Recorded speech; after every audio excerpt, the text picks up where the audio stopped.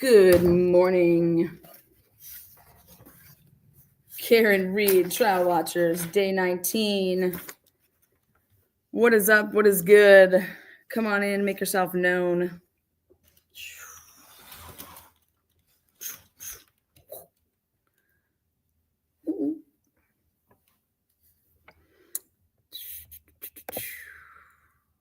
What a day yesterday.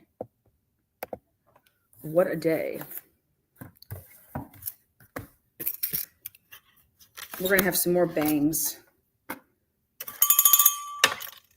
Ring your bell. Again, Tuesday, May 20th, day 19.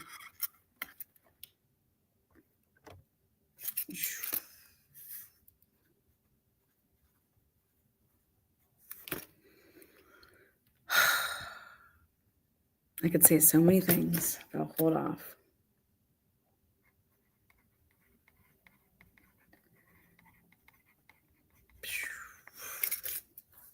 Boom. Good morning. I think Bella went ahead and pinned that link for you guys playing Bev's Bingo. So good morning. And go ahead and click on that. Get yourself a new bingo card.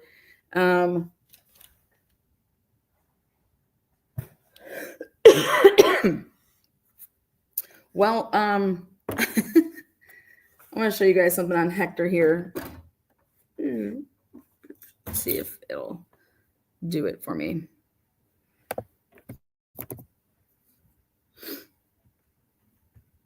Yes, yes.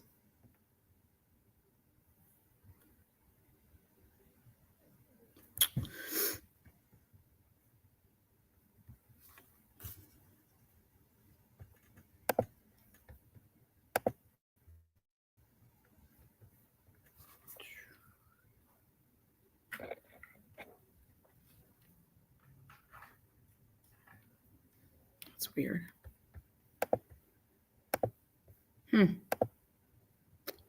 Very strange.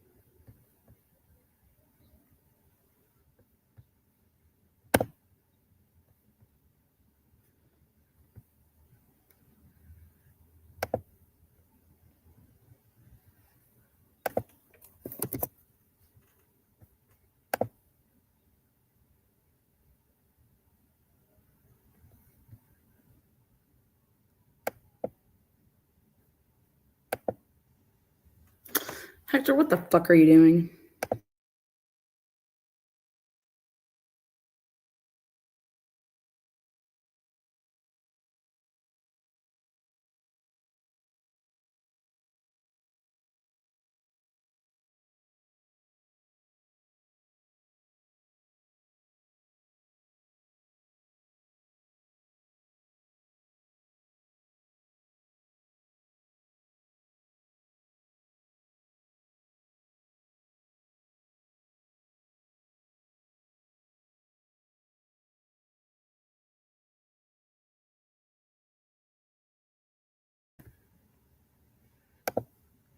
I don't know what's going on. I have to have talking to the Hector. Anyways, I wanted to show you Shannon Burgess's, some of his crap was online. They put a, what do you call it?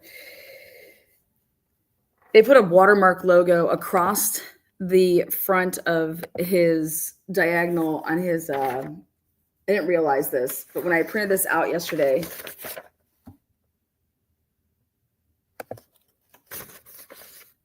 There's this watermark logo that goes across. And I didn't realize it yesterday, but that's not normal, obviously. And it says not for expert designation. I never paid attention to what it said. At first, I just thought it said Aperture. You know what I mean? But it said not for expert designation. Okay, that's what it says across his CV. Now, allegedly, supposedly, this got added to his CV over the weekend, and because it wasn't like that prior to his testimony. I don't know if that's true. I don't know if that's false, but that's alleged that it wasn't like that. Shannon Burgess for the Commonwealth testified. He is a forensic digital expert, and he lied that he graduated with a degree that's not even offered at UAB in 2022. He has been working towards getting his BA since 2008, 17 years.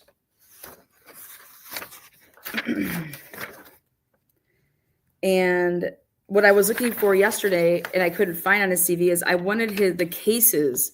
Remember, I was telling you guys that I wanted the cases that he worked on where he testified.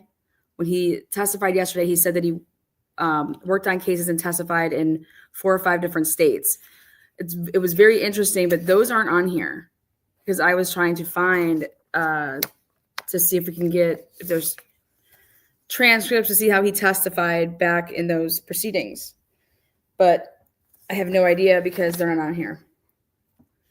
So Hank Brennan made a huge boo-boo, in my opinion, when he called this guy before Dr. Welcher. This guy has now Alessi has totally discredited Dr. Welcher and has tied Dr. Welcher to Shannon Burgess. These two people were going to be Hank Brennan's, like, remember at the beginning of yesterday, I said, this is going, like, this is it. This is the case. Aperture is the case. This is all the new stuff that Hank Brennan said was, Karen Reed's guilty. Karen Reed hit him with the car. We can prove it. This is going to prove it. Yesterday, it couldn't have gone any worse for the Commonwealth. I mean, I don't think. Went pretty bad, but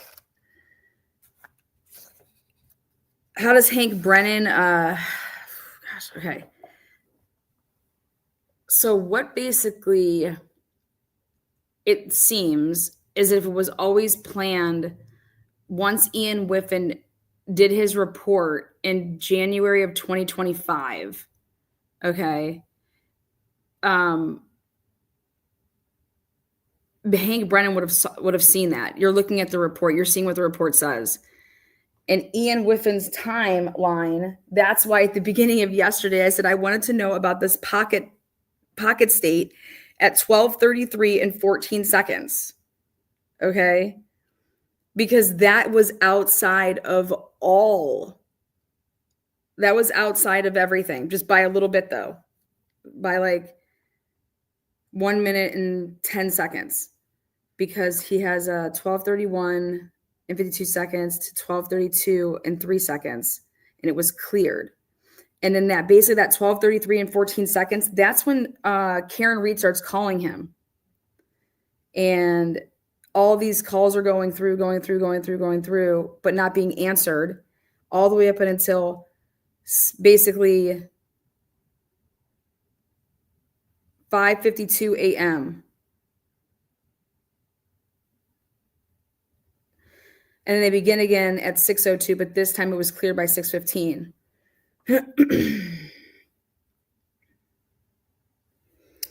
So January 2025, Ian Whiffen has his report. Then I believe that he gives his report then to Shannon Burgess. Okay. They can lie. They can say whatever they want. And that he just testified. He saw Shannon Burgess has testified so that he saw Ian Whiffen's report. Well, when did you see his report? He claims that he saw it in January or February on the stand. Well, and that's when Alessi says, well, why did you wait until May 8th to write a report, a supplemental? Have you ever supplemented in your life? No, I've never supplemented in my life in any case. What the fuck? Okay. I personally believe that that this was always a plan. Hank Brennan gets up and acts like, oh, well, I just got this in the middle of the trial and I had no idea. Bullshit. No way. He took it upon himself to start doing what? And that's why they asked him, are you sure that you haven't watched anybody's testimony during this trial? Because nobody can be doing that. There was a sequestration order, and that's why Alessi was like, they broke the sequestration order, and then they had to get all their ducks in a row about that. I didn't realize, I mean, obviously his face was turning red at different times. If I was Judd Welcher, I'm not testifying. I would be refusing to testify right now.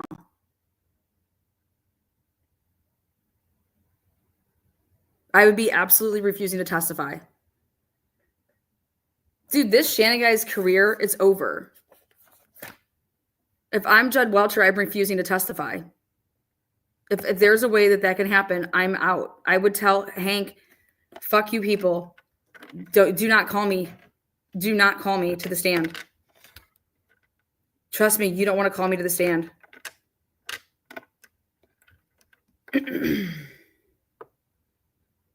Judd Welcher is walking into a complete fucking ambush based off of what Alessi was asking Shannon Burtis on the stand at different points during his cross-examination.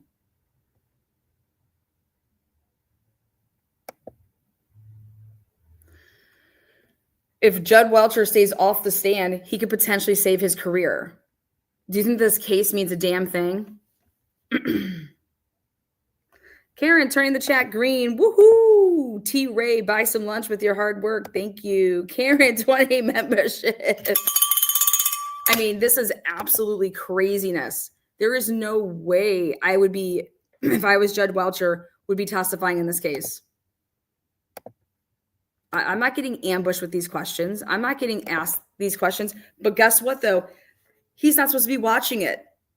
So he's supposed to not know what happened in this courtroom yesterday. This is where the real fireworks are going to come. But it doesn't mean that a family member couldn't have been watching. It doesn't mean that a different colleague could have been watching. And I would have just said, yeah, somebody watched, somebody called me and said, you were walking into a damn ambush and I'm not testifying. So,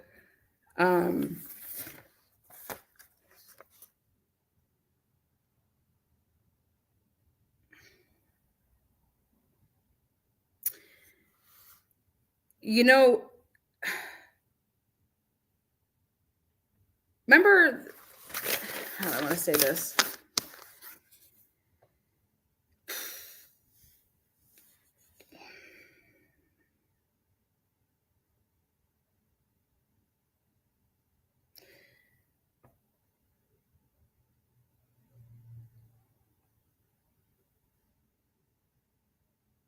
I would love to know why Hank went about it this way. When you can't just say that, like, the steps that would have happened, the 36 steps, couldn't have been something that would have just registered a little bit later because you had Ian Whiffen testifying that way. You have Ian Whiffen testifying that obviously your phone doesn't know before you're going to go take a flight of stairs. So everything has to kind of register like a little bit after the fact for your flight of stairs.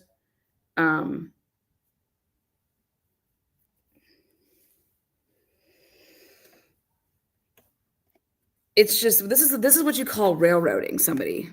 This is a railroad job. A railroad job is when there's evidence against you, right? But then you go and you take other things that aren't there, but you make them be there. You lie about them. John's phone doesn't move after whatever time. I'm sorry, but that's good enough.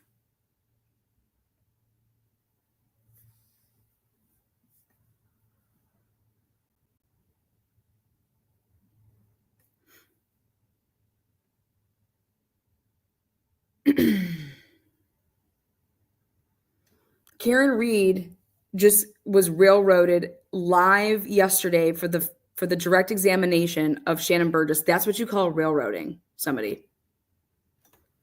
When there's evidence that's already there that exists, okay, against Karen Reed. But it's when you go and you fabricate and you make evidence that's not truly there, you make it there to compound on, and that's what they did in the Brian Kohlberger case. It's the same fucking thing. The cast for Brian's phone was not turned off at 2:47, but let's go ahead and say that it was, because we need it to do what? To propound on the other evidence that we have, to bolster it. And that's the definition of railroading somebody. Before the Innocence Project and before DNA, cops railroaded people all the time. Sorry, but they did. If you have it in your mind that somebody's guilty, you're going to do everything that you can to prove that they're guilty.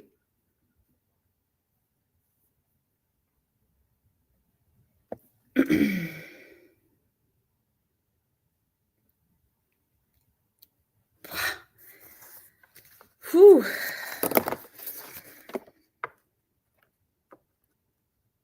If you guys thought that Shannon Burgess's shit was insane, wait till we hear this next part. The 3-point turn is when he passes the street up and then they 3-point turn into that driveway to then back out and come back. That's the 3-point turn. Okay, the 3-point turn isn't happening in and on the street of 34 Fairview, by the way, according to the data.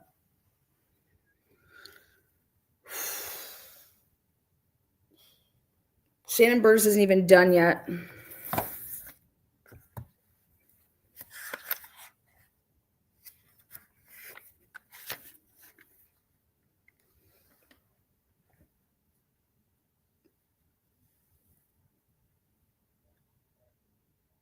January 30th, 2025, in Shannon Burgess's report, he writes that there was no collision in the report.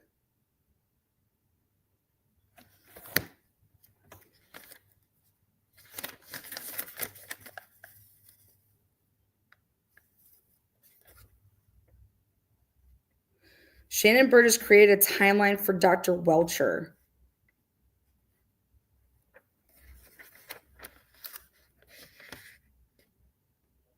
That's not how it should work.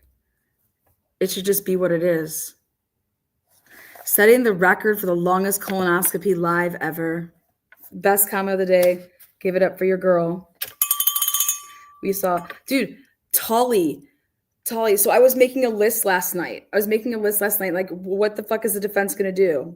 Like, what, when it's coming to a close. We only have just Welcher. We only have Welcher left, or we have Welcher left. We have Crosby and Wolf. That's it. And then they're resting. He's not calling anybody else. It's not. There's no one else to call. I thought maybe he would call Julie Nagel as a last person to call to say that she saw the blob. Julie Nagel's too much of a liability on cross-examination. I mean, Hank Brennan might have to do something now because of the way that things are going, but there's no one that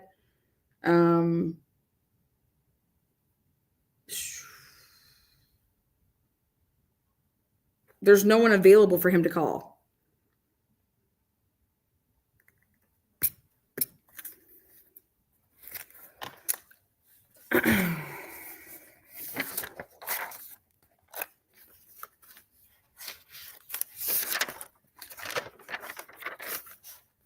January 30th, 2025 report. Trial starts April 22nd, 2025. May 8th, 2025, you put in your second report and you enlarged the number, the range. You enlarged it, Shannon Burgess, didn't you? And it was like, why? I did it on my own initiative. What the fuck are you doing on May 8th, 2025? Oh, what's his name's report was March. Yeah, that's right. Ian Whiffin's report, I thought there was something that happened in March. I want to look at that March date, 2025.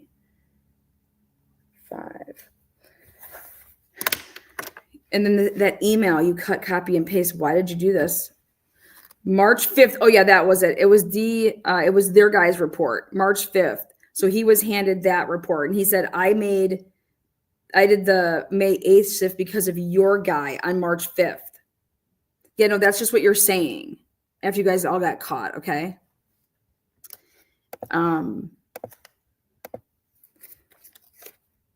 May 8th. So March 5th was the defense's expert turned in their report. May 8th, 2025, he issues a supplemental report. And he's like, it was just clarification. It's not a new report. It's just a supplemental. But there was no mention of text stream events, collision, right, before that. Did you prepare it on your own? Tully, he reached out to Tully. Tully has his hand in everything. I've talked to Tully a handful of times, 5 to 10 times. He provided information. Tully's getting called by the defense.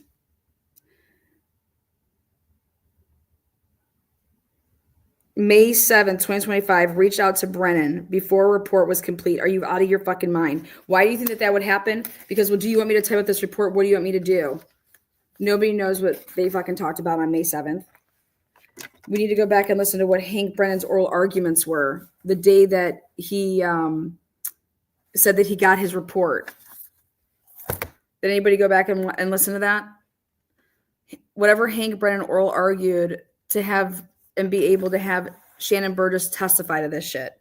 What I believe took place is that once Bev said, you can have a robust cross-examination, I'm going to allow him to testify to it, but you're going to trust me, Mr. Alessi, I'm sure you can, and that's why they had to sit back there and let that motherfucker roast, because that was the agreement.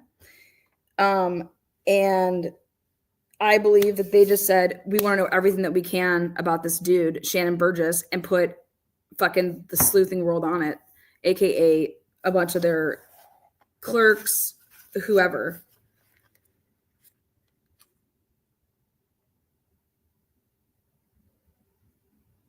Welcher knew ahead of time.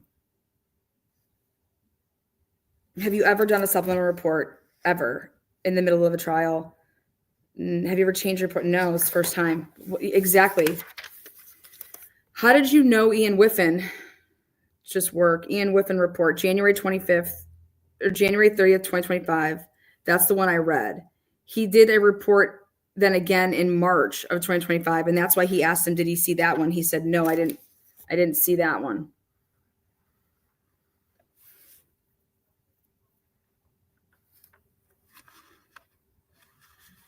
Ian Whiffen's report was really long. It was like 140 some pages.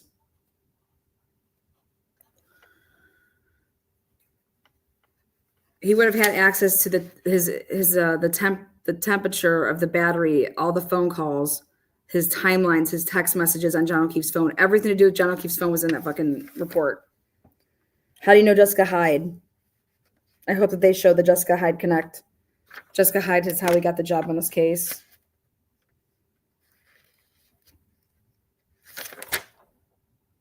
Slide 188 is going to be the MVP of the trial. He published it for the jury, or he just had them look at it to talk about the start and the end times of the trigger, which is the 11622. John O'Keefe presses the side button at 12:32 in 9 seconds, or whoever does. And then 12:33 and 14 seconds, that's when it goes into pocket state. Do you know what pocket state is? And so after he clicks the side button or whoever does on that phone at 12:32 and 9 seconds, then 36 steps begins, because then at 12:32 and 16 seconds, it ends. The 36 steps ends by 12:32 and 16 seconds, which is 84 feet.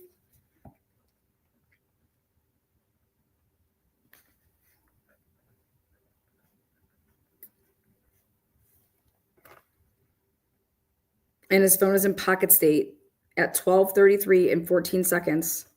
That's when it begins with all those calls. And that phone is never taken out of a dark,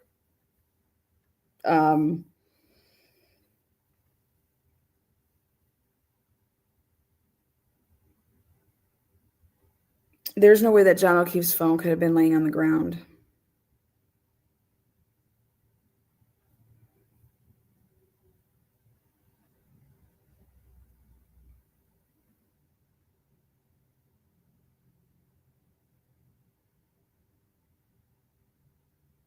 I believe that Jen McCabe took it out of his pocket when she walked over to the body before she called 911, because she doesn't call 911 until 6:03. In the pocket, I think Carrie Roberts is covering for Jen about the phone, and then she passes off the phone to Matt. 6:02 and 41 seconds.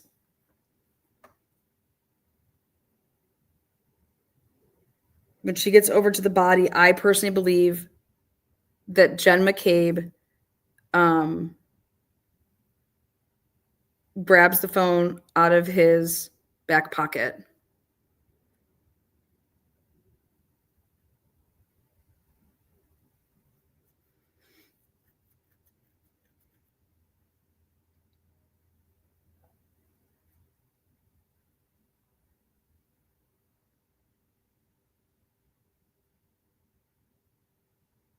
They could say that Carrie had it, but if Carrie fucking grabbed it, then Carrie would be involved way, like I said earlier, based on these timestamps.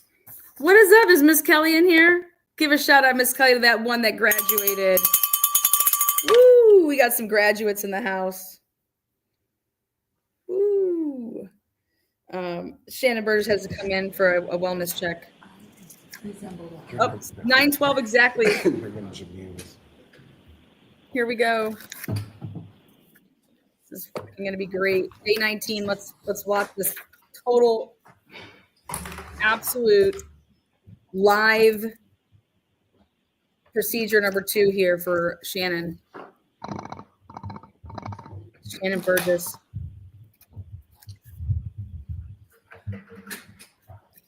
Unbelievable.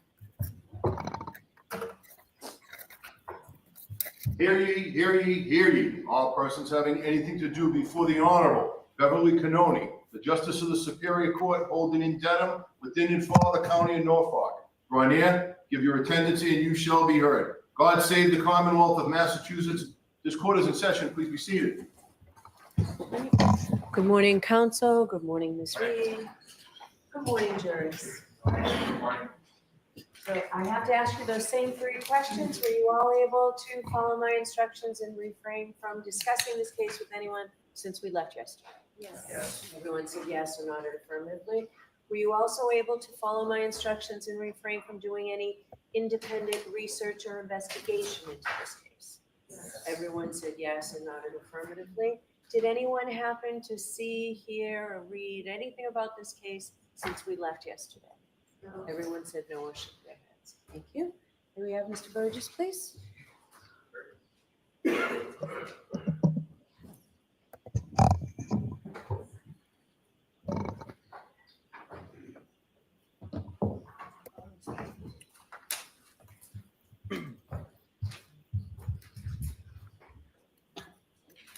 So I'll remind you, you're still under oath. Thank you. Good morning. Good morning.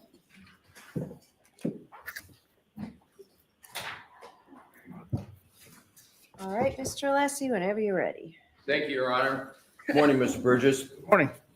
On your direct examination yesterday, your experience was brought up in questions, correct? Correct. On your direct examination, your certifications were brought up in questions, correct?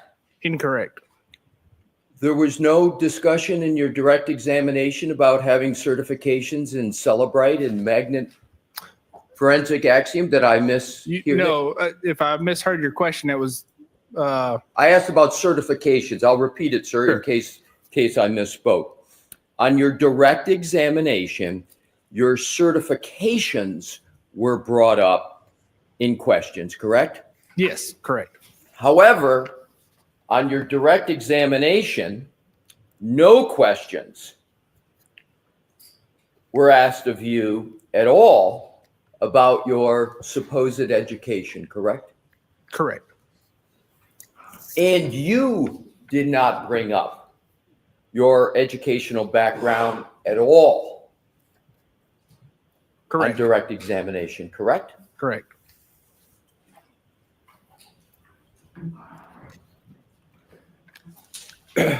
A forensic examiner must prioritize accuracy, correct? Correct. A forensic examiner must prioritize reliability, correct? Correct. Both are important. Correct. It's criminal proceeding we're in, correct? Correct. And therefore, accuracy and reliability are especially important in a criminal case as opposed to a civil case, correct? I think they would be equally important in both, but yes, But they're certainly important in a criminal case. correct. And accuracy and reliability are especially important when seconds and minutes matter as they matter and as you testify to in this case, correct? Correct. You testified yesterday that the events on the timeline contained in your PowerPoint presentation that was displayed yesterday and presented to the jury were accurate, your words several times, down to the second, correct? Correct. For the Lexus, yes. For the Lexus. Yes. You said they were accurate down to the second, correct? Correct. Let's take a look at your PowerPoint presentation that you discussed extensively before the jury yesterday. Mr. Wool, could we please bring up slide 32 of the presentation Mr. Burgess discussed with the jury yesterday? And Your Honor, with your permission to publish, Okay, thank you. Mr. Burgess, pick your screen. Sure. Is this a true and accurate representation of your analysis of Miss Reed's Lexus vehicle traveling to 34 Fairview Road and the O'Keefe residence? Yes. According to your timeline, Miss Reed's vehicle powered on at 12:36 a.m. on January 30th, correct? Correct. Now, is your timeline on this slide accurate down to the second, as you stated in your direct examination yesterday? For the power on and off events, yes. Yes. Could we go to slide 33, please, Mr. Wool? And we're going to go through a handful of slides, Sure. Mr. Burgess, to just give you a heads up. Is this a true and accurate representation of your analysis of Ms. Reed leaving the O'Keefe residence at 5:07 a.m.? Yes, it is. And according to your timeline, Ms. Reed powered on her vehicle at 5:07:46 a.m. on January 30th, 2022, correct? Correct. Is the time on this slide accurate down to the second, as you stated in your direct examination yesterday? Yes, according to the Lexus, yes. If we could go, Mr. Woog, to slide 34, please. And these are all your slides, correct, sir? Correct. They You are. prepared them? Yes. Is slide 34 a true and accurate representation of your analysis of Ms. Reed traveling to the Dighton residence at 12:25 12:25:01 a.m. I'm sorry, 12:25:01 p.m. 12:35:01. Correct. I'm sorry, thank Yes. you, 12:35. And according to your analysis, Ms. Reed powered on her vehicle to travel to Dayton at 12:35:01 p.m. on January 30th, correct? Yes, that's correct. And is the time on this slide accurate down to the second, as you stated in your direct examination yesterday? Yes. Slide 35, please, Mr. Wool.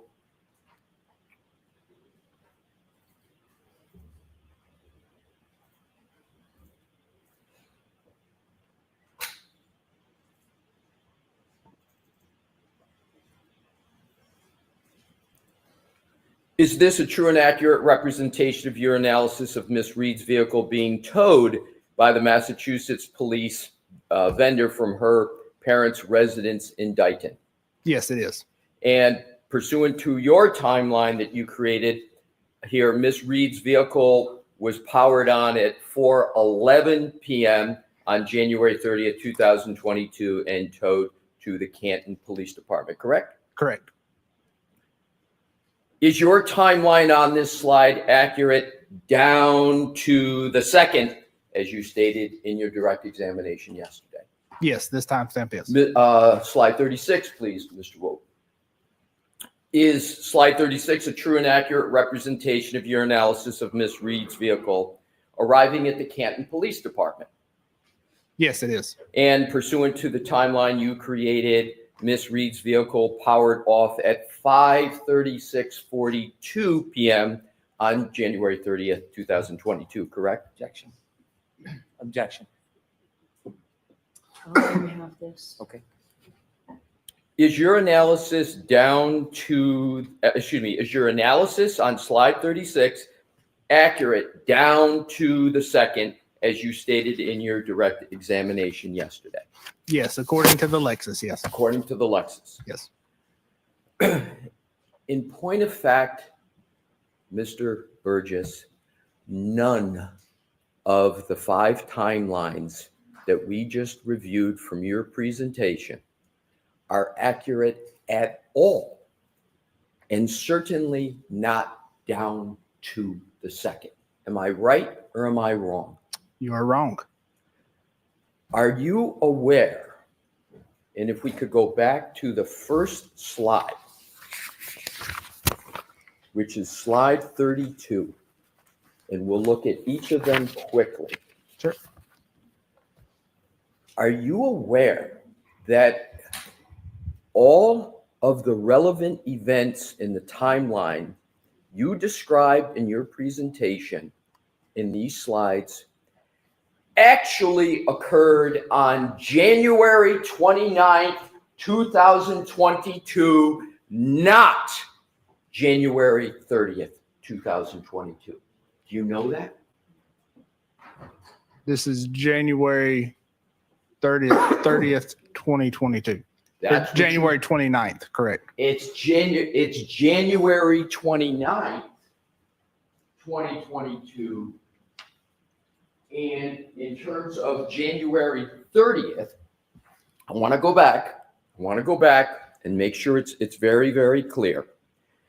In your presentation, they actually occurred on January 29th, 2022, correct? The night of the incident, yes. Can I have a moment, Your Honor, please? Yes. Thank you.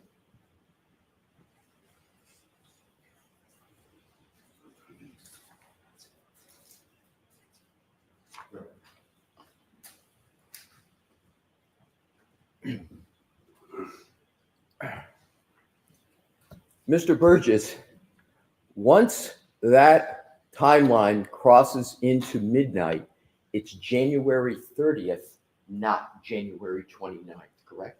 Correct. Yes, it is January 30th. Yes.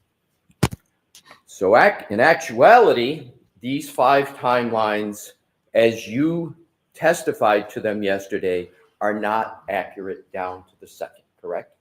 Because you got the wrong date. Well, Parlance, yes, but yes, they are still accurate to the second. But the date, these 5 timelines, let's pursue this. These 5 timelines are exactly 24 hours off from the time where the event actually occurred, correct? No. So these events occurred on January 30th. If I misspoke and said the 29th, yes. Okay. You understand my point? Yes, I do.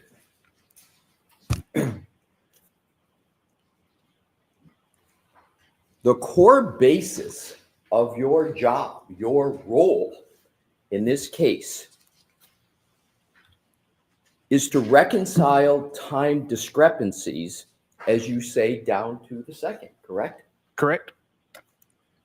But your discussion of the timeline on each of these slides,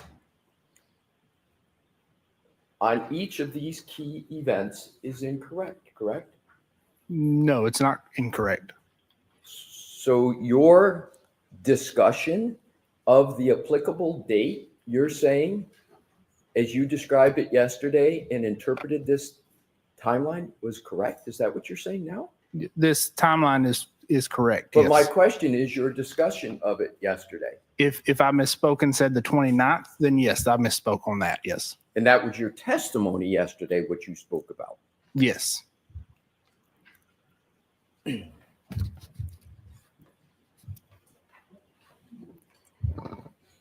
Let's turn to a different topic.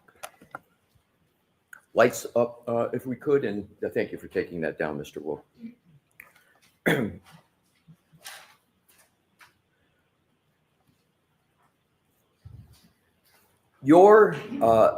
Actually, to mitigate the inconsistencies that you analyzed yesterday between independent clocks, am I correct that your position is that forensic methodology recommends cross-referencing timestamps from multiple sources to identify discrepancies, and when possible, leveraging time anchors, events that contain both a system timestamp and an external physical event to identify and correct timing discrepancies? Do I have that right?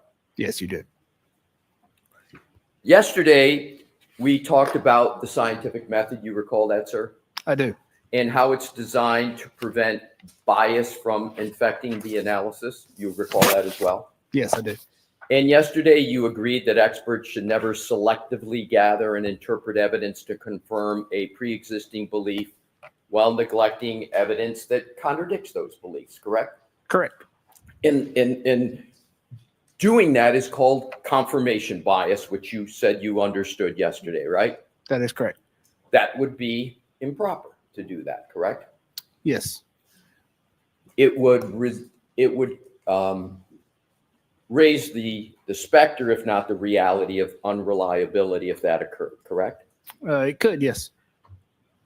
And it could also lead into errors in forensic analyses, correct?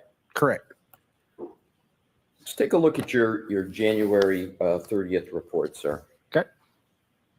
And this is your first report, your second report being the May 8th report. In your January 30th report, you did not issue any opinion or conclusion with regard to the timing of what you call the text stream event 1162.2 in your January 30th report, did you? No, I did not. You didn't even mention either the phrase text stream event or the phrase 1162.2 in your January 30, 2025 report, did you? No, I did not. But in that January 30, 2025 report, you did evaluate the variance between the Lexus infotainment system on the one hand and Mr. O'Keefe's iPhone data on the other, correct? Correct. In fact, in that report, the January 30th report, you compared the call logs on Miss Reed's Lexus infotainment system with the call logs on Mr. O'Keefe's iPhone in order to evaluate whether there was a variance, correct? Correct. And do I have it correct in your report that it's the position that the timestamp call log data, specifically the recorded calls between Miss Reed and Mr. O'Keefe, along with the infotainment power event logs, were analyzed for what you called clock skew by cross-referencing them against other independent data sources, right? No, so that would have been comparing the timestamps from Mr. O'Keefe's iPhone with the timestamps from the defendant's Lexus. Right. Correct. Yes. Yes. Right. To Miss Reed's Lexus. Correct. And a forensic comparison of these data sets was aimed to identify timestamp discrepancies, correct? Correct. To identify potential clock skew, correct? Correct. And potential clock drift that could impact event reconstruction, correct? Correct. All as stated in your January 30th report, right? Correct.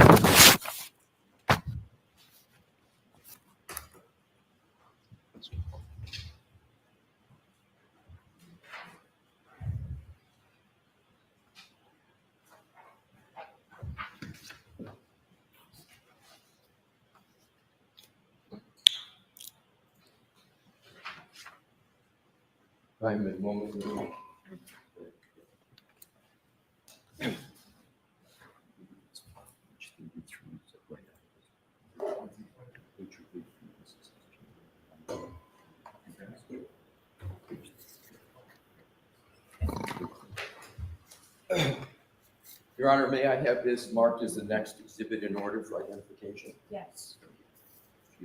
Sure.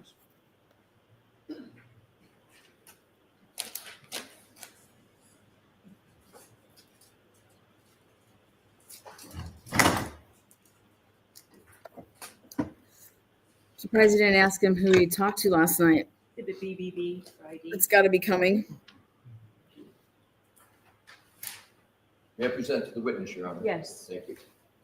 Mr. Burgess, I am presenting to you what has been marked as Exhibit BBB for identification. I'd ask you to take a look at it, sir, and then pick your head up when you've had a fair opportunity to take a look at it. Okay. Sure. Do you recognize that document, sir? I do. May we approach, Your Honor? Yes. Thank you. What do you recognize that document to be, sir? Sure. So this is a graph that I put together that is comparing timestamps, call timestamps from the infotainment module with Mr. O'Keefe's iPhone. And is that Exhibit BBB for identification in your January 30, 2025 report? Yes, it is. And did you create that chart that is depicted in Exhibit BBB for identification? Yes, I did. And is that a fair and accurate representation of the information that you discussed in page 33 of your January 30, 2025 report? Yes, it is. I offer Exhibit BBB for identification into evidence, Your Honor. If we can introduce the whole report to put it in Why don't I context. see you at sidelines to look for? Boy. So I misspoke on the date. He was calling it, I believe, the 30th when it was the 29th. I think Alessi just totally confused the fucking jury.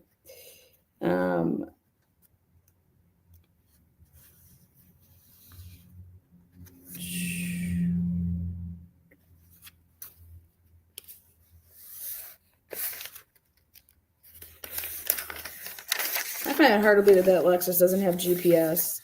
She didn't have OnStar?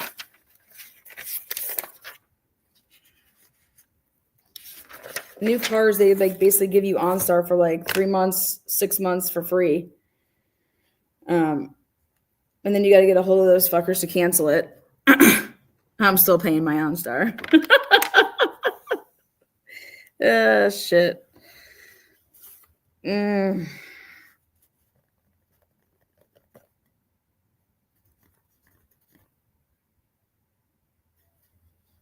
Alessi wants the whole report in.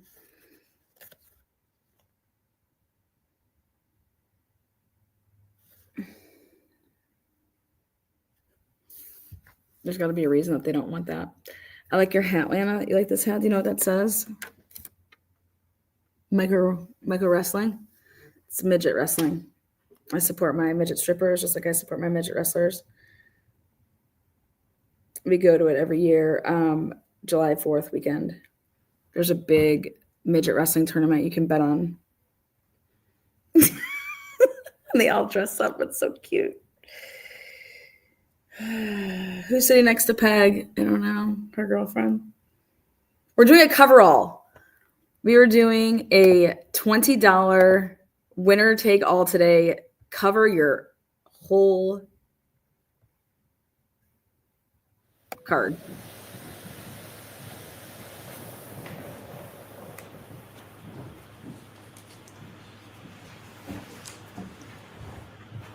Yeah, continue, Your Honor. Yes. Thank you. Your Honor, at this time, I offer Exhibit BBB into evidence. Okay. BBB. 189. Thank you. Yep, it's the right terminology. Little people, but it's called the Micro Wrestling Federation. Represented to the witness, Your Honor. Yes. Thank you. Mr. Burgess, I am represented to you what is now Exhibit 189 in evidence. Ask you to, once again, take a look at it, and if you need further time, please take it, sir, and then pick up your head when you've had a fair opportunity to look at that document. Okay. Despite claiming the purpose in your January 30 report of, quote, identifying timestamp discrepancies, potential clock skew, and clock drift, you did not compare the time of the 3-point turn between the infotainment system in the Lexus SUV and Mr. O'Keefe's phone, did you? Not at that time, no. Instead, you identified the potential variance by analyzing various calls on the infotainment system of the Lexus versus Mr. O'Keefe's phone, correct? Correct. This data in that exhibit captures a precise moment in time that is easily compared between the two devices, correct? Correct, it does. Mr. Wolk, Your Honor, may Mr. Wolk please publish this exhibit? Oh, I know what it's going to be. When he connects to the, does he connect? So this data, just to reestablish, captures a precise moment in time that's easily compared between the two devices, correct? Correct. Now, according to your own table, there are potential offsets of reading in the far right-hand column. 2 seconds.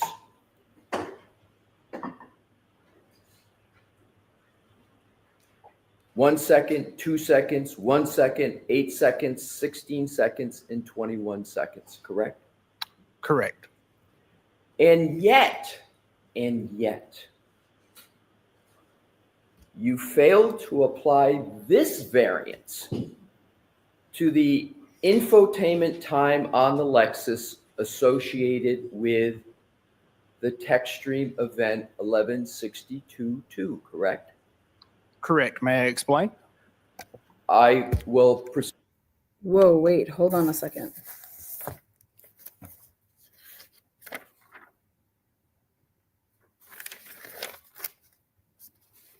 She got in the car to make the 114 call.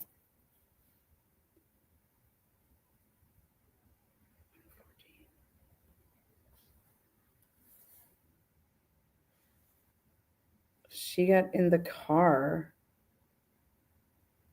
to make the 438 call. 442 because what's her name was awake. 445. 504. Holy shit.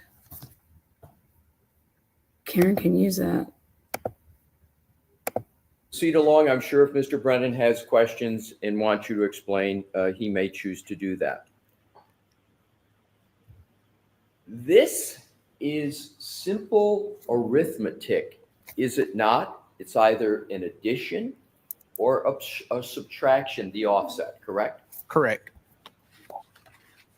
And yet, in your initial report on January 30th, 2025, you did not take that final analytical step, did you?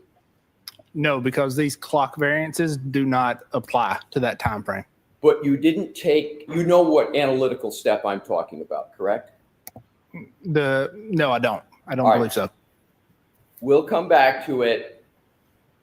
I want to go focus on your opinion. What you did do, as I understand it, in your January 30th report. So in your opinion, we can leave that up for a moment, please, because I want to see if we need to show the contrast. With your honor's permission, can we leave it up just a little bit longer? Yes. Thank you. In opinion number 5, and please feel free to look at your January 30th report, Sure. You indicated only this. The difference between the Lexus infotainment and Mr. O'Keefe's cell phone ranged between 8 seconds and 16 to 21 seconds during the period between 5:21:36 a.m. and 5:30:31 a.m. on January 29, 2022. Do I have that correct? Yes, between 5:21 and 5:30 a.m. Yes. Now what I'd like to do is, and we can take that down. Thank you, Mr. Wope. Let's talk about what information you learned after you issued your January 30, 2025 report. Or at the time of that report, you received and reviewed a copy of a portion of your colleague's slide presentation and report at Aperture, Dr. Judson Welcher, correct? From a presentation by Mr. DeSogra. Yes. Well, correct. I understand you want to add Mr. DeSogra. My question Objection. is, Sustained. okay, yes, Your Honor, thank you.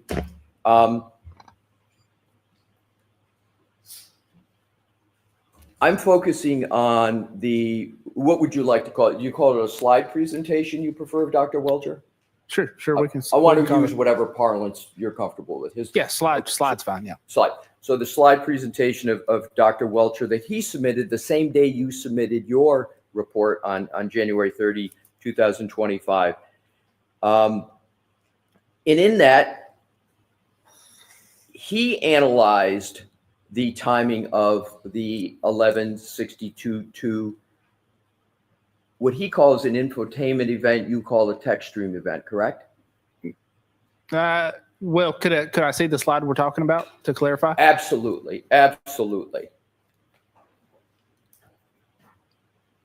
Could we publish what is in evidence of what is 188? Okay, And I'm also, sir, at your request, may I approach, please? yes. At your request, I want to give you Sure. that, if we have 188, we'll just give them the actual marked exhibit. You know what we'll do? We'll use the slide. If you need an exhibit, we'll pull the exhibit and move it along. Please publish, Mr. Wope.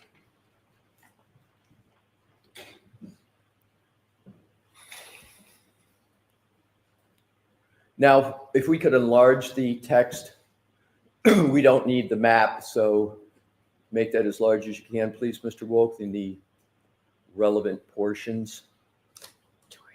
All righty. You're aware that according to Dr. Welcher's analysis, as depicted in this slide in evidence, the 1162-2, what he calls an infotainment trigger that you call a text stream event, right? Correct. The 1162-2 text stream event occurred at 12:31:38 a.m. on January 29, 2022, correct? Correct. And that's when it began, right? That's when the trigger threshold was met. Yes. That's when the trigger threshold was met. correct. You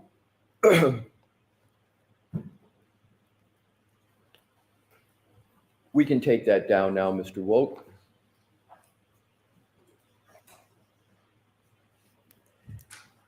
You also testified yesterday that you reviewed Mr. Whiffen, Mr. Ian Whiffen's January report, which established a timeline of the last interactive events on Mr. O'Keefe's phone, correct? Correct. Your Honor, could we please publish Exhibit 39, which is in evidence? Okay. And if we could go to slide 82 and have 83 available, if we can enlarge the applicable sections. And what I'm going to ask you, Mr. Burgess, is to see whether these events are consistent with your memory of what the applicable events are. Do you see the column biometric device unlock with Face ID event at 12:32:04 a.m.? Yes. Now that's after the 12:31:38 a.m. 11:62:2 text stream event that's in Mr. Welcher's slide, correct, that we just saw? Correct. The unadjusted Lexus clock. Yes. Timestamp. Yes. So, but I'm going to repeat the question. The 12:32:04 a.m. device unlock with Face ID event is after the 12:31:38 and 12:31:43 11:62:2 text stream event that is stated in Dr. Welcher's report, correct? Correct. Now, do you see the lock event which occurred at 12:32:09? Yes, I do. That is also after the 12:31:38 to 12:31:43 text stream event, correct? Yes, the unadjusted time. That 12:32:09 a.m. lock event is after the 12:31:38 to 12:31:43 range that is stated in Dr. Welcher's report, correct? Correct. From the Lexus clock. So if we could go back, and we're going to toggle back with Your Honor's permission between these two slides for the next couple questions. If we can go back to an enlarged Dr. Welcher's slide.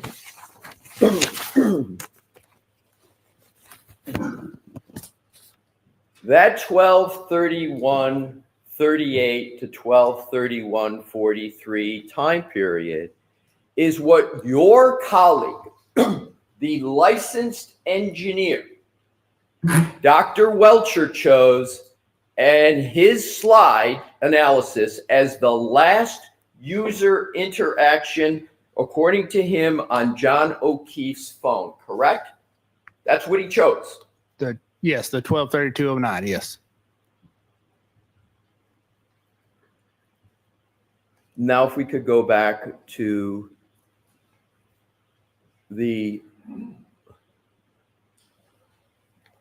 and zero in, please.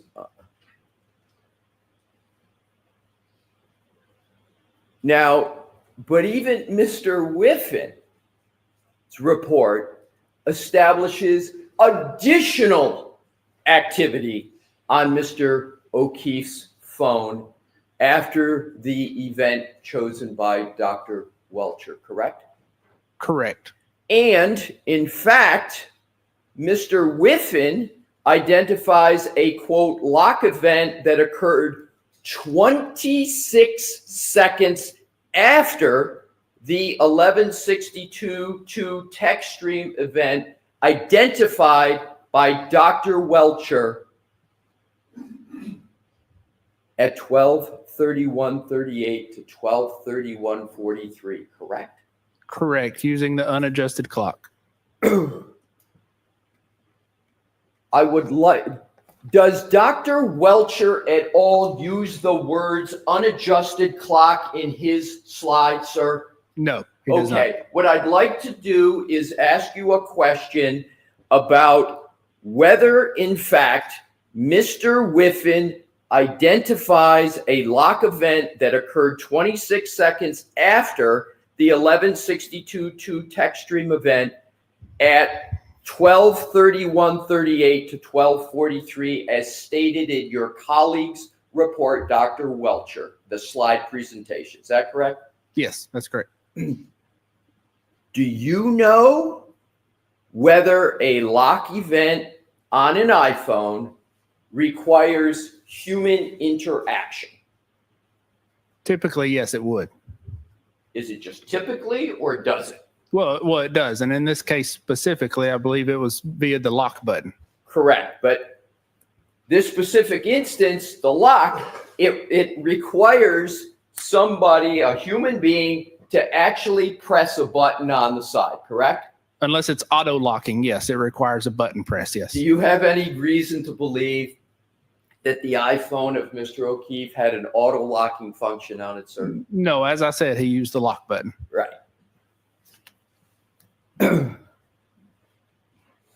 If we can enlarge that, do you see the end of health event 36 steps that we talked yesterday that was covering a distance of over 84 feet? Do you see that occurring at 12:32:16 a.m.?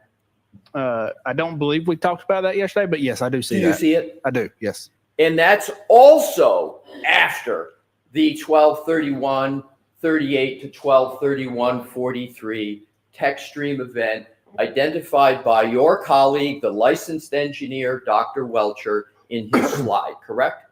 Correct. Now, finally, do you see the entry pocket state detected at 12:33:14 a.m.? You see that, sir? Objection. Sustained. Do you know what a pocket state is, sir? I do know what a pocket state is. Do you know when the pocket states occurred on the iPhone of John O'Keefe pursuant to your analysis of his phone? I do not.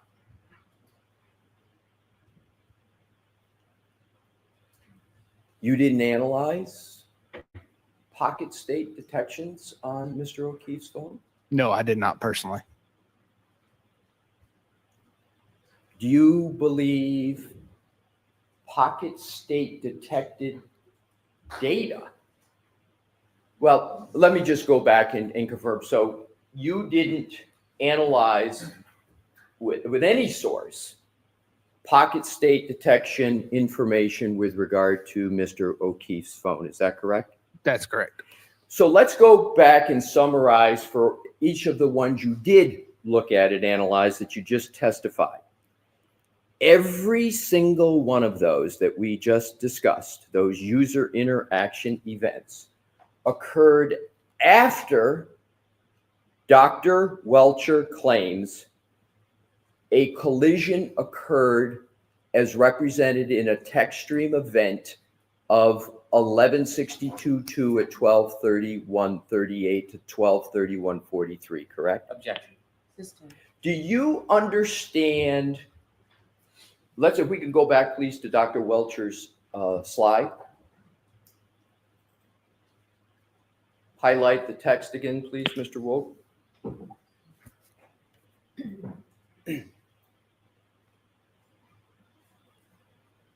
Do you understand that Dr. Welcher is correlating the infotainment trigger 11:62:2 with an alleged collision? Do you understand that? Objection. Let's come to sidebar, please.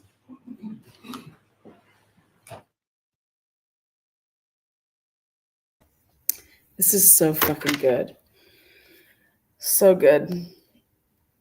He's going to wrap this up in the most prettiest bow. Okay, so what I was looking at is I went back and I paused it so I could highlight the timestamps where Karen went into the Lexus to make calls. Okay. She basically arrives home, and we all do this, sitting in our car talking. Okay. She clearly didn't want to have, she was calling John when she first got home in the vehicle, leaving the message because she arrives and she doesn't turn off the car until 12:40 and some change, 12:42.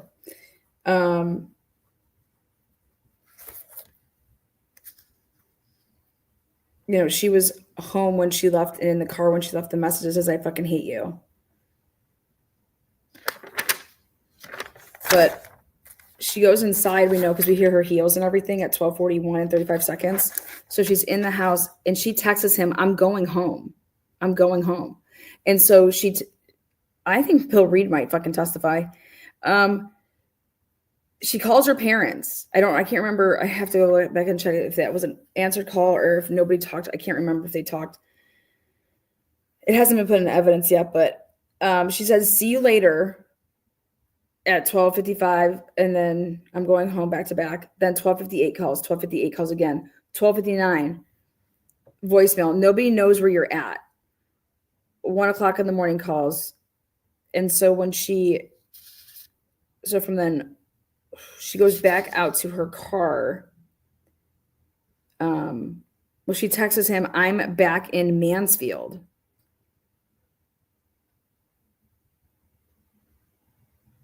At 1:04. Then voicemail pervert. Now at the 1:14 timestamp, she's in the Lexus when she calls at 1:14, 11 seconds.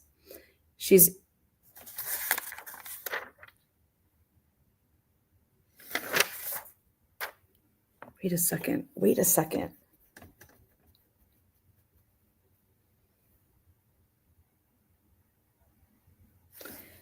Did Karen Reed go to fucking Mansfield and come back?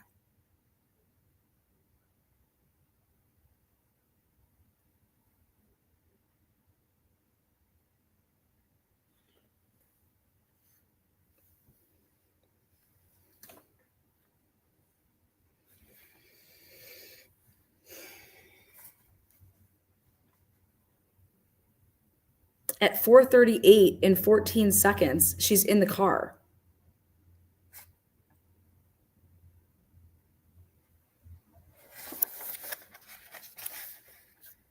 No, I know you guys know she was bluffing. We have no fucking idea. Right? Maybe she left and came back. I'm saying she went into the car at 1:14. Okay, she was in the vehicle at 1:14 and 11 seconds. Okay, she made a call. But good news is that the other calls, I don't know, maybe she just wasn't using the infotainment center. She was just using her regular phone. But at the first call that she makes when she wakes up at 4:38, that's from the infotainment center.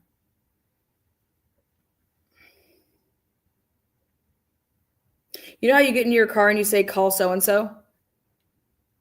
Do you guys understand if she would have went the fuck home, this whole thing is fucked? If Karen says that she went home because then all of these text stream events, turning on the key, going and doing this, going and doing that. Now they're claiming that the car didn't turn on at all. Well, there's a problem with that for me. So she just went into the car at 1:14 and 11 seconds. How would you use the infotainment center at 1:14 11 seconds if the car wasn't on? How about that, bitches? How about I want an answer for that one? At 1:14 and 11 seconds, if she uses the infotainment center to call somebody, you're just trying to say that you just went in there just to turn your vehicle on, but you didn't turn all the way on? I just went in the car and sat in there. No, your car, like if you want to, and then it happens again at 4:38 and 14 seconds. And then again at 4:42.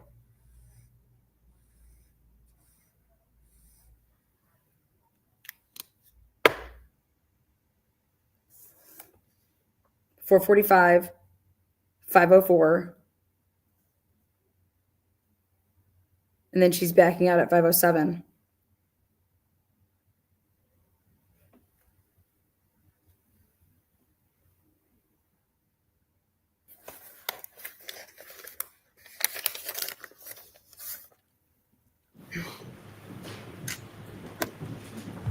All of this is great news for Karen, but it just they better have caught that because they need to ask. Well, her car had to be on if she's using it at 1:14 11 You can seconds. put it back up. Thank you, Your Honor. Make some phone calls. If we could go now, Mr. Woke, back to the slide from Dr. Welcher's slide presentation. And if you could re-enlarge the applicable section that we've had up before. Thanks for your patience, Sure. Mr. Burgess. You have reviewed this slide and this specific data in this slide previously, correct? Correct. And I just want to, Mr. Woke, just go back to the slide so we're clear on what this is. So this slide here is what you're speaking about, right? Correct. And you've reviewed this slide prior to your testimony in this court, correct? Correct. And you considered this slide as part of your analyses that you have performed and testified about, correct? Yes, I have. So now, Mr. Burgess, I'd like to ask you a question. Every single one of the user interaction events that we talked about, steps, lock, etc., occurred after Dr. Welcher's, what he calls an infotainment event, which you call a text stream event, in the range of 12:31:38 to 12:31:43, correct?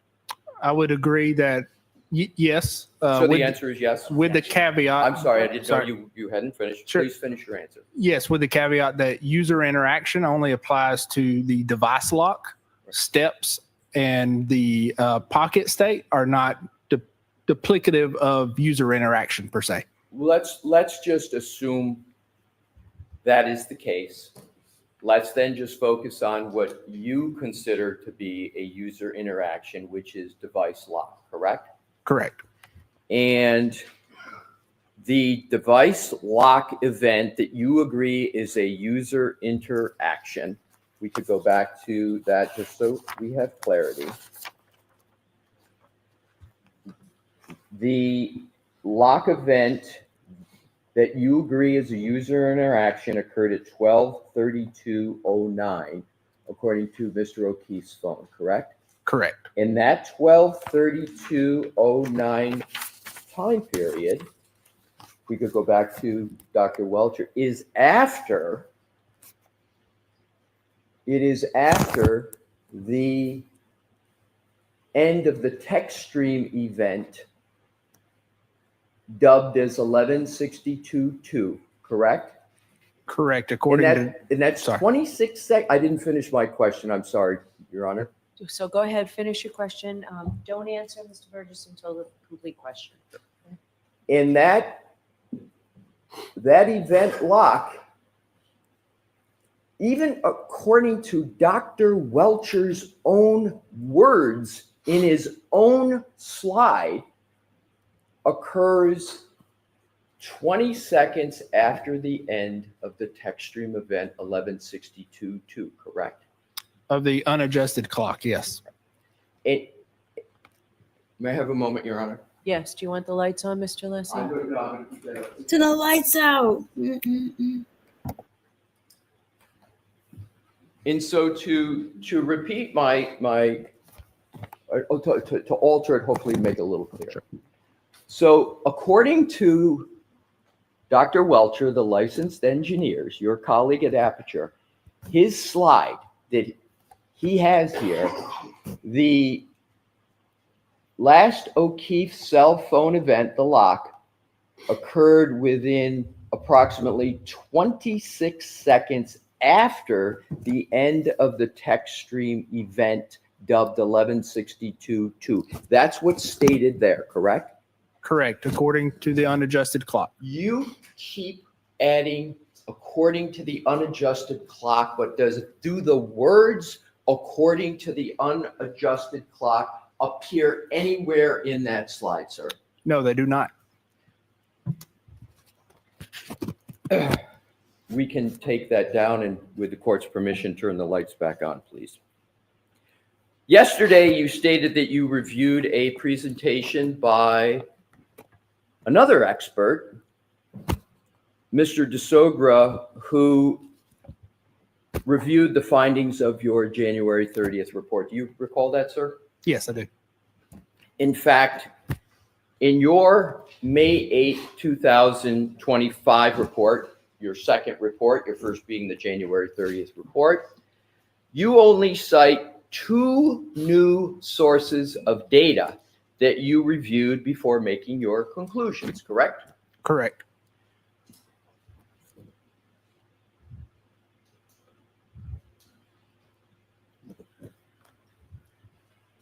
We have a moment, Your Honor. Yes.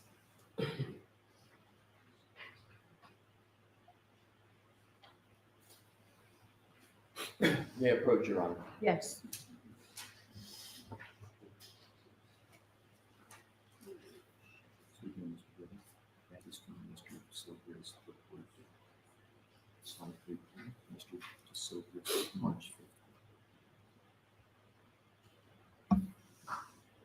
I'm going to need to be heard on this as well. All right.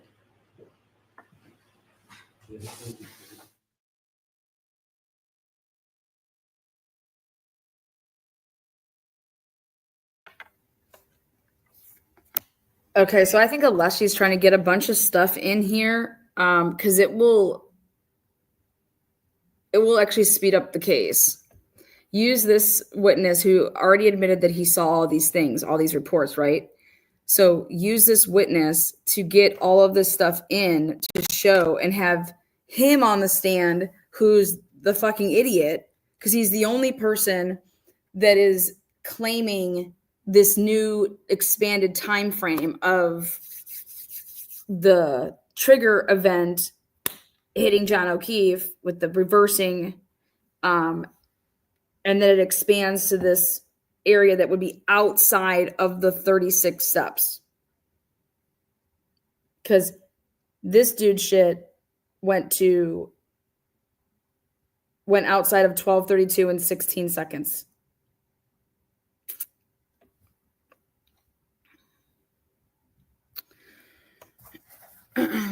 This is veterans knowing once he admitted that he had seen all these reports, he has personal knowledge. He made his own report because of it, things like that.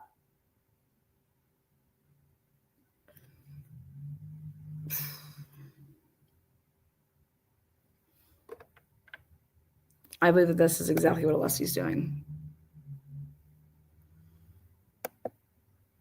That's what I see him doing right now. And if I was a lawyer, I'd be doing the same thing.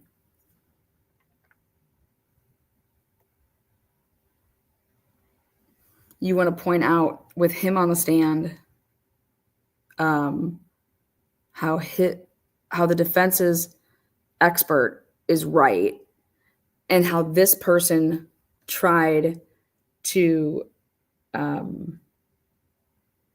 discredit their expert. Well, the jury knows that this guy's a fucking idiot. Okay. You get what I'm saying? Because trust me, he could be an idiot. Let's say that this guy's right. Let's say that his fucking report's right. Okay. Well, we need to do everything that we can to do to discredit him. I don't know if that's the case, but I'm just saying, like, you want to tie this man to all the threads, and you want to fucking get Hank hated. And that's what I think he's doing. Thanks for being here, everyone. Hey, I'm very interested in this newfound glory hole that I'm just going down. These calls coming from the infotainment center in Karen Reed's car is fucking fabulous information. Because it tells you something.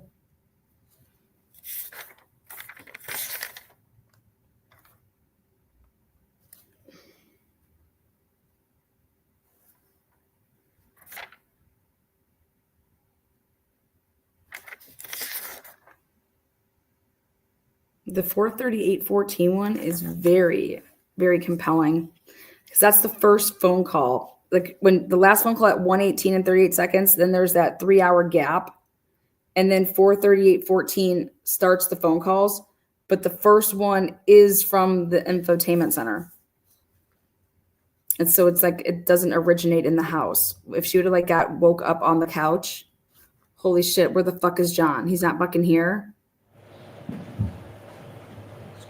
And so you would play that to your advantage and say she went outside to May I not proceed, Your Honor, and approach the witness? Yes. Thank you. the youngin or Excuse me, Mr. Bridges. Sure. I'm going to present to you 2 documents, each of which is marked for identification. The first is Exhibit CCC for identification. That is one slide out of what is marked as Exhibit DDD for identification. And Exhibit CCC is one page out of Exhibit DDD for identification. And I'd ask you, sir, to take a look at those documents and reference either one. And please let me know, sir, when you've had a fair opportunity to review those documents so I can proceed with questions about them. Sure.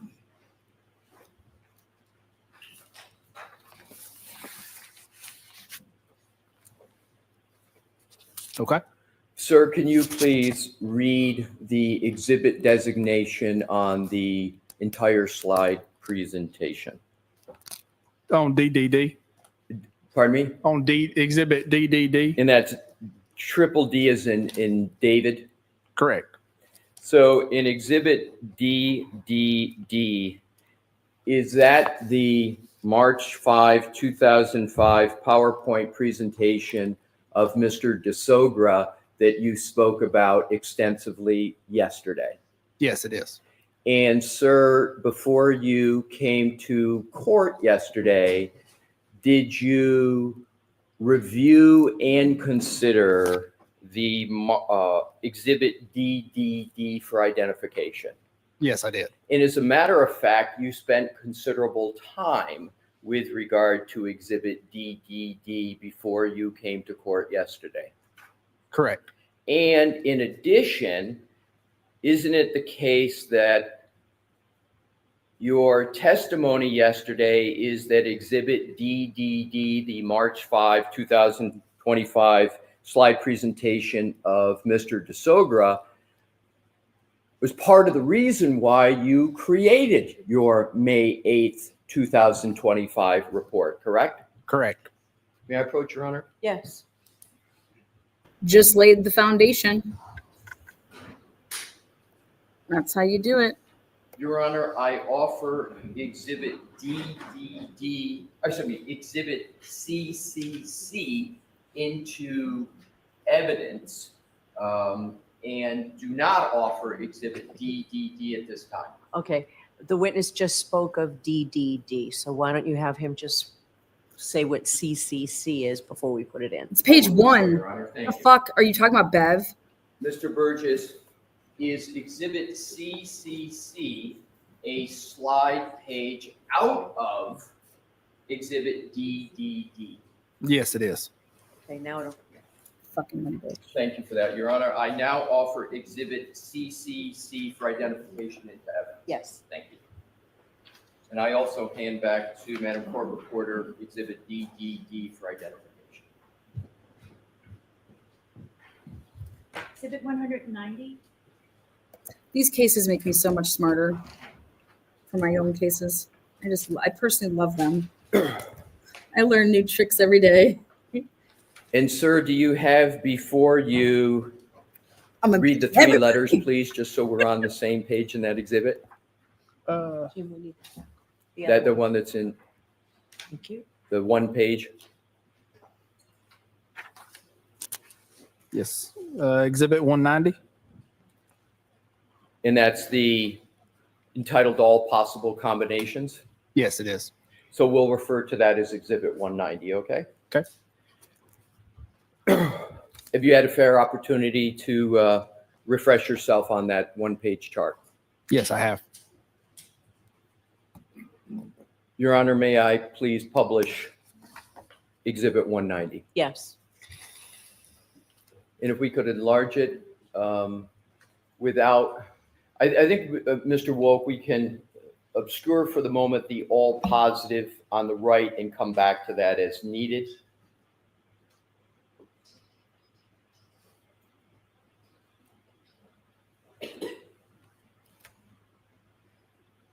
Thank you. Now, Mr. DeSogra, who is an expert for the defense, took the data points you evaluated in your January 30, 2025 report and simply performed the last step in your analysis that I was referring to in previous slides, correct? Correct.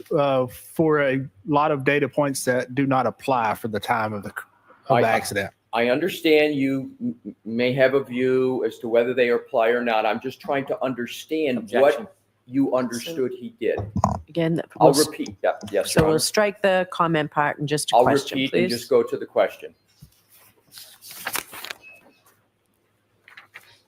So you understand that Mr. DeSogra took the data points that you evaluated in your January 30, 2025 report and simply performed the last step in your analysis, correct? In my report, in addition to Dr. Welcher's. Right. In addition to that. Correct. Now, what I want to do is just elucidate the columns and their meaning. So the column on the right equals the number of seconds, and it's the far right, the number of seconds between the end of the 11:62:2 text stream event that in the slide of Dr. Welcher is ending at 12:31:43 and the lock event on Mr. O'Keefe's phone that's occurred at 12:32:09, correct? Correct. And that's your understanding of that column as well. Correct. Now, even taking your colleague Dr. Welcher's assumption that the last user interaction on Mr. O'Keefe's phone occurred at 12:32:09 a.m. on January 29, 2022, is Mr. DeSogra demonstrating in this chart that by using the clock variance that you calculated in your January 30 report, there are no circumstances where the trigger event of 1162.2 occurs before the lock event on Mr. O'Keefe's phone? Objection. After. Sustained. There's one part of your question that needs to Okay. be omitted. In terms of this chart, do you agree that the methodology and application of it of Mr. DeSogra is that Mr. DeSogra took the last user interaction data point of Dr. Welcher in his slide of 1232.09 and applied the clock variance that you calculated in your January 30th report? Do you agree that that's what Mr. DeSogra did? No, I do not. What do you believe Mr. DeSogra did here? Well, so the math is correct. So when he's trying to adjust clock variances between the two devices, that math is correct, but he's applying incorrect adjustments. I understand, but what I'm trying to get at is just what you understood Mr. DeSogra did in this chart. Correct. I did understand, yes, what he Okay. was trying to do. And so do you agree, based upon what Mr. DeSogra did as represented in this chart, there are no circumstances where the 1162.2 text stream event occurs? Well, let me have you describe what you believe Mr. DeSogra is doing with regard to comparing, based upon this chart, the 1162.2 text stream event of Dr. Welcher with the lock event on Mr. O'Keefe's phone. Sure. So he's trying to adjust the clock from the Lexus to the Mr. O'Keefe's iPhone clock, but he does that inaccurately. Well, I understand you have I understand your comment. But my question, sir, is this. What do you understand Mr. DeSogra is doing with regard to this chart? Do you understand what he is doing in this chart? Correct. I'd just like you to state what it is you understand he is doing. Sure. So he's trying to adjust timestamps.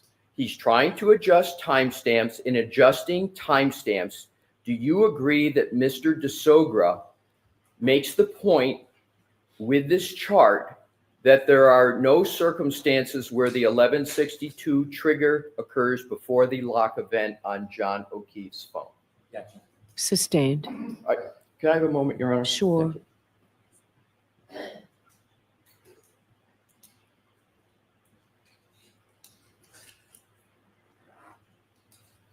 Let me see if I can clarify this in this my question. Sure. Do you understand that what Mr. DeSogra is doing in this chart is he is showing numerically and arithmetically that there are no circumstances where the text stream event 1162.2 occurs after the lock event on Mr. O'Keefe's phone? Objection. I'm going to allow it in that form. So yes, I understand he's trying to show that. Right. Well, he did more than try. Isn't that what by his math, that he is demonstrating? Objection. I'm going to allow that. Yes, but it is inaccurate. I understand. But that's, again, the question is that what he demonstrates using this chart? Yes. And what he demonstrates is that Mr. DeSogra demonstrates that there are no circumstances where the 1162.2 trigger event occurs after the lock event on Mr. O'Keefe's phone, correct? Yes, inaccurately. So I'm asking what Mr. DeSogra demonstrates in this report, and isn't it correct that Mr. DeSogra, using this math, Mr. DeSogra demonstrates and concludes that there are no circumstances where the 1162.2 text stream event occurs after the lock event on Mr. O'Keefe's phone? Objection. I'm going to allow that. Does that demonstrate that? Yes, inaccurately. Okay. So let's. I'm going to move on, Your Honor. I'm going to move on. And this methodology and approach of Mr. DeSogra is simply math that he's using, correct? No, it's not simply math. Well, let's go to the clock variance values in the middle column on that chart. You see that, sir? Yes, I do. Those are, as of March 5 of the date of this, that this column was created, nothing in that middle column is new, is it? That data? Yes, some of that data is new. Well, the source data upon which it is created is not new, is it? No, it is not. All right. So the source data of that column, it's not new. Correct. And the middle column uses your data points from your January 30th report, correct? No, not all of those are. But it does use some of the data from your January 30 report, correct? Yes, it does. Is the reason that you did not take that final analytical step that we've been talking about in your January 30th report, and this is a question, is the reason you failed to take that final analytical final analytic step we've been talking about in your January 30 report was because you knew if you did that if you calculated the actual time of the 1162.2 text stream event based upon your own methodological analysis of the clock skew, there would always be continued interaction on Mr. O'Keefe's phone after the text stream event. No. So you deny that? Yes.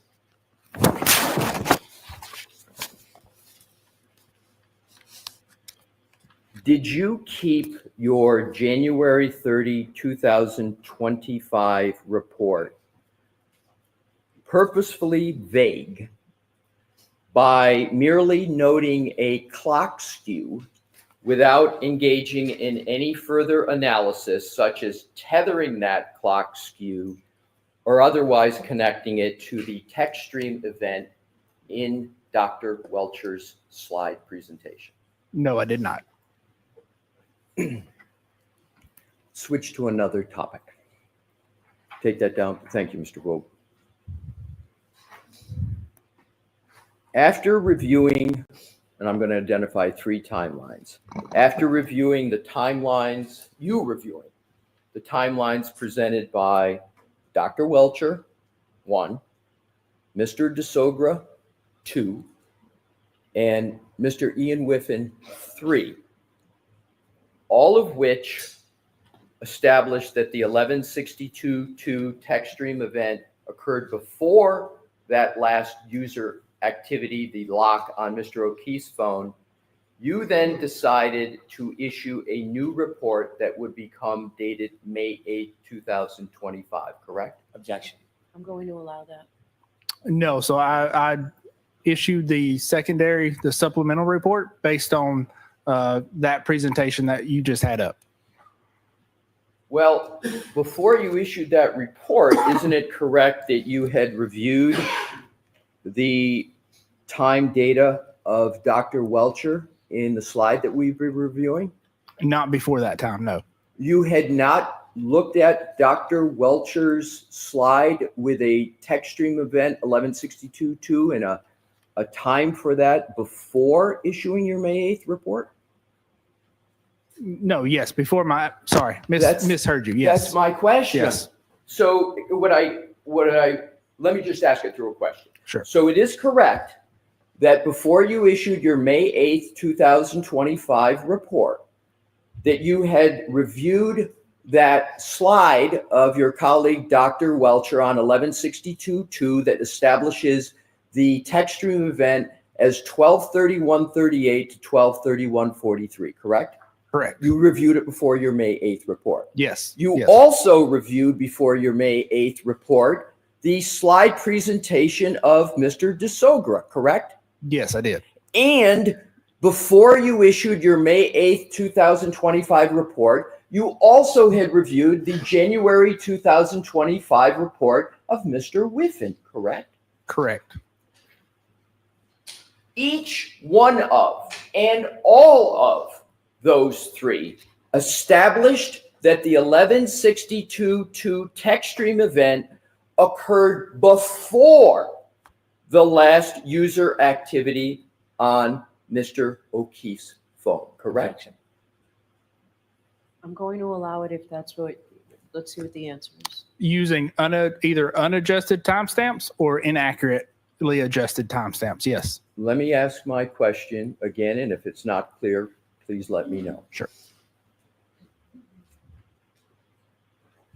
After reviewing what we've discussed, prepared by Dr. Welcher, Mr. DeSoger, and Ian Whiffen, each and all of which established that the 1162.2 text stream event occurred before the last user activity on Mr. O'Keefe's phone, you then decided to issue a new report that would become dated May 8th, 2025. Is that statement I just made correct?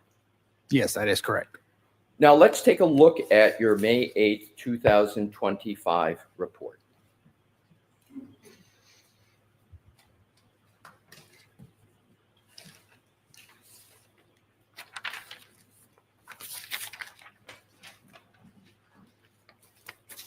You departed in your May 8th, 2000. Sir, do you have that report in I front do. of you? Yes. Do you need a moment to look at it, or are you ready to take No, questions? go ahead. Thank you. You departed from your analysis.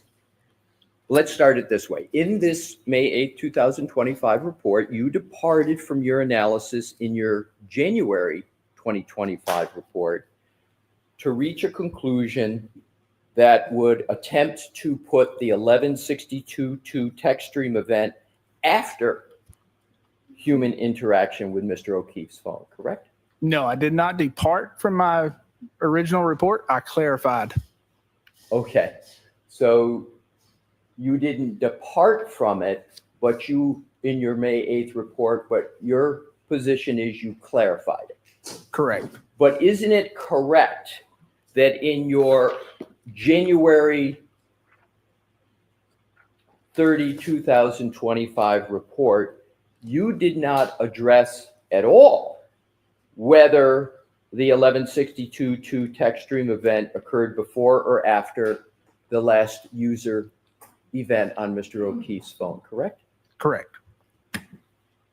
But you did that in your May 8th report, correct? Correct.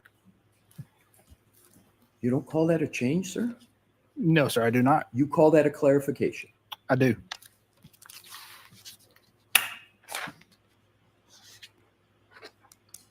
In your January 2025 report, you compared call log entries between the infotainment system on the Lexus and Mr. O'Keefe's iPhone to determine a potential variance, correct? Correct. And call logs are discrete points in time that are fairly easy to compare. Correct. Now, in your May 8th, 2025 report, you abandoned the call log analysis from your January 30th, 2025 report, correct? No, I did not abandon it.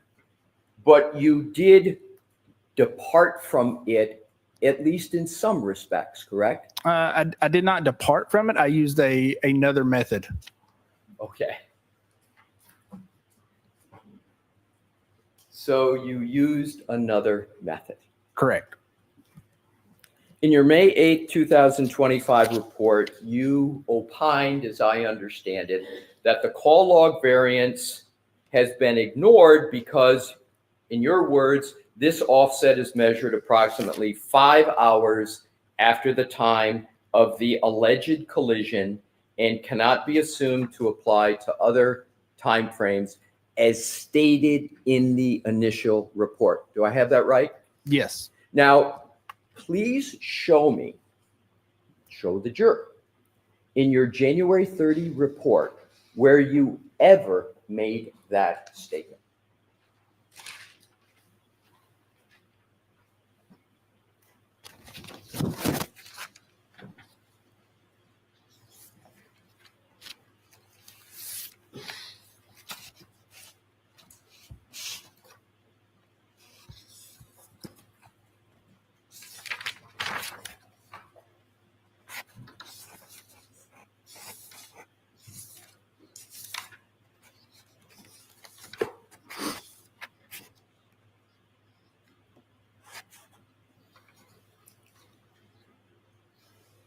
Sure. So that would, it's not worded exactly like that, but that would be in conclusion 5.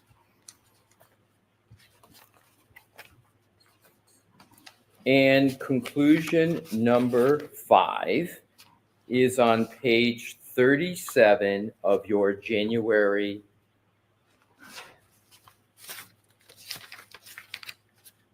30, 2025 report, correct? Correct. And you concede at least as much that at least different words are used in paragraph 5 in your January 30th, 2025 report, correct? And your position is that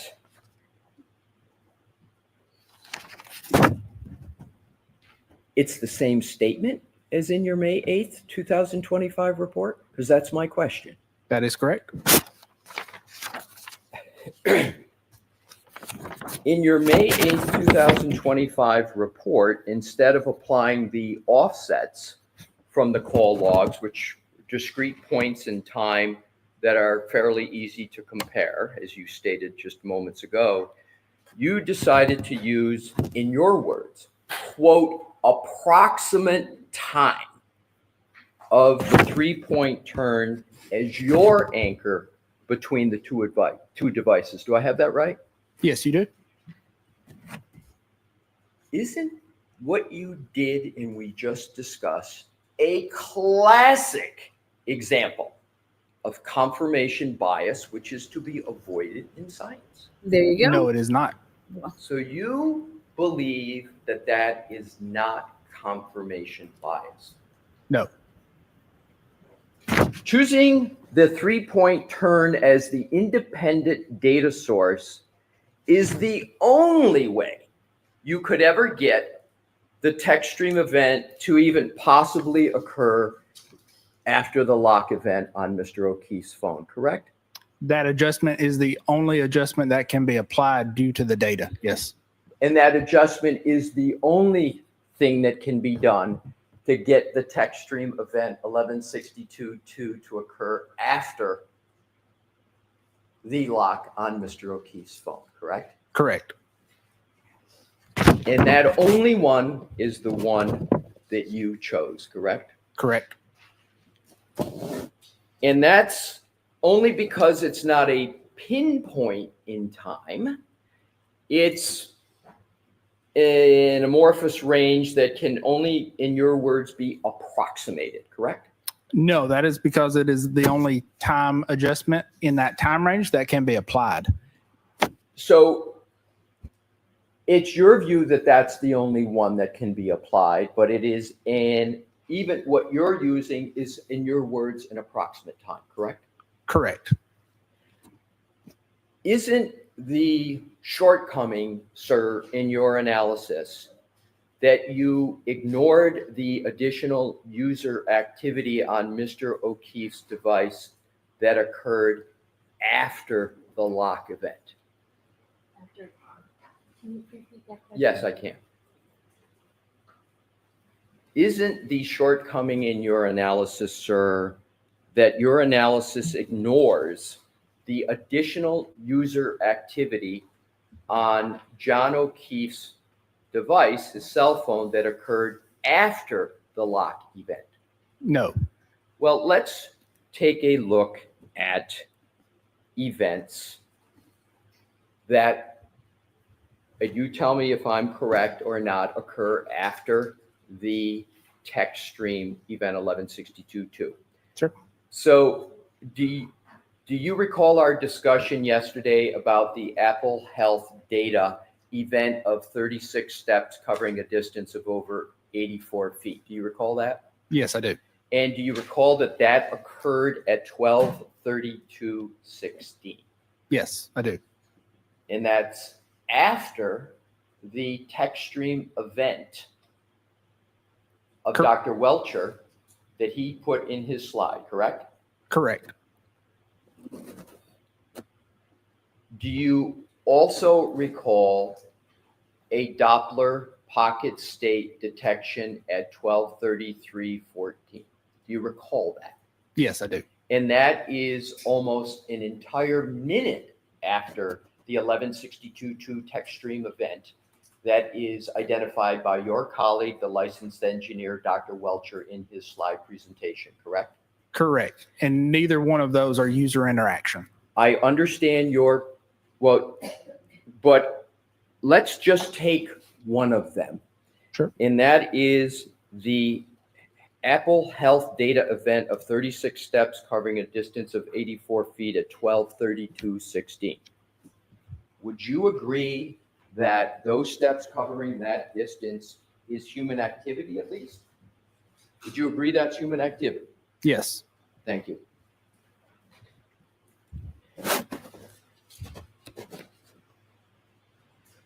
Wow, that was good to get him Let's to take a look agree at on that. opinion number 7 in your initial January 30th, 2025 report. And sir, tell me when you had a fair opportunity to locate that. Okay.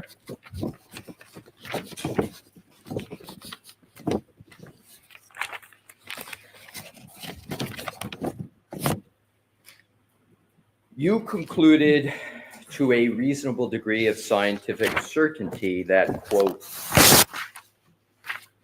the infotainment module power on events were on average recorded 3 seconds after the ignition release or finger off, correct? Correct. That means that your own testing requires an offset of -3 to account for a delay in the power on of an infotainment system, correct?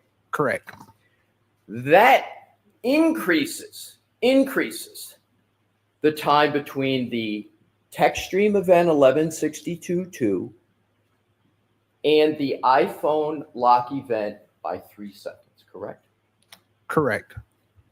You testified about this same 3-second discrepancy yesterday during your direct examination in connection with your January 30, 2025 report, correct? Correct. However, you did not mention this offset of 3 seconds in your May 8th, 2025 report, did you? No, I did not. Can I explain? Mr. Brennan may have questions for you with regard to that. So nowhere in your May 8, 2025 report did you include the 3-second offset that you discussed in your January 30, 2025 report, did you? Correct. And in fact, sir, nowhere in your May 8th report do you even discuss why you're not addressing that 3-second, do you? I do not discuss it, but it is that offset is adjusted within the adjustment that we do with the 3-point turn. I understand. My question is simply, there's no discussion in your May 8, 2025 report how or why you're not discussing that 3-second offset, correct? Correct.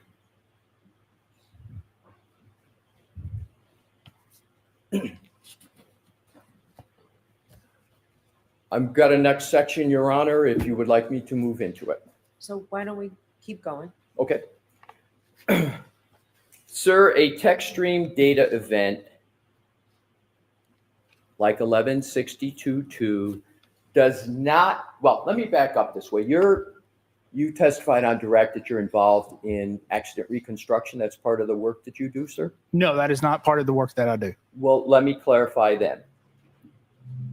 Do you at all understand whether there's an issue as to whether a collision actually occurred in this case? Do you understand if that's an issue?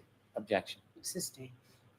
Sir, do you have any understanding about what Dr. Welcher in his slide presentation was addressing in context with this case? Do you understand it? Objection. I'll allow a yes or no. No, I do not.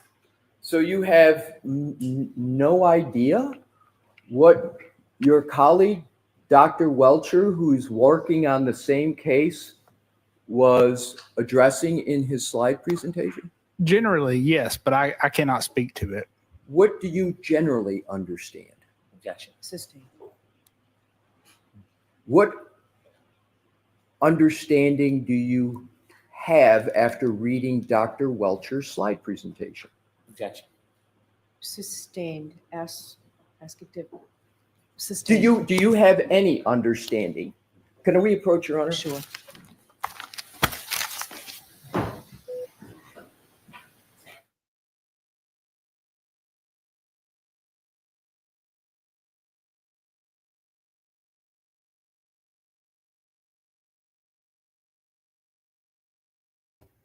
Can we approach? Of course we can.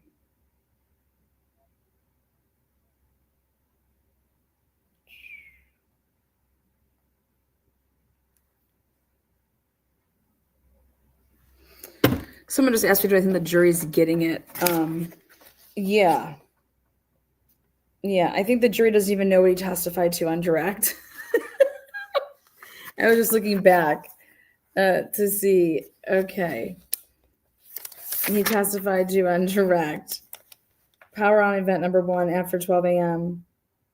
1/29/2022. First one, 12/12/36 a.m. Lexus clock, 12:42. First power off event. 5:07, power on event. Pulling out of a garage. 5:46, power off event. Pulling in. 12:35, 2:12, power on, power off. 4:11, 4:12, getting on the tow truck. Page 36 of my PowerPoint, 5:34, 51 seconds, power on. 5:36, 52, power off. Did you study anything after that? Not that I studied, no. Clock variance between iPhone and Lexus. Expect a 60-second differential. Lexus clock always continuously runs, so it will sometimes update within itself, so you always have to check.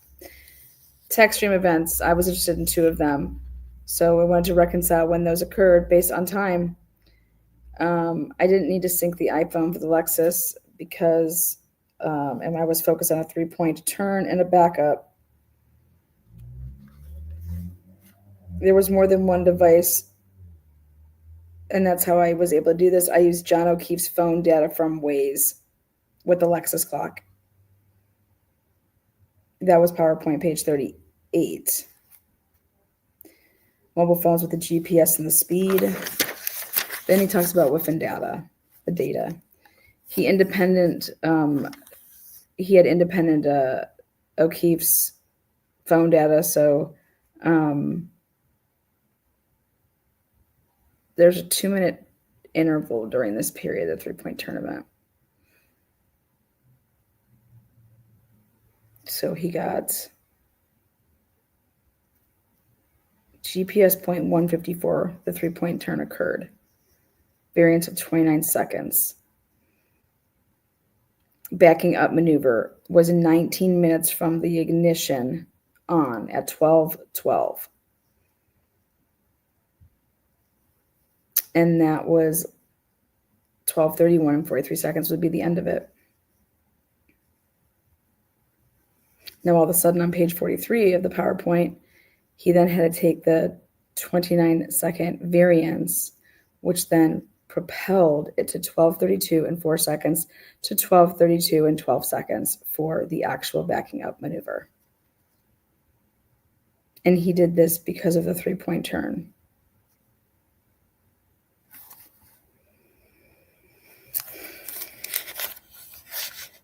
Which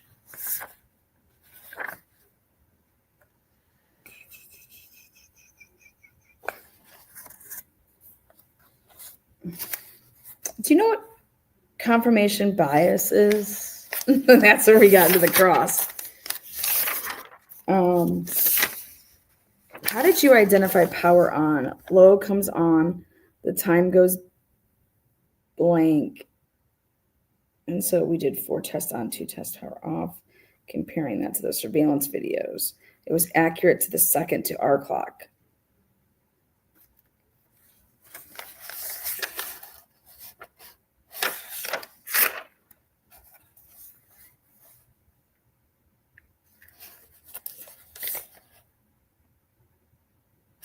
I still want to know where the SD card came into. Maybe that's what they're going to get into.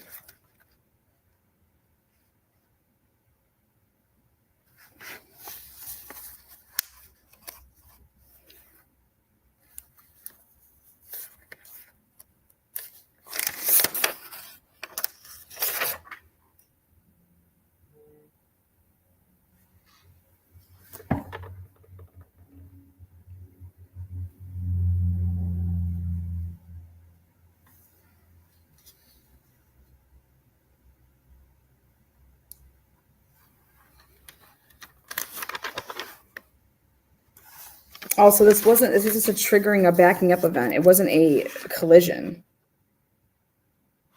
Like, I think maybe we're going to get into that too. Like, let's make sure we're clear about this though. This is a backing up event, right?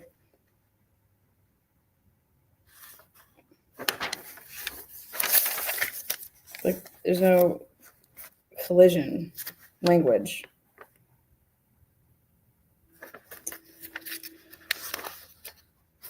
This guy's a fucking idiot. Oh my god, how embarrassing. God, I'd be so embarrassed. I'd come home and say, okay, honey, I gotta get a new job. What's up, Dr. Latina? We're going to, we gotta pick a day. We gotta get over there to good old Canton, good old Dedham. Question for you. What different YouTubers have been in the courtroom so far? I didn't change my testimony. I changed the words of my testimony. Yuri. Woo! Again, guys, this witness is a perfect example of why our mothers told us never to lie, that all untruths will be brought to light. I guess his mom missed that section of the, life's worthy notes. Best channel on YouTube, hands down. Love Lana. Yeah, and well, Jen, you were our winner the other day for bingo. Good luck again today. Lana sent you an email this morning with an attachment. Thank you. Star winners bought 10 memberships. Did you get one for yourself? You have to turn on the gifting memberships, by the way. You guys, 10, 20, 30, 50 people, right? 30, 40, 50. 50 people have turned green today. How's it feel to be green? The American Legion is waiting for you, Lana. Oh, I know that they are. And guess what? Guess who just got kicked out of there? I will be I'm buying the whole bar around. I heard there's a special on drinks. Everybody gets a motherfucking drink in my bar. When I owned my bar, shit, they knew when Lana was there. I can get and do some shots, baby. We used to do Fruit Loop. Remember, guys, the Loopy 3 Olives vodka? Oh my God. Loopy. It was like my shot of the week that everybody could get.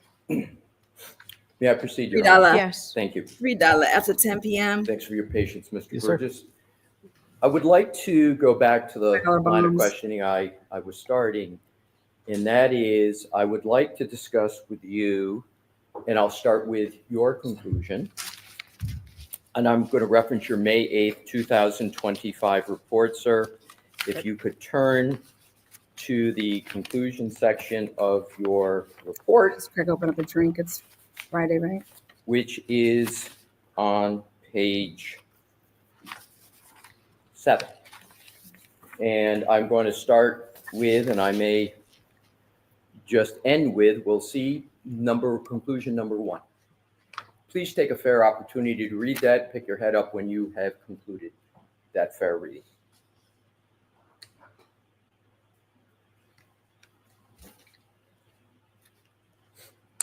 Okay.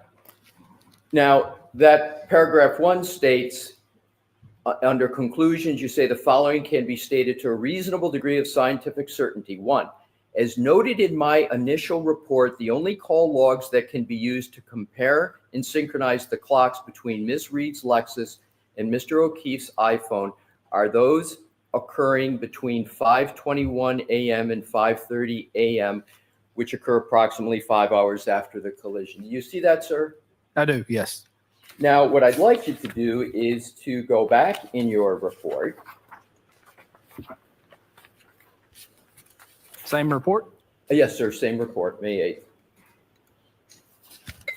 8th. And I'd like you to turn to page 3. Okay. And if you could go to the 4th full paragraph that begins with 2 events near the time. And let me know, sir, when you're there. And if you could read that paragraph, pick your head up after you've had a fair opportunity to read it.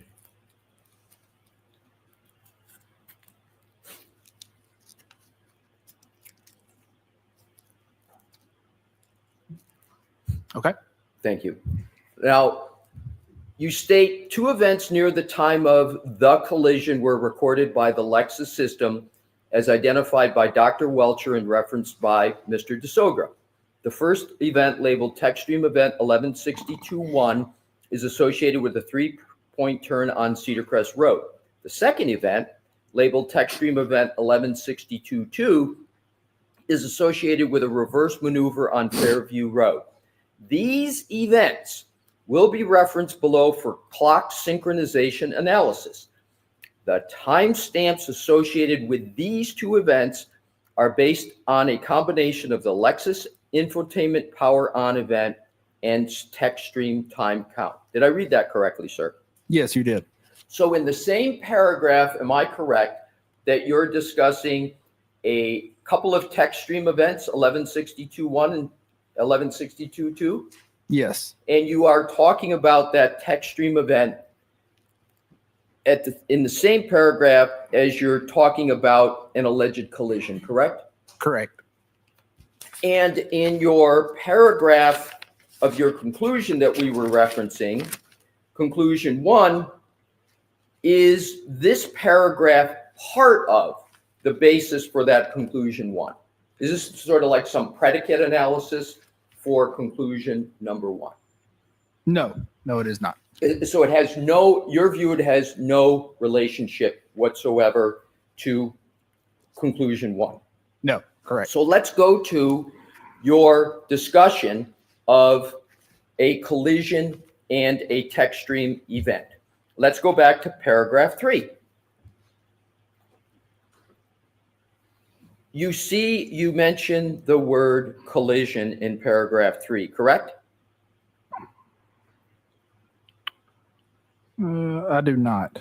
Where are I'm you? sorry, I just had paragraph 3. I meant page 3, sir. Page 3. Yes, page 3. Yes. Page 3, that paragraph we were just looking at, paragraph 4. Yes. Sorry. Yes, I do see You collision. see the use of the word collision. Yes. And again, that term is used in the same paragraph as you're identifying TechStream event 1162-1 and 1162-2, correct? Correct. Where did you get the basis to use the word collision at that part of your report? That would have been from crash reports, And whose crash reports? the Massachusetts State Police. I thought you didn't use So you used Massachusetts State Police reports to discuss allegations of a crash, collision.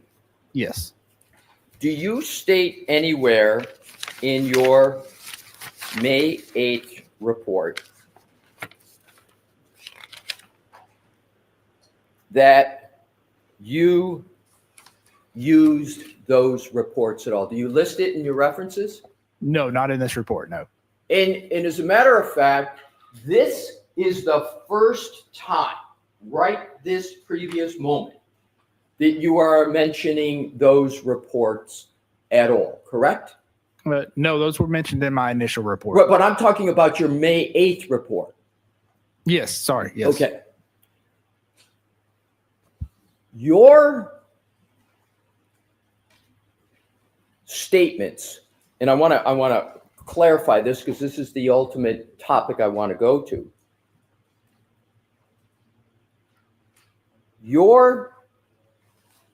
It is not your conclusion that every text stream data event means that there is a collision. Do you, sir? No, that is not my conclusion. So isn't it correct that you can have text stream events and they're not collisions? Yes, you can. And isn't it a fact that a text stream event, sometimes called a trigger event, is not like an airbag type deploying, correct? They're just, and we're going to get to this later, it's just something that happens with a Lexus vehicle that can cause the vehicle to register a text stream event, correct? Correct. And some people refer to text stream event as a trigger, correct? Correct. But there's many things that can happen with a vehicle that can cause a trigger, correct? Correct. We will come back to that.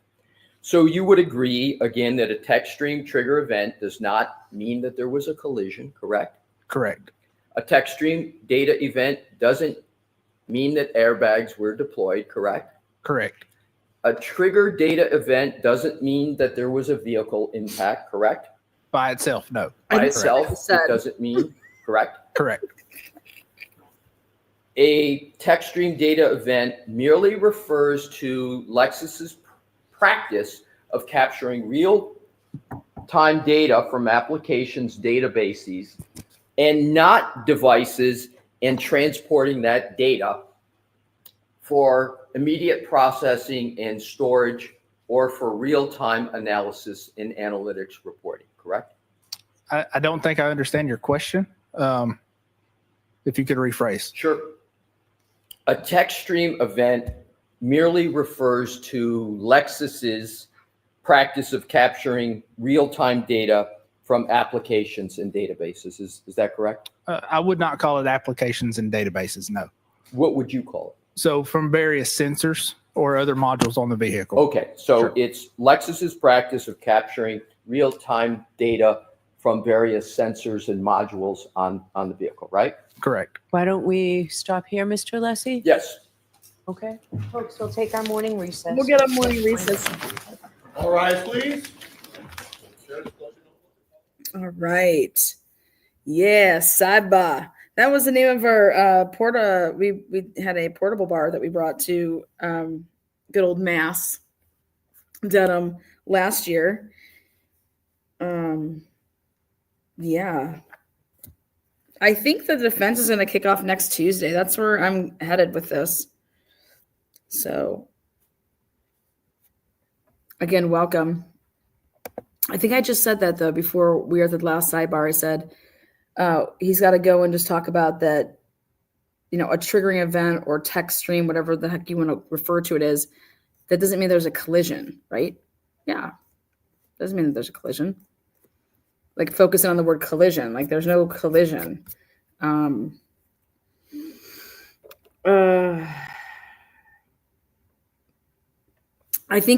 mean, I kind of love it because I think that Hank's going to lose. Karen Reed's going to be found not guilty, whereas Lally got a hung jury.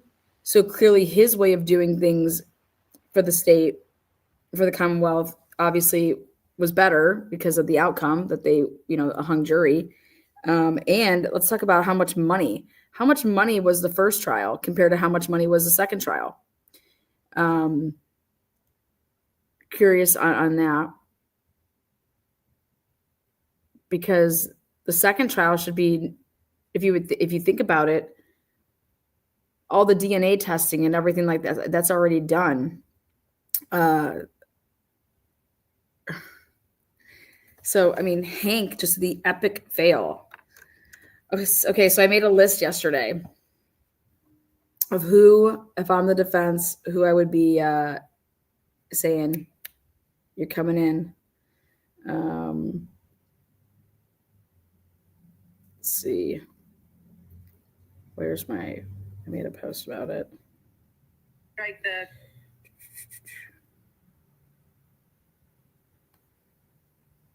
Okay. I said Karen Reed, trial day 19. Alessi will finish off Shannon Burtis, and then who is up next? Hank Brennan only has a couple more witnesses before I believe the Commonwealth will rest against Karen Reed. Upcoming for the Commonwealth witnesses, I have Dr. Welcher, Dr. Wolf, and Crosby. Karen Reed clips. And then I'm giving 2 wild cards out there. If Hank's like, I need to throw something back out there, you could possibly call Julie Nagel to talk about the blob on the lawn, but I just think she's too much of a liability. I don't believe Paul O'Keefe is being called because of the civil trial. Cat Ray, Atlanta, if you come to Dedham again, I would love to. Oh, good. Yeah, you can join us. Fuck yeah, just a party. Just don't kill me. So I think that Paul's not testifying because of the civil case. Because I believe that, and rightfully so, Alan Jackson would have to use that as an opportunity to go at him and get things out of him so that Karen can use that in the civil case. So that's why I don't think Paul is being called, by the way. Now, so they're going to play the Karen Reed clips, and that's how he's going to rest and end. Then the defense will begin their case, which I believe is going to be next Tuesday. Again, this is just my opinion. I have no knowledge. This is how I would go. Number 1 is I would go with Sean Good, and I would show the pictures that he took and ask him if he sees a shoe in the picture where you can see the berm. Okay. Then I would actually probably start off with Stephen Sheriff just to show Seraph to say, show the video and say, okay, is that you right there? Okay. And you never wrote in your report that you said, I hit him. You never heard her say that, right? Yep. Okay. And you're standing right next to the female that was there in that yellow jacket. Do you know who that female is? Right there. That's McLaughlin. Clip her tits, send her the fuck packing with him. Done. Then go to Sean Good. Show the shoe area with the curb. That's the pictures that you took. Do you see a shoe right there? Okay. And then I would say, then, if you want to ask him questions about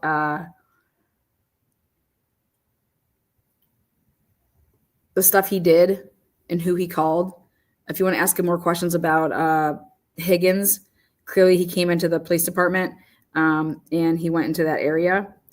So again, then you go to Michael Lank and you ask Michael Lank where he lives. I put up on a screen and I show where Oakdale is. Okay. And I asked him at any point in time, did he know during the investigation that John O'Keefe was registering flights of stairs over there? Just get the question in. Okay. I asked him about being besties with the Alberts. I've asked him about Jennifer McCabe coming over there. I asked him how Jennifer McCabe called his cell phone. Where was he located when he got that cell phone call? I asked him who called from Canton Police Department at 8:38 to Jennifer's phone from the Canton Police Department. I asked him who sent over for a wellness check. I asked him about how many times did he see Higgins at the station all day? Where was he all day? Was he there at the station? You know, Higgins is just coming and going. I asked him about the chain of custody on his solo cubs. And then I talked to him about nail down when's the first time he saw Matt McCabe. Then I go to Brian Higgins. I ask him about the phone calls, the perjury, the text messages, him destroying his phone, the text messages where it said John died. And then I say, you went and saw Karen that night, didn't you? You didn't go straight home. You went over there to John's house, didn't you?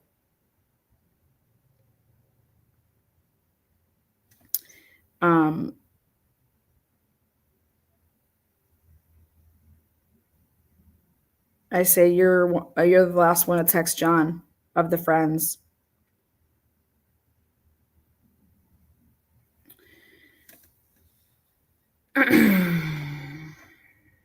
I talk about his Jeep. You know, you just fucking go ham at Higgins. Then you only call Michael Proctor to read off his text messages.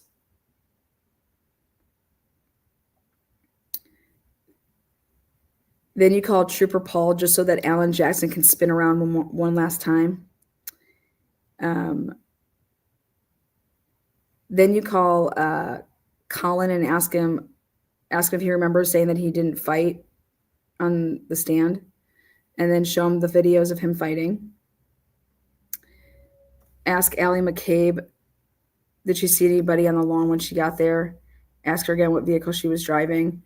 Ask her again about her Life 360. Then you call Tristan. Was there a body on the lawn when you got there? When you left? Nope. Caitlin, you call her. You call Lucky. And then you call Brian Albert. And you open up his motherfucking ass. And then you call Kevin Albert. And you open up his motherfucking ass. And then you call Brian motherfucking Tully last. And you embarrass the fuck out of him. Talk about all of his demotions. Talk about him and his best friend, Shannon Burgess, over here in their 5 to 10 meetups. And that he was at the Canton Police Department at 5 before he went over to 34 Fairview Road where the pieces were found with the CERT team. And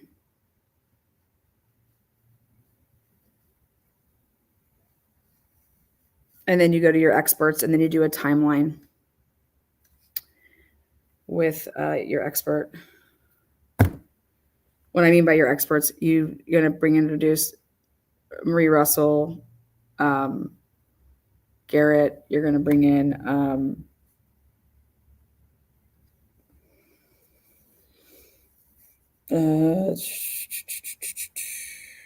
yeah. Oh, wait, I forgot. You recall Jennifer McCabe and Carrie Roberts for just a last pow session where you talk about John's phone, and then you talk about Jennifer McCabe and you show her phone records and her steps and her flights. And you said you kept on walking over to the window, right? Walking over the window. And you use that just to put the last ounce of doubt in the jury's mind about all this data, and that you clearly can't go off of it because Jennifer McCabe over here says that she was basically doing sprints around, following his car. And yet she has her watch on the whole time and it doesn't fucking move at all. And isn't it true because you were sitting in a vehicle watching John get his ass fucking handed to him in a fight? You were sitting in a vehicle while there was a fight outside and you watched it all, right? And then say no more further questions.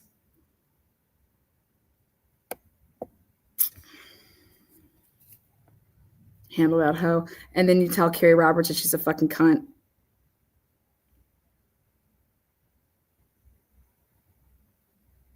And you show her and you just say, you didn't pick up John's phone. You tell her that she didn't go home after bowling that night. Tell her she went to hog heaven to suck on some hogs' dicks. And then you fucking toss her ass out. Ask her how Oakdale was. You remind the jury that she committed perjury at the grand. You remind the jury that she committed perjury at the grand jury, and you slap her with the fucking phone shit. And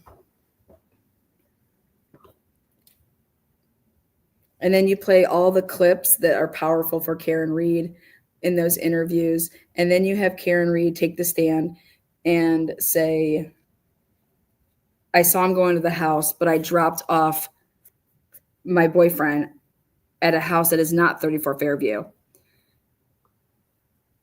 I didn't know where we were. He did everything. He's telling me where to go. We didn't use Waze. I wasn't with him when he used Waze. I saw him go into Michael Lank's house.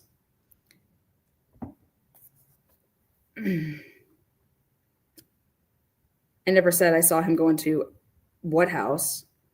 I saw him go into a house. And then people just be like, oh my God. That's why John's to go and walk it up and down flights of stairs over there in Hog Heaven, Oakdale. John got in a car with Higgins to go on over, and that's the Waze. And that's what I would do. And then I would fucking have Arca come out and talk about their potato blaster and that John wasn't hit by a car.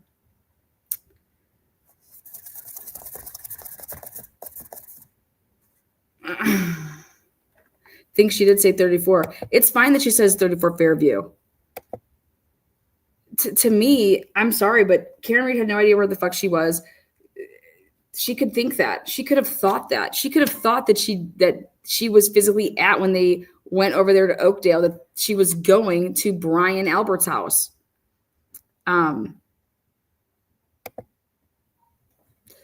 So it's I don't dispute that she says 34 Fairview. Okay. I'm saying she would have thought it was 34 Fairview.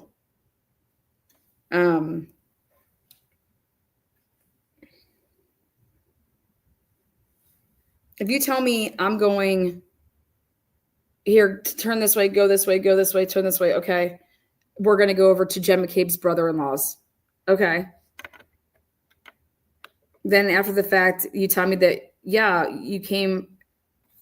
you were at my brother-in-law's last night. Okay. So I'm still over here even thinking that when I reread that she said that she didn't want to talk about details with those police officers when they first went and talked to her, that was interesting to me. She's a smart woman. She's not a dumbass. She doesn't want to talk about details. She doesn't want to talk details. She said those specific words, if they're not lying, that she didn't want to talk about details when they came to talk to her, Proctor and Yuri. And I don't think it was because she didn't know the details. I think that she was like, what the fuck? Like, I need to talk to somebody about the details, but not these motherfuckers. I don't know. If you told me that we were going somewhere and then you were just giving me directions, I'm not looking at the side, at the road, and what it says when you're saying, hey, up here at this next street, turn right. I turn right. I'm not like, oh my God, what's the name of that street? And then you tell me to turn left, over here. Wait, what's the name of that street so I can just remember that? Like, no. Then they didn't need directions until after being over there. I maybe would ask Proctor why he was wanting to delete Ring camera footage over on Dedham too.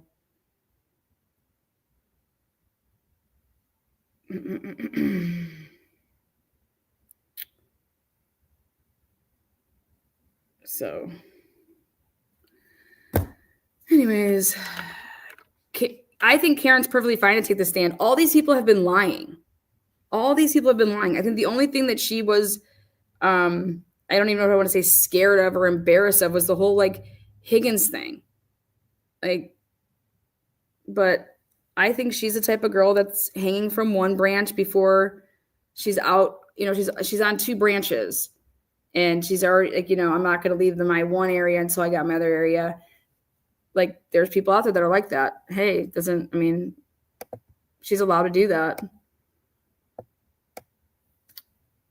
But I'll tell you what, her going outside to make phone calls tells me that that's being actually like considerate if she's going out to the car to make these phone calls and not be in the house. So there could be none of this Karen was running around frantic type of shit. Karen was going outside and getting in the vehicle when she made her first phone call. And if Kaylee was sleeping by her on the couch, like that's what she did. And it shows that.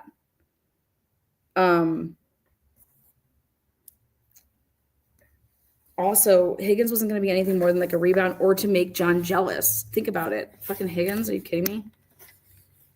Also, maybe Higgins had a bunch of money. Who knows? Karen had her own money. I don't know. But Higgins didn't have kids. Higgins was more her pace with her life. Like Higgins doesn't have kids. Higgins a partier. She likes to day drink. You know what I mean? They probably would have actually been way better couple as far as like their life can like, hey, let's go down to the Cape this weekend. Yeah, let's just fly off and go to this. Like, John couldn't do that. Also, maybe it would have been looked at like, oh my God, that Karen had Higgins take John out so they could be together. That's what everybody in America would have thought. How this case never went that way is actually beyond me and crazy. Because think about the Scott Peterson case.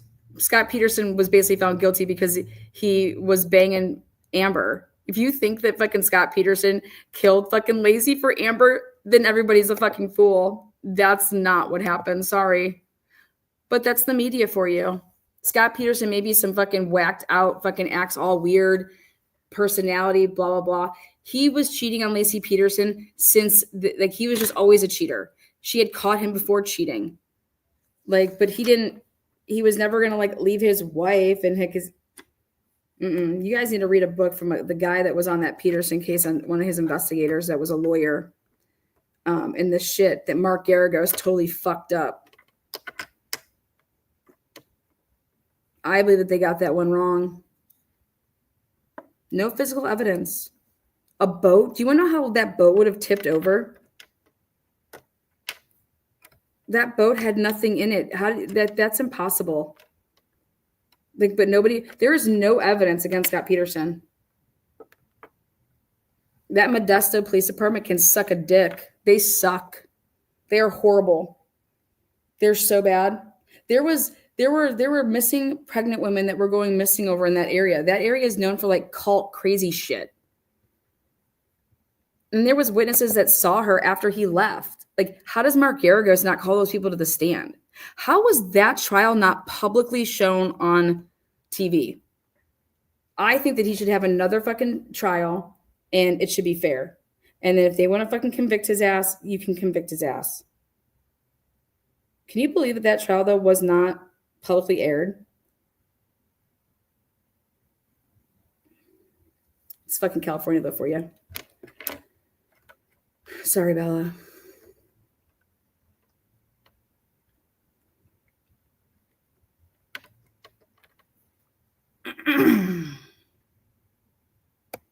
I just think that he had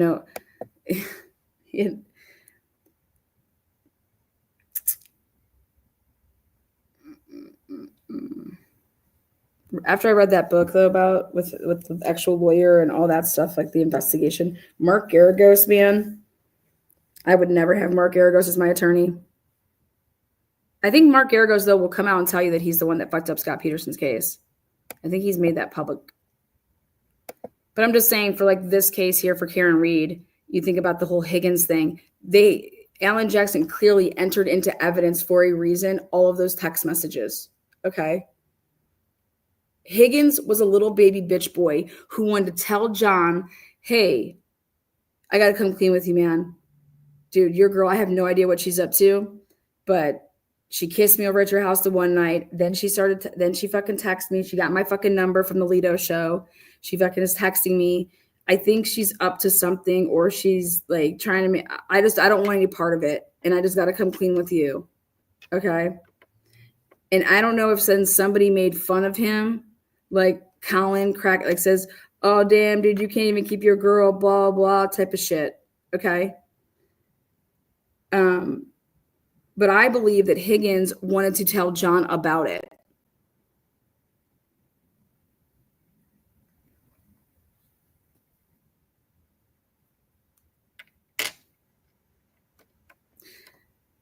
Higgins isn't some tough guy. He may act like that, but reading his messages, he ain't no tough boy. Higgins is a little puss platter, a little mama, like a little. He's a mama's boy, big old puss.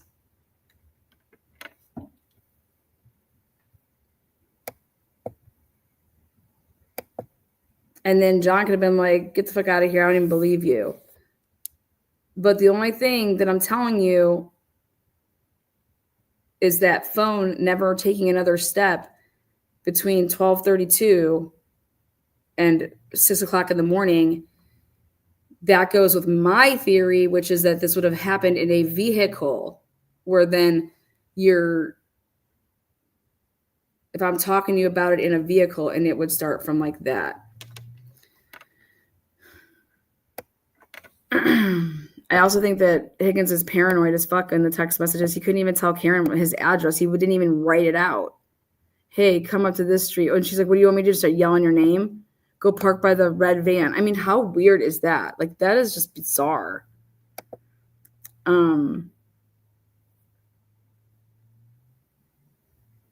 Yeah, sorry, but I don't think that anyone was intending to murdering anybody that night. These fuckers just and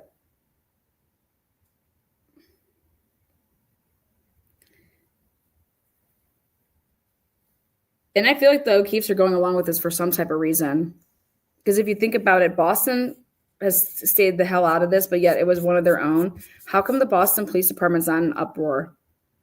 Watching this trial, the Boston Police Department, you're not like, I mean, a cop was killed. What normally happens when a cop is killed? Oh, but that's right. A Boston cop was killed by another Boston cop.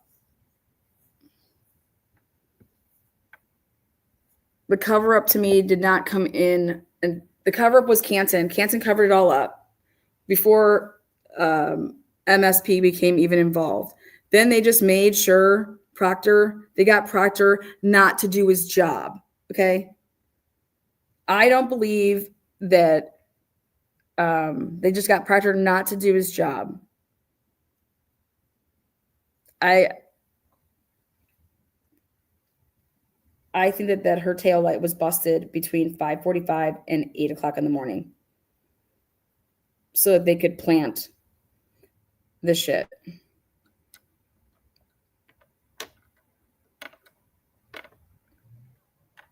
That's why I think it was a hung jury last time. The picture at 8:21 on the dash cam. That's before Proctor was ever involved.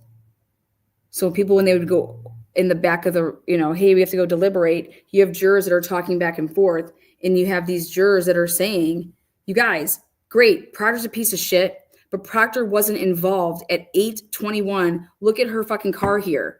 Look at this dash cam. Look at her vehicle. He's not even involved yet.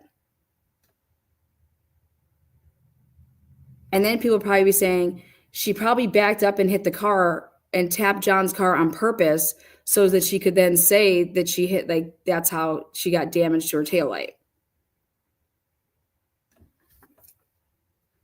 That's how these people would be discussing things in a jury deliberating room. So, but if I'm able to eliminate all of that by saying they got to Karen's car earlier because the civilians, okay, the people that knew that they were going to blame her from jump, they got to that vehicle. That's why it was like, drive her back to the fucking house, leave the fucking Lexus outside. Okay. They needed to get to that Lexus. I don't even believe it was to stall. It was they needed to get that Lexus. They needed to have Karen away from her Lexus so she can get to the Lexus, so they can get to the Lexus.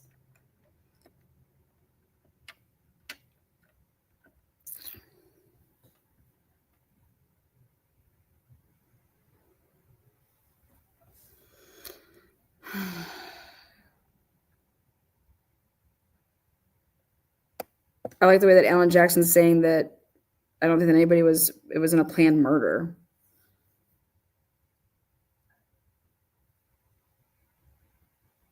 No, unless they're able to tie some shit like John knew about some stuff and they're going to go into that route, then maybe, but I'd want to take it out of the jury's thought to the murder period.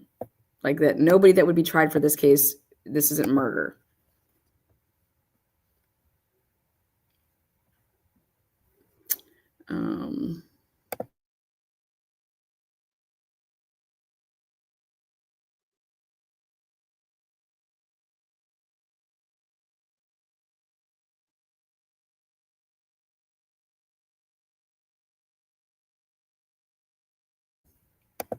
For Bev to let this continue on is, I wouldn't want Bev to call it a mistrial. Okay. Unless it was getting dismissed, with prejudice. People keep saying like the only way that you'd want Bev to call this is if she's going to dismiss it with prejudice, meaning that they cannot try her again.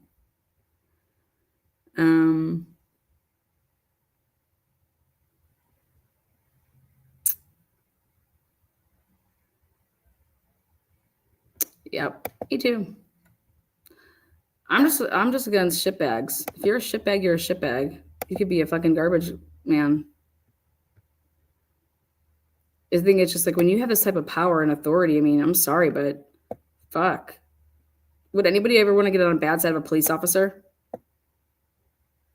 Like, are you asking for fucking problems?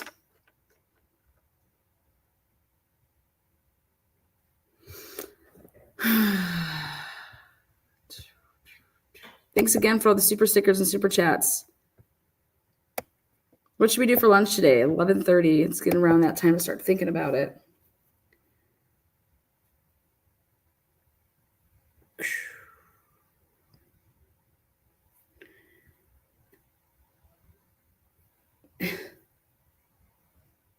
I love when I get messages about, let's see. What do you think the jury thought of Anyone with common sense would get a case, I hope. What's the mastermind behind this? You guys have pointed to Albert, but she certainly spent a lot of time on her in terms of her role in this. But it's always inconsistent. She's not consistent, so So she can't be a mastermind if she's inconsistent? I would maybe use the word quarterback. I would maybe use the word quarterback. Karen Reed calling Jen McCabe the quarterback of the team. Well, then who's the coach? Who's the GM? Who's the owner? Jen McCabe, the quarterback. I think Jen McCabe's just the face of it because Fatty Bo Maddie put her in a bad, bad spot. Fatty Maddie used her phone. And Fatty Maddie fucked it all up. She didn't know, I don't think, certain things that he did on her phone.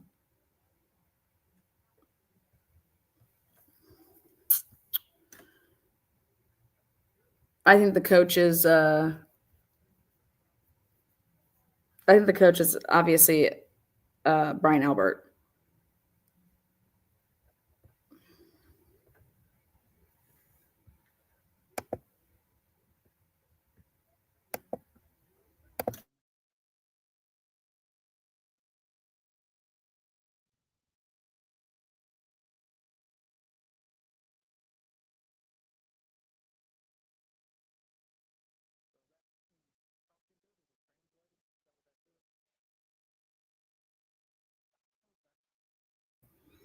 Yes, I saw that, the signal. I saw her grinning yesterday, but she touches her little left part of her cheek.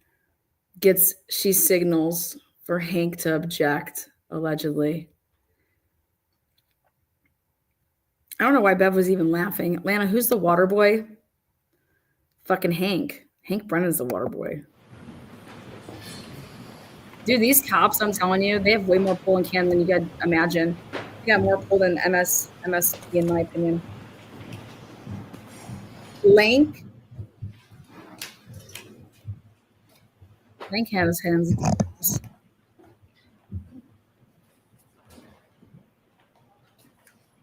Court is back in session. You may be seated. All right, let's see what we got. Come on, slice his nuts off. Lay this fucker and let's go.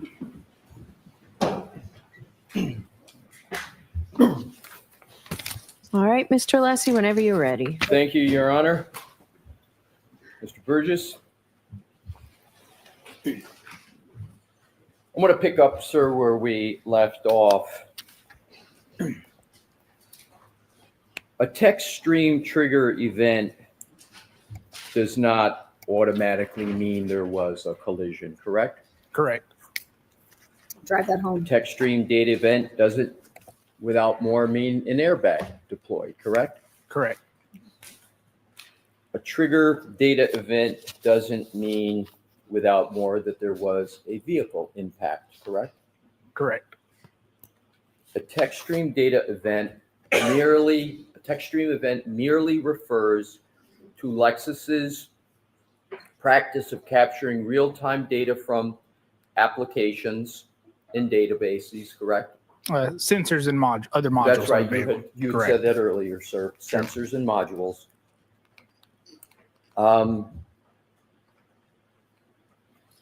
You reviewed the raw text stream trigger events on Miss Reed's vehicle, correct? No, I did not. Oh, you did not? No.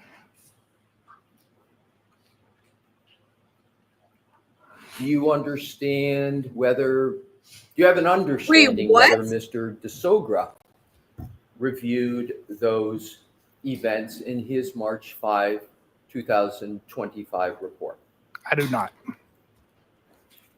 So you did not review the raw data for text stream trigger events on Ms. Reed's vehicle, and you did not therefore perform any analysis of that data as you sit here today, correct? Correct. Outside of what Dr. Welcher provided.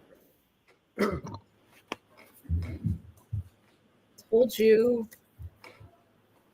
Who had the SD card? Who pulled this? Who extracted it?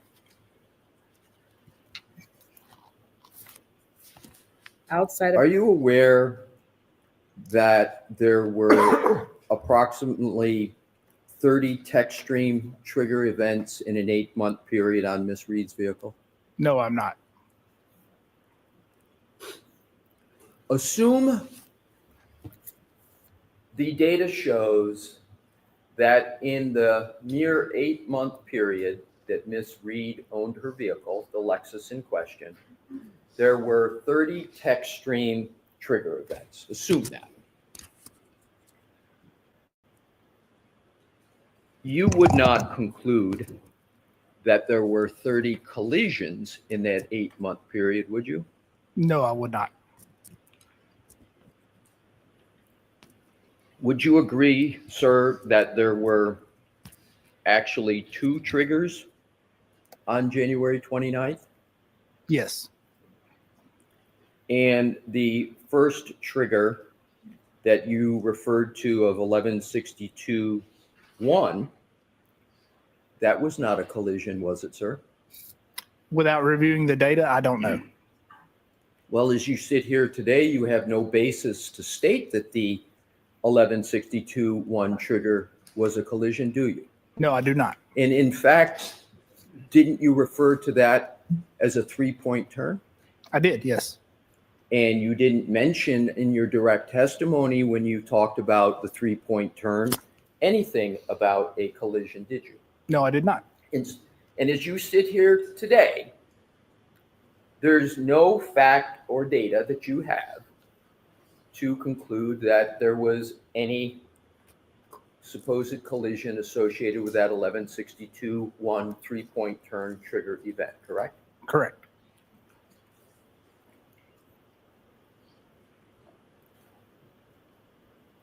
A trigger event can occur on a Lexus vehicle by a whole host of possibilities, correct?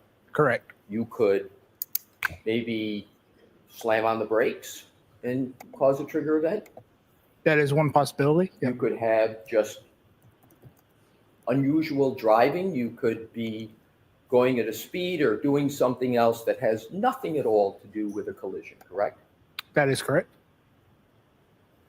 And in fact, there are almost countless events that can occur that can cause a trigger event in a Lexus vehicle. So I don't know the exact count of what type of triggers there are, but yes, there are There are a many. number. Yes.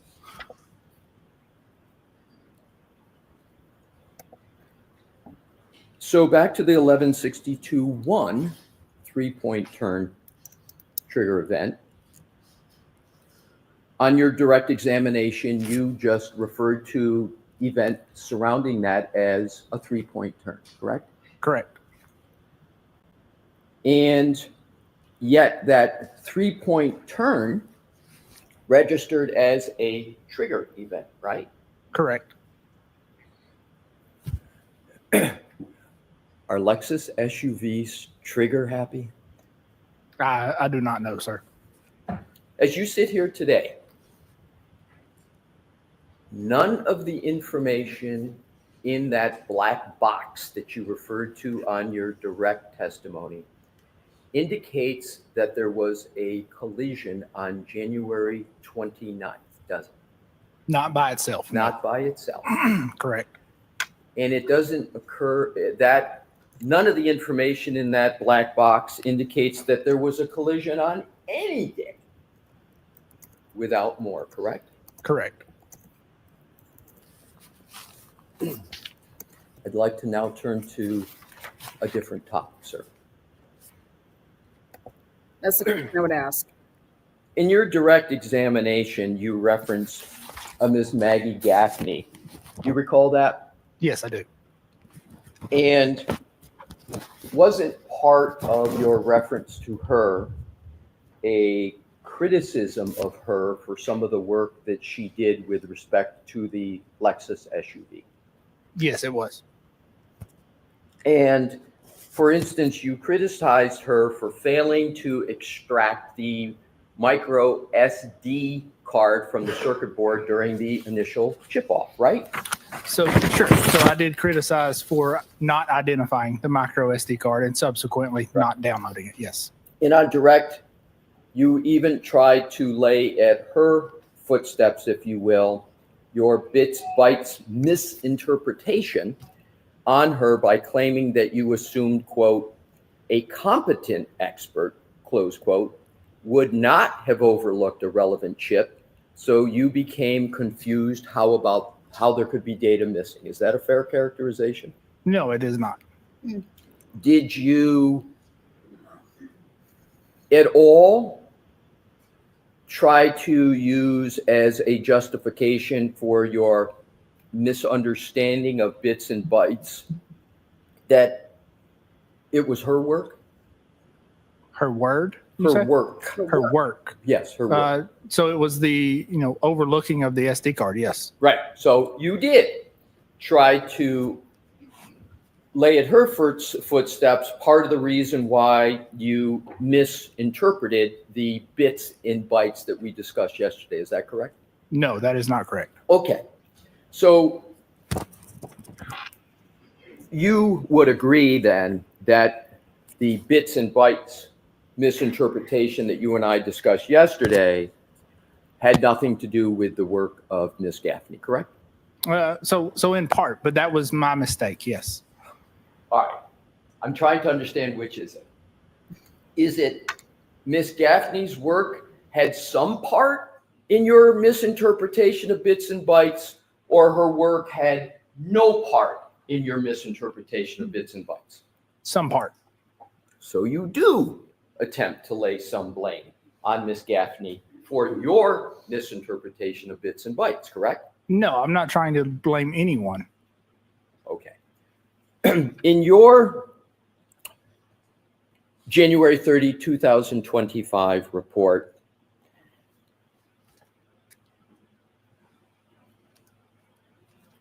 are you consistent with your criticism of Ms. Gaffney? As I recall, yeah, I believe so, yes. In fact, you yourself provided the explanation for why the micro SD card was not extracted during the original chip-off, didn't you? Yes, that it was overlooked. Right. Yes. So if you could please turn to page 5 of your January 30, 2025 report. Okay.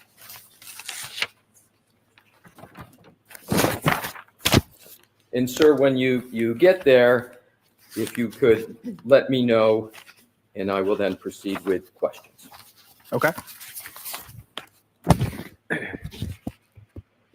So you do attribute to Ms. Gaffney in your report some responsibility for this micro SD card not being extracted during the original chip-off. Is that correct?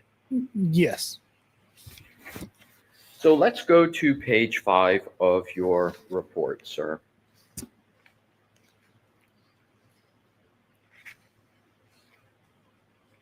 And bear with me, I want to get you the exact location.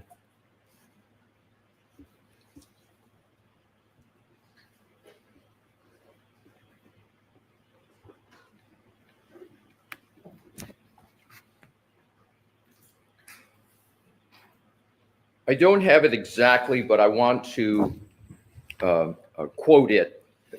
Your Honor, may I have a moment to get the exact quote? Sure. Thank you.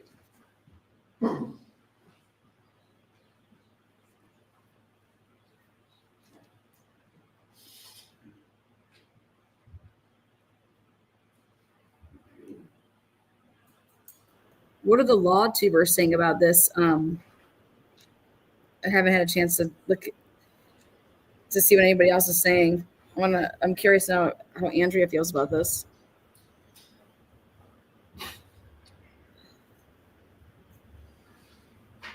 Oh, it is?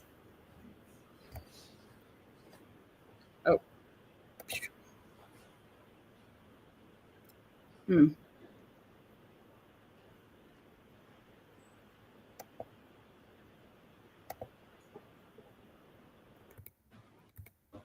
As I was referencing, and go to the third full paragraph. If you could look about 2/3 of the way down the far right, you see the word where it starts with at. It's the paragraph beginning when examining vehicle Yes, systems. I You see do. that, Yes, sir? I see it. And do you see the at that is at the very far right of that paragraph? Yes. So it says, at the time of the incident, Burla, and Burla is what? Can you read? Burla is a company that offers and develops forensic hardware and software for vehicle modules. Right. So at the time of the incident, Burla did not offer support for the infotainment and telematics modules removed from the Lexus, but have since released updated software indicating similar modules are supported via in-vehicle acquisition. According to Burla, currently, there are 2 known and documented modules within the vehicle that have the capability to store data. The infotainment module removed from Ms. Reed's Lexus is consistent with the MMU documented by Burla and has been identified as containing an internal micro SD card not acquired during the initial chip-off acquisition by Ms. Gaffney. Did I read that correctly? Yes, you did. So as you stated, Burla is the organization that you described, which for the purpose you did, I'm not going to repeat it on direct examination. If I could sort of put in layman's terms and see, you tell me if this is correct. Burla produces hardware and software to make it easier for non-technical people, as you put it, to extract data from a vehicle, correct? Correct. You describe in your January 30, 2025 report that at the time of the initial chip-off, Burla did not provide support for the information contained on the micro SD card, correct? No, so I think you're misreading that last sentence, and I can clarify. Can you read the last sentence, sir? I can. So the infotainment module removed from Ms. Reed's Lexus is consistent with the MMU documented by Burla and has been identified as containing an internal micro SD card not acquired during the initial chip-off acquisition by Ms. Gaffney. So my question is, did or did not Burla, at the time of the initial chip-off by Ms. Gaffney, provide the technical support to address the information contained on the micro SD card? No, Burla did not and does not. Good. That I wanted to. That was my identifier Right, of the micro SD understood. card. Correct. So it was not until after the initial chip-off that Ms. Gaffney participated in that Burla updated their software to be able to identify the types of data, for Burla's software to be able to identify the types of data contained within the micro SD card on the Lexus circuit board. Is that correct? No, that's incorrect. So Burla didn't do anything new after the initial chip off with its software? Sure. So Burla released new software after the initial chip off that addresses being able to download software via the infotainment module while it's in the vehicle. So that involves plugging a USB in to the vehicle and downloading data. That does not address the micro SD card on the circuit board itself. And Ms. Gaffney did not have, at the time of the initial chip off, that updated Burla software, correct? Correct. Okay, thank you, sir. Appreciate your questioning. Thank you for answering my questions. That's all I have at this time, Your Honor, but I have a bit to pack up, so Mr. Brennan can have a clear podium. Go right ahead. Thank you. Oh gosh, here we go. Now, welcome. This is going to be Hank Brennan's hardest task of his entire career right here. Can Hank Brennan rehabilitate the legless, armless, soulless, hairless man, Shannon Burgess? Can he give him back his left arm? Can he give him back his right arm? How about a couple little limbs, those little legs?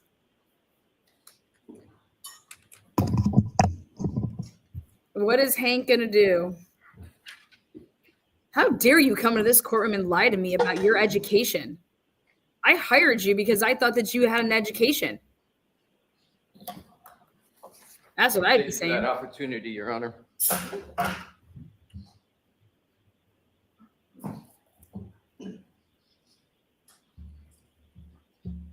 Does your education have anything to do with what you did in this case? No. What's he going to say? You lying on LinkedIn? Hey.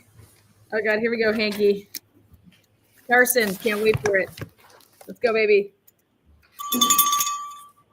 Hi, Dina. Good afternoon. Good afternoon. Good afternoon. It's still the morning. It's 11:53. Do you know what a sequestration order is? Yes, I do. And what is it? So it would be an order to not view any testimony of a trial, is my general understanding. Does that mean that you can't watch any of it on television? Correct. Do you understand whether or not you can speak to attorneys about testimony? Is that precluded as well? I'm not aware either way. Has anybody ever spoken to you about any testimony about that occurred in this trial before you testified? No, they have not. Have I ever discussed, intimated, or suggested any information whatsoever to you about arguments, testimony, or anything about this case as it's ongoing? No, you have not. Do you follow the rules, sir? Yes, I do. Have you followed them in this case? Yes, I have. When you gave your opinions and you've testified, do you have any information or knowledge about this trial as it actually occurred until the point when you testified? No, I do not. You were asked some questions about your CV. A CV is a resume? Yes, it is. Okay. And you were asked about a LinkedIn account. Yes, I was. Is your LinkedIn account different than your CV? Yes, it is. And in this case, When did you learn that your LinkedIn account was wrong or had not been updated? When was the first time you learned that? That was yesterday. When you started your LinkedIn account, do you remember when it was you set it up? I do not. It would have been maybe 10 years ago or more. Do you routinely update your LinkedIn account? No, I do not. When you set up your LinkedIn account, the section where it asks for education, whether graduated or ongoing, do you remember filling out that section? I don't particularly remember filling it out, but obviously I did at some point. When you were asked about Aperture's website, how many experts are associated with Aperture? I could give you a rough number between 80 and 100. How many offices? 15 or so. Are you involved in the website design or content? No, I'm not. Do you know if Aperture gets the information from their website directly from LinkedIn? I don't know where they get all of their information from. Did you ever weigh in or develop your information that was on Aperture's website? No, not on the website. You do provide CVs before you come to court, don't you? Yes, I do. In this case, you were asked by the defense, when you provide your CV, do you understand that it's going to be reviewed by whoever requests it, the Commonwealth or the defense? Yes, I do. And that it will be shared with both sides in the court? Yes. In fact, the first time you provided a CV in this case, was it October 11, 2014? Objection, Your Honor. So the leading nature sustained. Do you remember the first time you provided a CV in this case? It would have been around October Of what year? of 2024. Sorry. And when you provided that, was it as an exhibit to something? Yes, if I recall, it was as an exhibit to the initial protocol that I sent out. And when you submitted that CV, did you appreciate whether or not it would be part of a court filing in public? Yes, I did. If I could have exhibit 183, please. He just opened the door for the Jessica Hyde posting in October 2024. 183. I think it was already open, but You could enlarge the top section. they saved it for the recross. Right there is good. And sir, when you provided this CV to be filed with the court and made public, did you indicate that you had obtained a bachelor degree? No, I did not. Why did you put currently pursuing? Because I am currently pursuing a bachelor's degree. And did you understand your CV was received by the defense and they knew this? Yes, I do understand that. When's the last time you took? Subsequently, you were asked to provide an updated CV in April 2025. Yes, I was. Did you do that? I did. And can we have exhibit 184?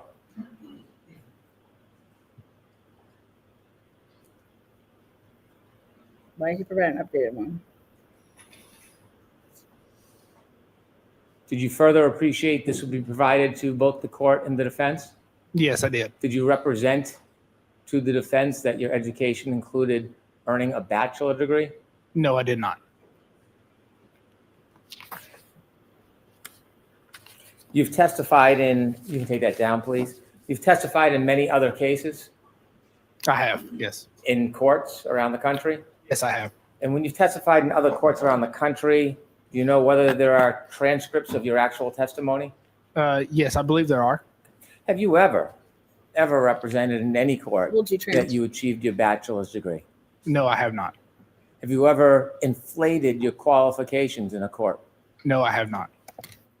When I asked you about some of your background, you told us that you had certificates in Celebrite and Axiom. I didn't go through all of the qualifications and all of the accomplishments you had, did I? No, you did not. Do you have professional certifications, GIAC, Advanced Smartphone Forensic Analysis? Yes, I do. Do you have professional certification from CCME, Celebrite Certified Mobile Examiner? Objection, Your Honor. Sustained. Do you have professional certifications as a Leading- magnet certified forensic examiner? Objection. Sustained for the same reason. You have to I'm ask sorry? what he has, you Sustained for the same idiots. reason.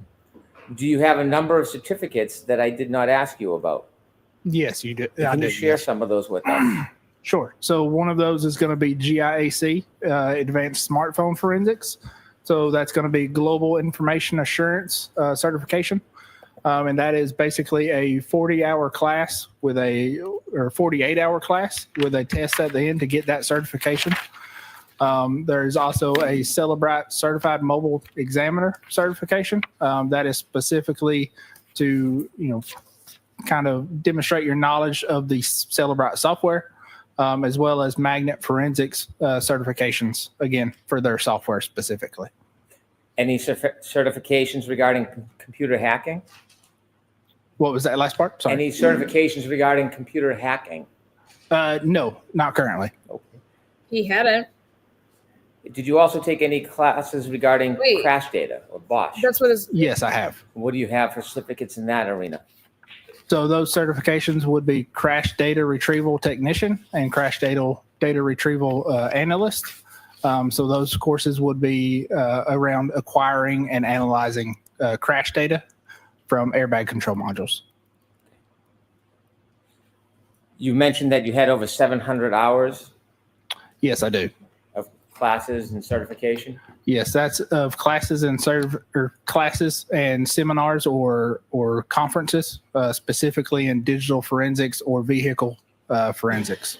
Do you need a bachelor's degree to be competent and achieve in this area? No, I do not. Is a bachelor's degree a What was that, prerequisite Stephen? of success in a particular field? No, it is not. You ever hear of Bill Gates, Yes, Stephen Jobs, yes, Oprah Winfrey? Objection, Your Honor. Sustained. You had become engaged in this case in October 2024. correct. I agree with that though. And when you first became engaged, you had a chance to look at photographs and some data. Yes, I did. At that point, you hadn't had a chance. Did you have had you had a chance to actually inspect any of the physical property? No, I had not. Did you have an understanding that somebody else did? Who? Miss Gaffney and a number of other people with the MSP.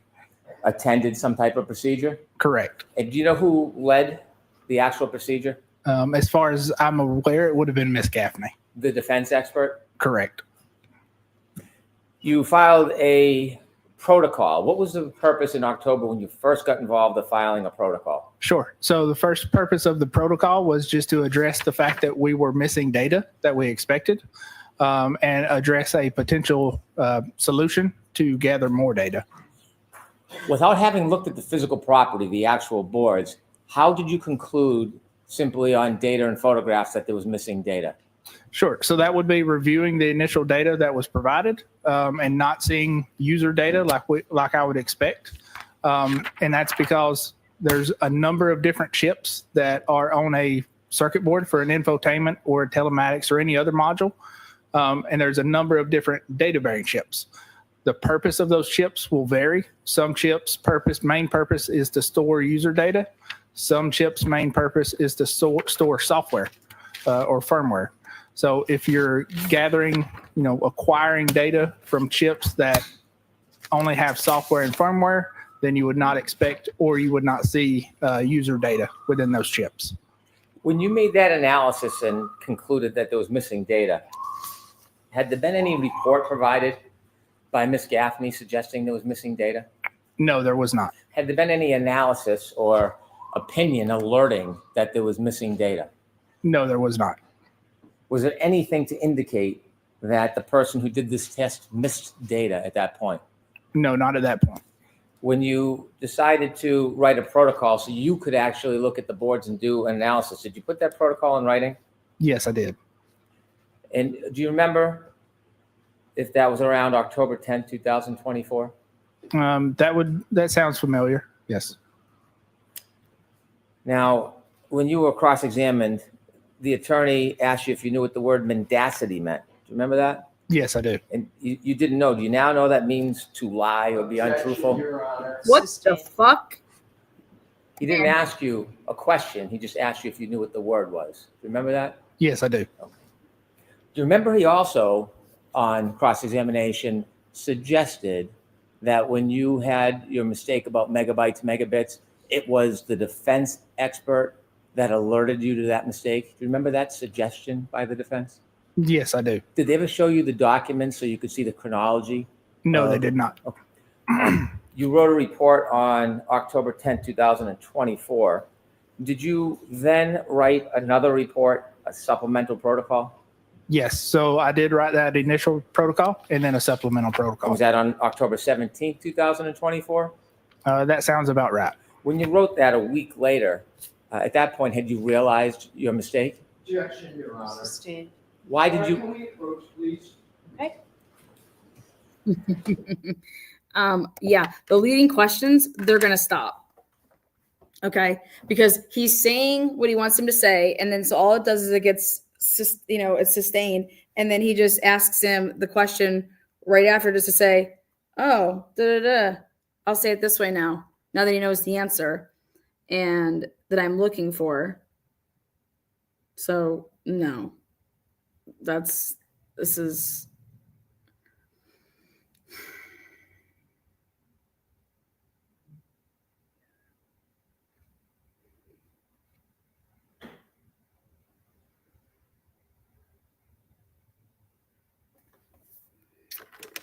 All of Hank's redirects are improper. He's been doing it the whole fucking trial.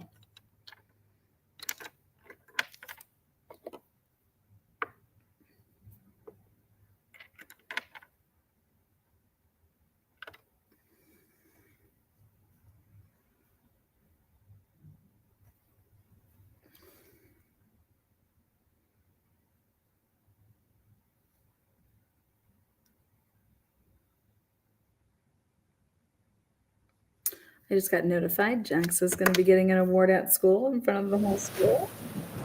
We're not allowed to know what it is. I get to attend if I want. Of course, we'll be attending. I hope it's for Smartass Year Award.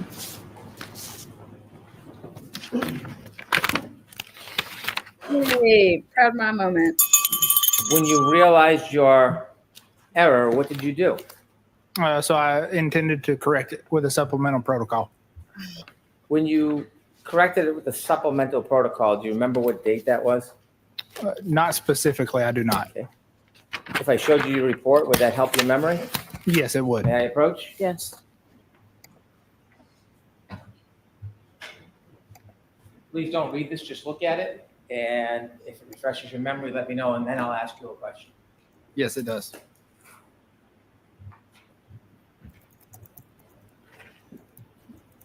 When did you correct your error with the supplemental protocol? That was on October 17th, 2024.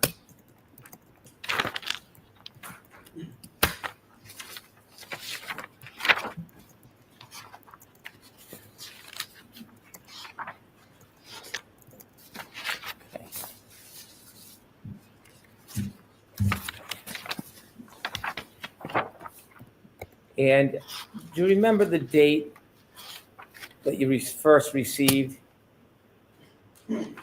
any information from Mr. DeSorga? No, I do not Do you specifically. remember the date when Mr. DeSorga's information was first filed? No, I do not. And do you know if it was, whether it was after your October 17th supplementary report? Not specifically, but I believe it was after. And so when it was suggested that you had to be schooled or advised by Mr. DeSorga, was that accurate? Objection, Your Honor. Worded differently. Worded differently. The claim that was made that you weren't aware until someone advised you of your error, was that true? No, that was untrue. We found out from the internet when it went viral on TikTok and Twitter. That's what it happened. When you realized there was an error and put it in a report, were you ever dissuaded from publicly alerting all the parties of your mistake? No. Do you leave stuff in or out of a report if you find it helpful or hurtful to one side? No, I do not. Have you, in this effort that you've made in this case, have you always been encouraged to provide all information regardless of what it is? Objection, Your Honor. I'm going to allow that. Yes, I have. And who's encouraged you to always provide all information regardless of what it says? No one. So my job is to assist the jury. So the jury, assisting the jury means presenting all the information. Have you ever been discouraged by me?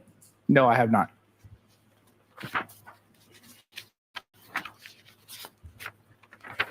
When you looked at the photographs and you looked at the boards without actually touching them, how long did it take you to figure out that there was some other vehicle for data? Sure. So it took a few times to look at the photographs before I identified the micro SD card slot. You were asked whether it's important to be accurate and reliable. Is it in this field? Yes, it is. And if data is not found on the chips, is it a standard practice to look elsewhere? Yes, that would be a standard practice. Was that done in this case before you became involved? No, it was not. Who was the first person to identify where the missing information was? Myself. What happens if you miss information because you don't see it? So if you miss information, that's information that won't help in the analysis. In this case, the information on the SD card that you found, how important was that to this entire analysis? It was important to timestamp certain events. Without that information in the SD card, would you have been able to so accurately timestamp certain events? No, not so accurately. Before you were involved, was that information, that very important information for timestamps, was that available for either side? No, it was not. Is it now? It is. You were asked about Burla. When Burla did not have updated software to simply plug into a car and download the information, what process would have to be used? Sure. So best practice for vehicle forensics is if the module or a vehicle is not supported by a forensic tool, would be to remove that module, or let me start over, manually document the screens on that infotainment module if it's available and it can be powered up. But then also going through disassembling the module, identifying any type of chips or SD cards that may hold data, and acquiring that data. Is that called a chip-off process? It is called a chip-off process. Does it describe the process well, chip-off? Yes, it does. Since Ms. Gaffney did the original analysis and did that chip-off, has the software updated? Yes. And is that the Burla software? No, I'm sorry. So she has not done a updated analysis with the Burla software. But has the Burla software itself updated? So the Burla software itself has updated, but it is limited to, again, plugging in a USB into the infotainment module while it's in the car running. Does the updates in Burla software have anything to do with the SD card? No, it does not. Why not? Because, again, they're going a different route to acquire data. And they are acquiring a limited amount of data through what's called diagnostic logs. So if you think of diagnostic logs, your radio unit is keeping logs of any time things happen on the radio for manufacturer purposes. So Burla is taking those logs and they can interpret some of those logs. They are not acquiring all the data that is on the SD card itself. You have drafted a number of reports in this case. I have, yes. Regarding the chip-off process, did Ms. Gaffney ever write a report? No, not that I'm aware of. When you wrote reports in this case, do you expect for them to be shared? Yes, I do. When other experts, like, for example, Mr. DeSorga writes a report, do you expect to have a copy and review it? Yes. Sustained. What is the standard practice when there are reports from different experts regarding the same subject matter? Objection, Your Honor. Sustained. Is there a standard practice Sure. regarding reviewing reports from similar experts in similar subject matter? Sure. So anytime a report is written by an expert, that report would be provided and shared with opposing experts. Reports, do they always come at the same time in a case? No, they do not. When you wrote your reports, how would you provide them so they could be disseminated? Sure. So that I would typically provide them to the client or the attorney that hired me, and then that would be disseminated from there. Did you have an opportunity to receive Mr. DeSorga's March 5th, 2025 PowerPoint? Yes, I did. Were you provided that by me, the Commonwealth? Yes, I was. And were you asked or given any direction on what you could or should do? No, I was not. Were you ever asked to reach any particular result? No, I was not. Were you ever asked to avoid anything? No, I was not. What did you see your role as when you receive a report from another expert like Mr. DeSorga? Sure. So when I receive a report, I would typically review it and then make a decision if it's better to address any issues in that report through testimony or address those with a supplemental report. And in that analysis, do you follow your own discretion or do you follow directions of the client? No, I would follow my own discretion. Did you ever receive any direction on what you should and shouldn't do regarding considering Mr. DeSorga's report? No, I did not.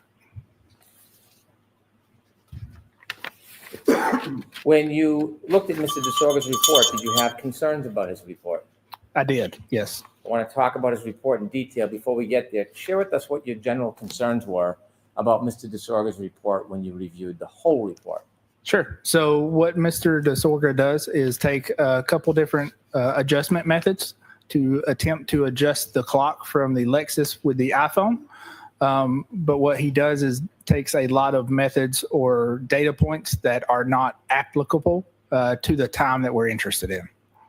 What do you mean? Can you explain with a little more specificity what he does? Sure. So if you think about it, your clock is constantly, changing as far as it syncs up with other GPS satellites or network time servers, and it's updating constantly. So a clock variance between two devices may be different at, say, 12 o'clock in the day versus 1 o'clock in the day.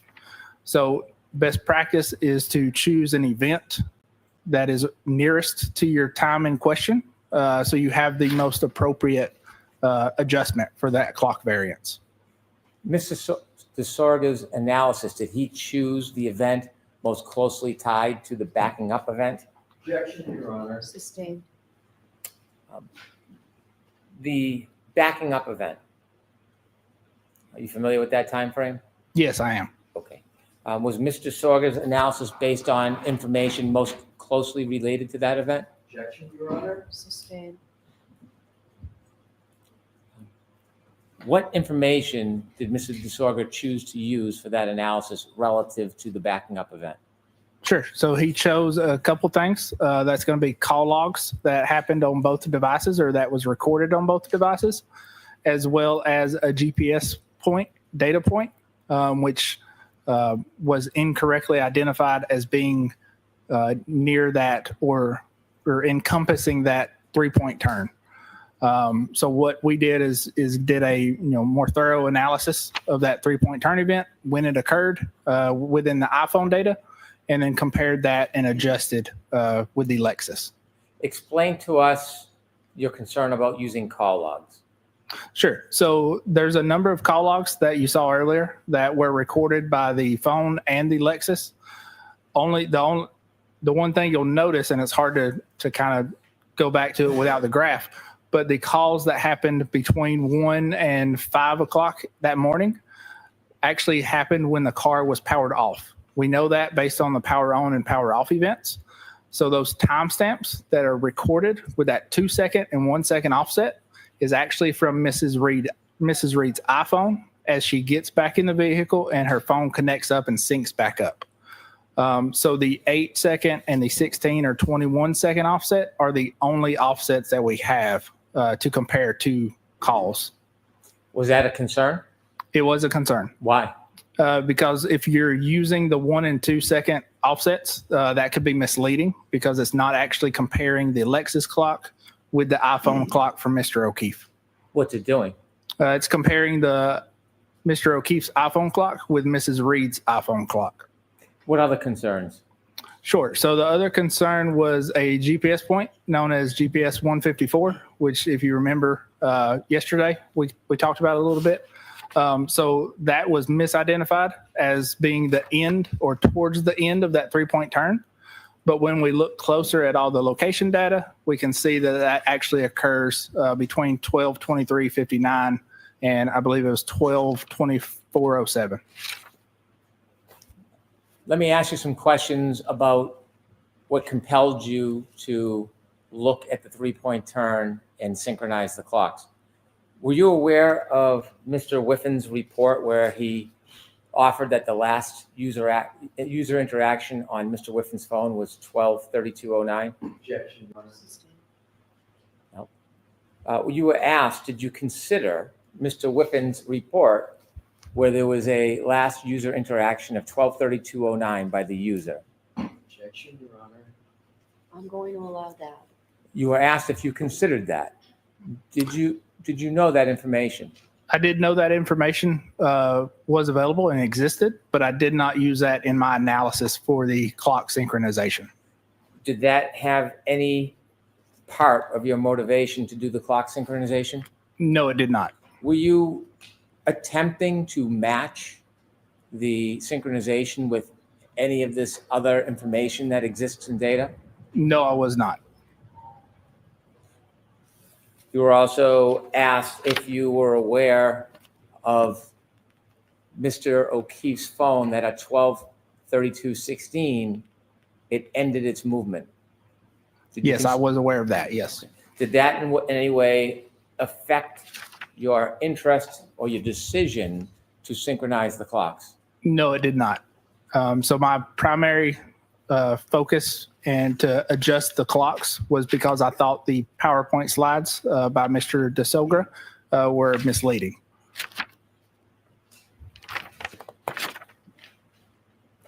When you were shown Exhibit 190, can we have 190, please?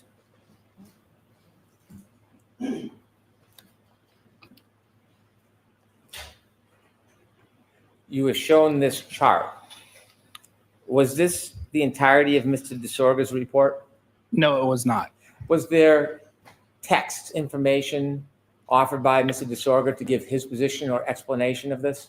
Yes, there was. Is that included in this exhibit? No, it's not. Did you get a chance to read Mr. DeSorga's report, including the actual text explaining his analysis and process leading to this chart? Yes, I was. Did you look at Mr. DeSorga's entire report? Yes, I did. I move to introduce Mr. DeSorga's report. No objection, Your Honor. Okay, so this was triple D for identification. That would be the next exhibit.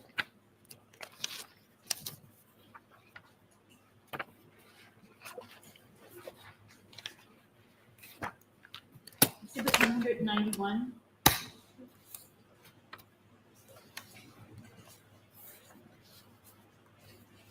You said as a result of Mr. DeSorga's report, you were concerned, so that compelled you to do your analysis that resulted in your May 8th report?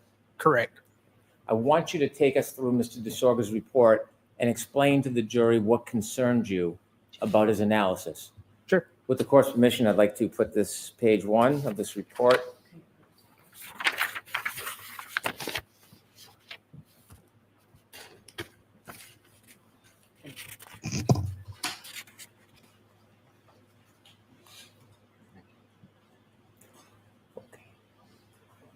Is this the front cover of Mr. DeSorga's March 5th, 2025 report? Yes, it is. Turn to page 2, please. What do you recognize this slide or photograph coming from? Sure. So this slide is coming from Dr. Welcher's overall PowerPoint slides. When you first saw this slide, where did you first see, what source did you first see this through? Through Mr. DeSogra's PowerPoint. Well, Dr. Welcher works at Aperture, doesn't he? He does, yes. Did you know he was working on this case? Yes, I did. Was he providing you his PowerPoint or slides before this point? No, he was not. When you first saw this slide, did you see information about the timing of the text stream event, which was the backing maneuver? Yes, I did. And what time did that show? Can we blow it up just so I don't get the time Please. wrong?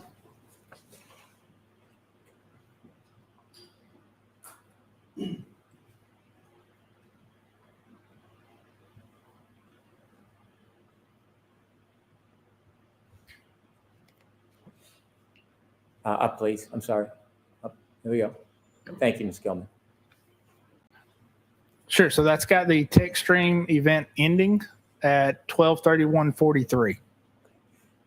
These text stream events that are captured, do you know how long of the event is captured? How many seconds? Yes. So approximately 5 seconds before the trigger threshold is met and 5 seconds after. When this information that you reviewed in Mr. DeSorga's report, do you know what clock is used to identify the 12:31:38 to 12:31:43? Yes, I do. And what clock is that? So that's a combination of the Lexus clock that's coming from the infotainment center, as well as the running timer that we discussed yesterday, that's coming from the airbag module itself. Is the source of that time important? Yes, it is. If you compare time from a different clock with time from a different clock and don't synchronize the two, does that lead you to an accurate result?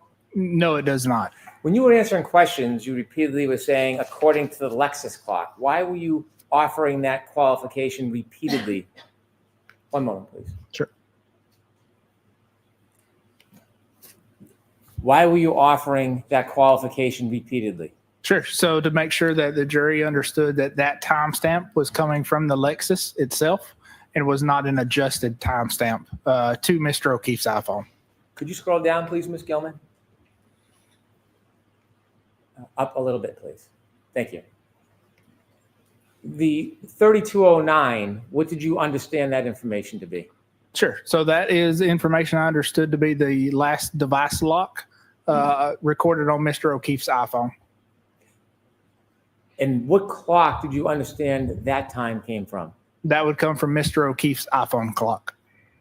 If you reconciled his iPhone clock information, or if you compared it without reconciling to the Lexus information, what's the danger in doing that? Objection, Your Honor. Sustained. Is there any danger in doing that? Objection, Your Honor. I'm going to allow that. Is there any danger in comparing two times if you don't consider the clocks that they came from? Yes, there is. So you could essentially be, in inaccurate time for when that event actually occurred. If you could just scroll down to the bottom so we could see the rest of that. You mentioned the word variance yesterday during your direct examination. I'm going to ask you to look at that box that has the green around it. Is that an example of variance? Yes, that is an example of variance between, no. So I take that back. That is not an example of variance itself. That is an example of, comparing the end of the text stream event to the device lock event. Is that attempting to compare two different devices? So that's attempting to, that's not attempting to compare anything. It's just stating that the time between the device event lock and the end of the text stream event, unadjusted, is approximately 26 seconds. Is that accounting for synchronization or not accounting for synchronization? That is not accounting. That is not with synchronization. Can we turn to the next page, please?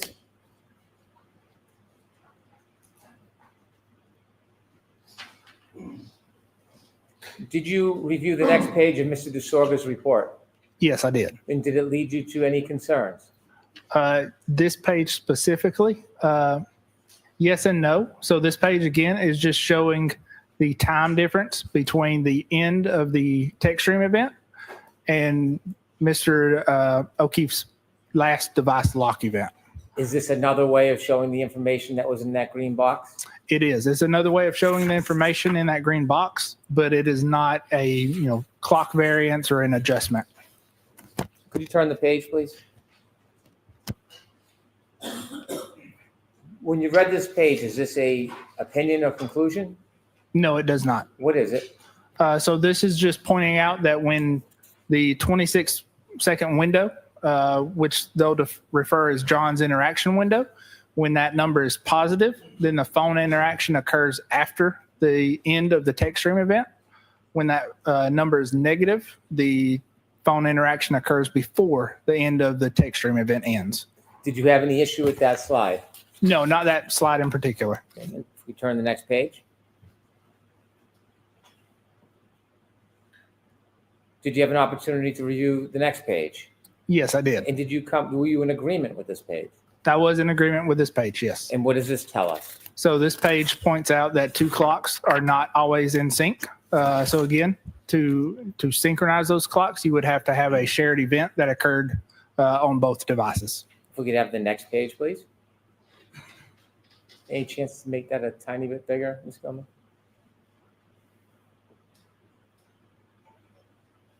Were you in agreement with this page? No, I was not. Tell us what concerned you about this page. Sure. So this page is potentially misleading to the jury again by using, Objection, Your Honor, move to strike. I'll strike that.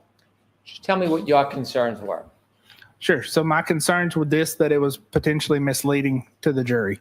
Objection, Your Honor, move to strike. No, I'm going to allow that. That's his concern.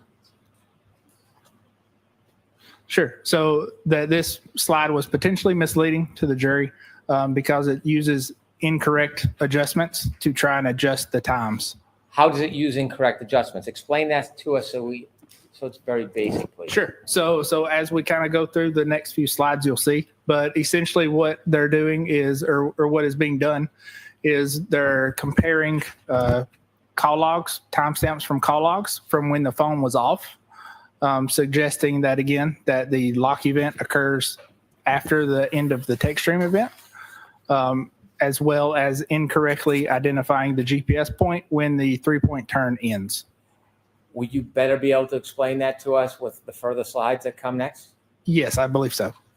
If we could turn to the next page, please.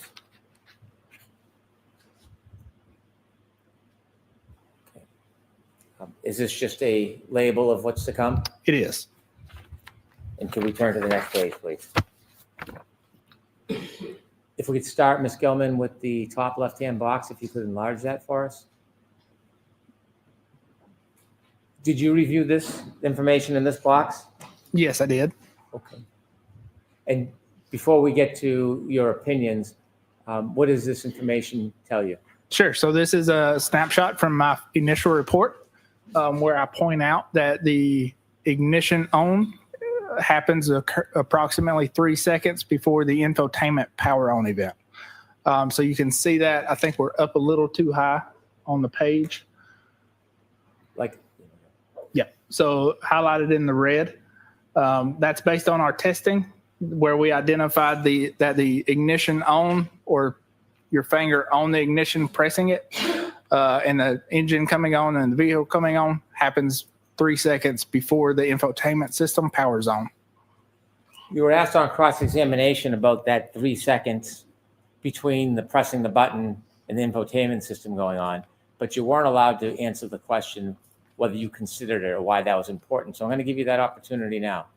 Objection, Your Honor. Sustained. Ask the question. Okay.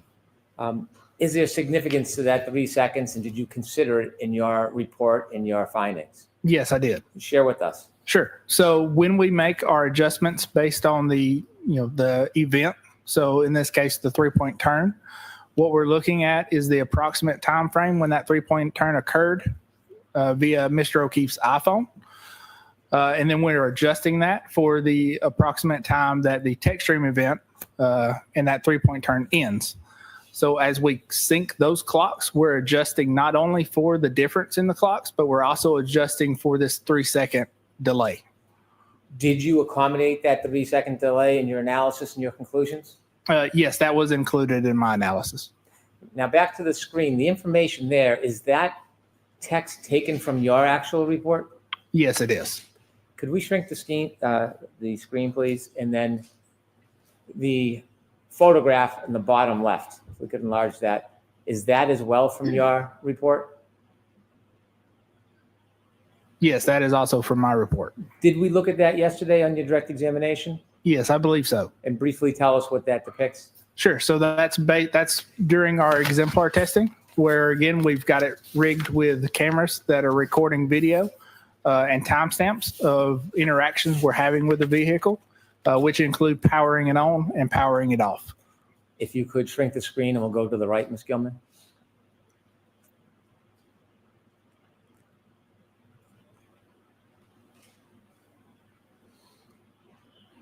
What was the import of this screen to you in its entirety? Sure. So this is not actually a valid way to adjust or synchronize clocks because, again, we're not adjusting based on a shared event.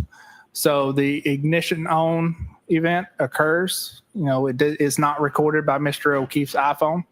But again, we are adjusting and including this in our timestamp adjustment. If we turn to the next page, please.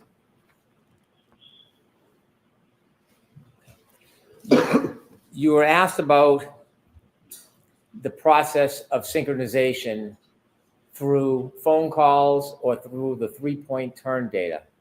Yes, that's correct. Why did you choose to use the 3-point turn data instead of phone calls? Sure. So I chose to use the 3-point turn data because it was closer in time to the event that was of interest. As well as it was based not only on the infotainment clock, but it was also based on that running timer. So once we adjust that first event to Mr. O'Keefe's phone, the second event is also based on that running timer. So it would also be adjusted.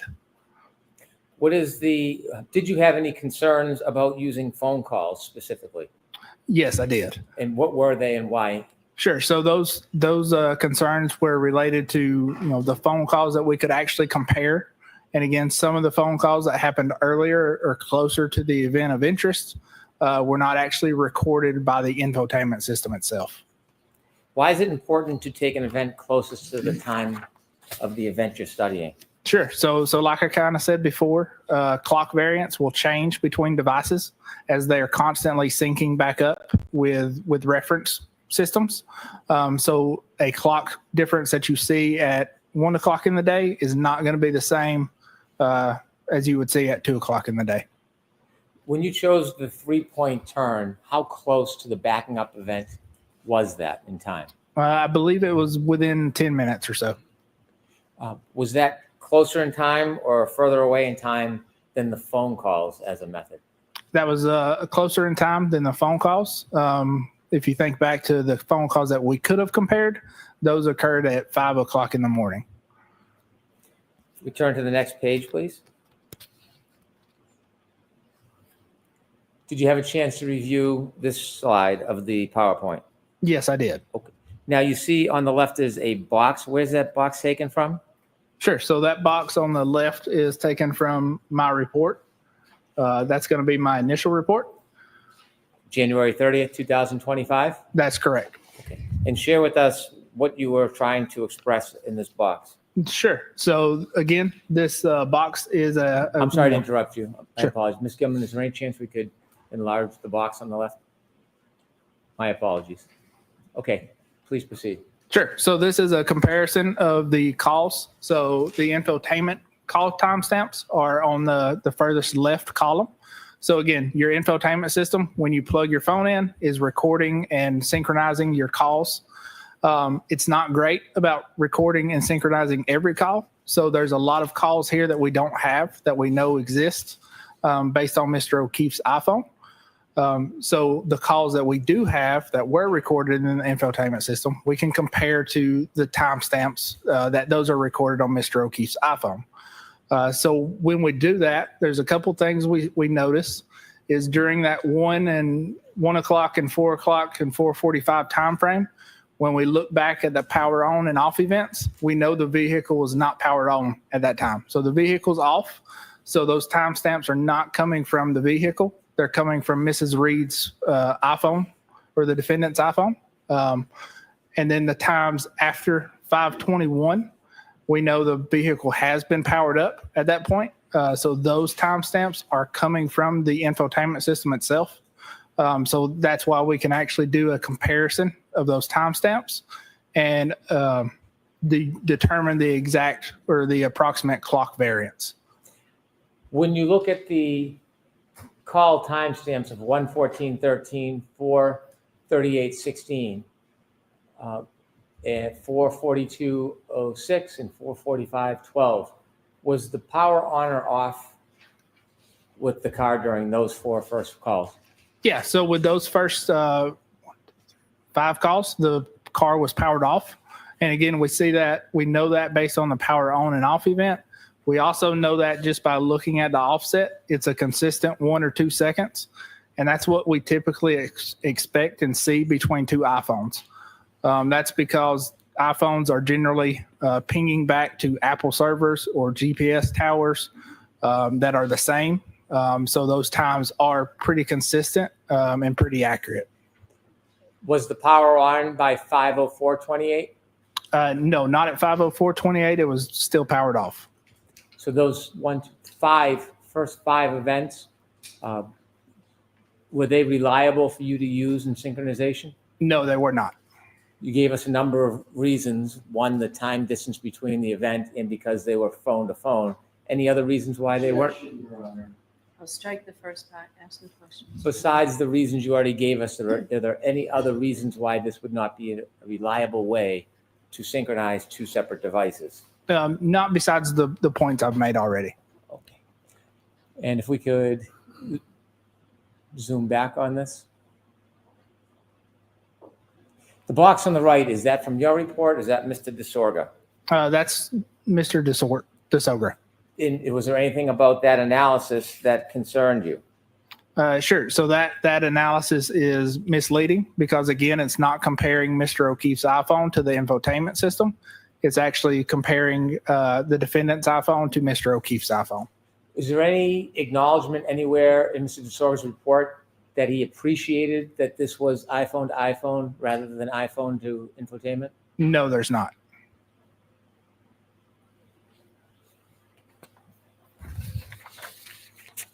Did you ever receive any report from Mr. DeSorga that would alert that he appreciated that this was iPhone to iPhone and not iPhone to infotainment?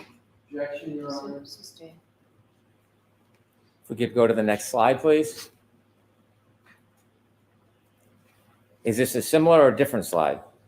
Sure. So this is a different slide. Okay. If we can zoom in on the left box, please. Where does that box come from? Sure. So again, that's coming from the same page of my report, just highlighting the 5:30 phone call. And this is comparing the iPhone from Mr. O'Keefe with the infotainment clock. At that point, is the power on of the Lexus? Yes. So at this point, the power is on. So this is a comparison of the infotainment clock with the iPhone clock at that time. Could you zoom out?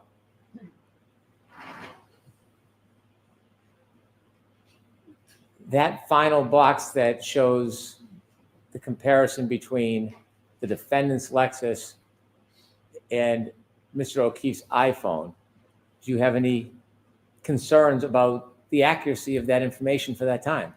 No. So I think those times are accurate. But again, that's at 5 o'clock in the morning when we're trying to adjust the clock variance.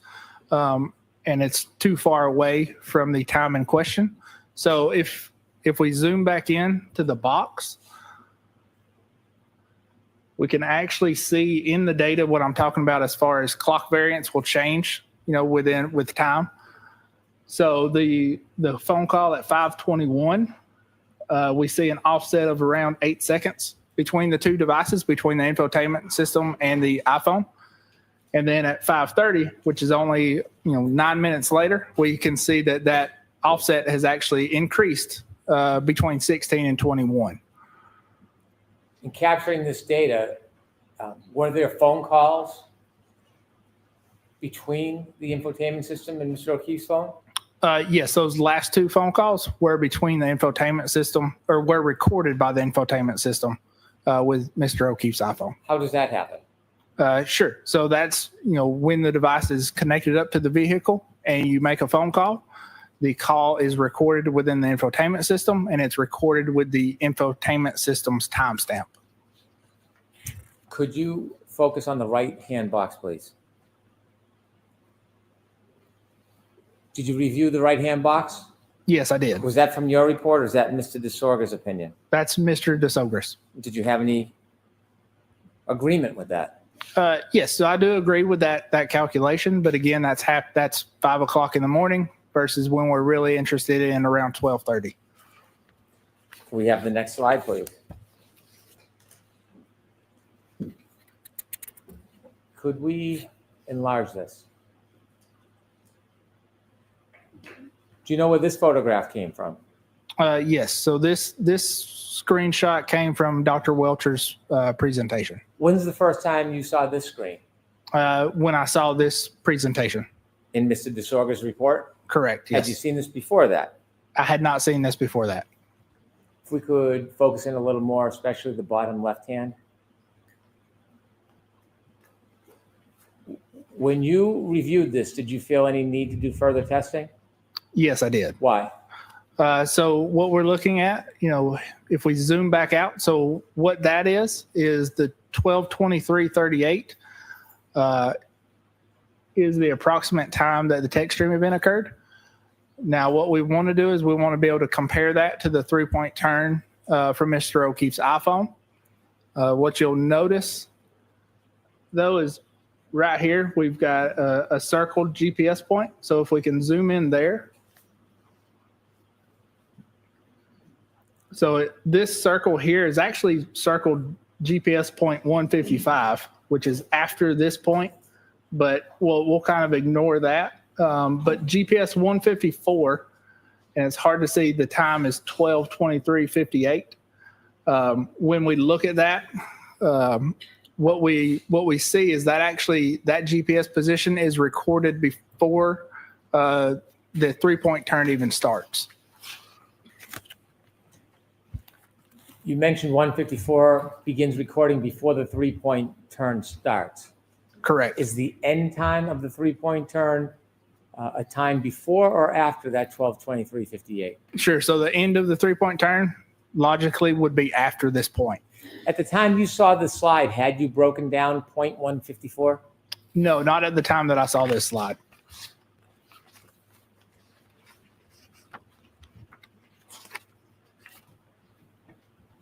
Could you zoom back out a little bit, please? The information in the right box, is that from you or from Mr. DeSorga? That is not from me. And when you read that, did that compel you to want to do anything? Yes, it did. So again, my initial thought was to address this during testimony. With further review and further thought, I decided it was best to offer a supplemental report. What this is, basically the math I agree with. The point I don't agree with is that GPS 154 is the time towards the end of the 3-point turn. And now reviewing further data, we know that's not true. The 12:23:58 event on the phone, is that related to the first event, the 3-point turn, or the second event, the backing maneuver? So that's going to be related to the first event, the 3-point turn. Was there any other data that was closer in time to the to the backing event that you had access to? No, not that we had access to. We turn to the next slide, please. You've seen this part of the report before? Yes, I have. Okay. Having seen the earlier part of the report, does it help you explain and understand this diagram? Yes, it does. Is this your diagram or Mr. DeSorga's? This is Mr. DeSogris. Do you agree with this diagram? No, I do not. Okay. Could you explain to us what this, from your perspective, from your experience, what this chart is trying to suggest? Sure. So this chart is trying to suggest that the lock event always occurs after the end of the text stream event. And again, that's using inaccurate adjustments to make that conclusion. I want you to use the pointer and I want you to take us line by line why you believe that this is inaccurate in trying to conclude the time of those locking adjustments. Sure. So it's kind of hard to tell. So what we've got is we've actually got 2 different sections. So we've got the top section, which is 6 events. So that's going to be the GPS event and those, let's see, no, that's going to be this, it's hard to say. That's going to be the phone calls and the GPS event that are calculated in this. And it's also done with the 3-second delay as well adjusted. But what we see is, so this obviously +1 is one of the phone calls that was from the defendant's iPhone time. So not from the infotainment system. So that's a inaccurate comparison.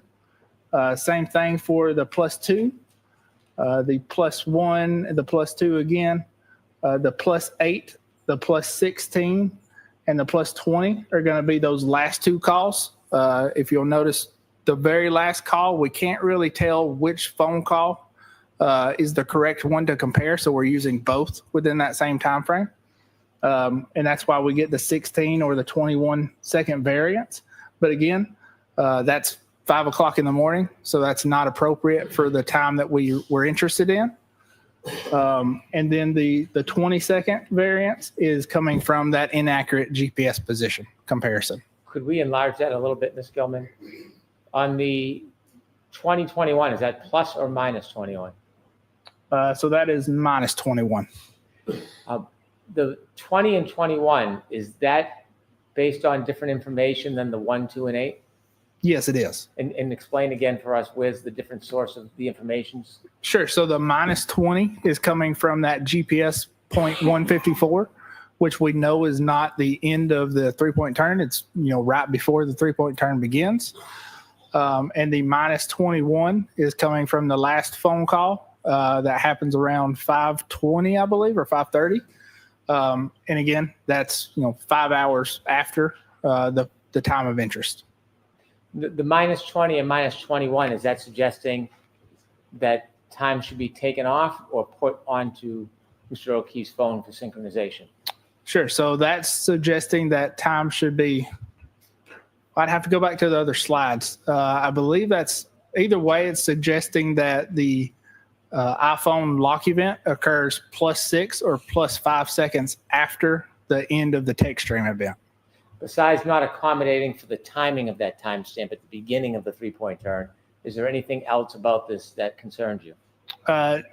No, just that overall, these numbers can be misleading, again, because they're based on inaccurate adjustments, and could lead, again, the jury to believe that the lock event always happens after the end of the text stream event. Could we go to the last page of Mr. DeSorga's report? Is this a conclusion offered by Mr. DeSorga? Yes, it is. Did you agree with that? No, I did not. Why not? So based on those inaccurate adjustments, this slide is again kind of misleading in the fact that it states there's always interaction with Mr. O'Keefe's phone after the end of the text stream event.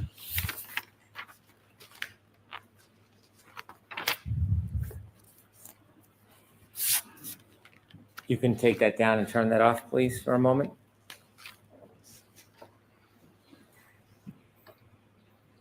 After reviewing this report, you told us you then engaged in further study for synchronization?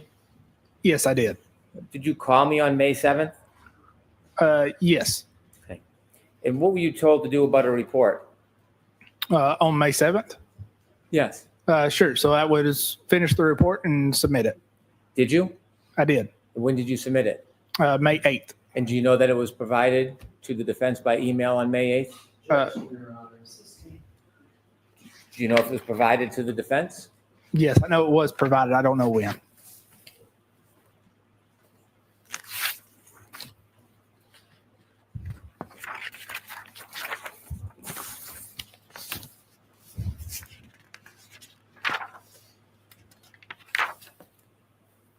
Now, if we could have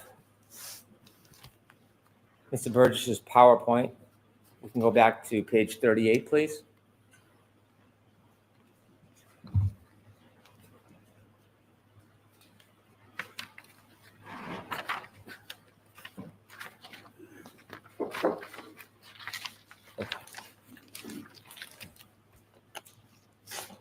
After you explain to us. Objection, Your Honor. Can we close, please, on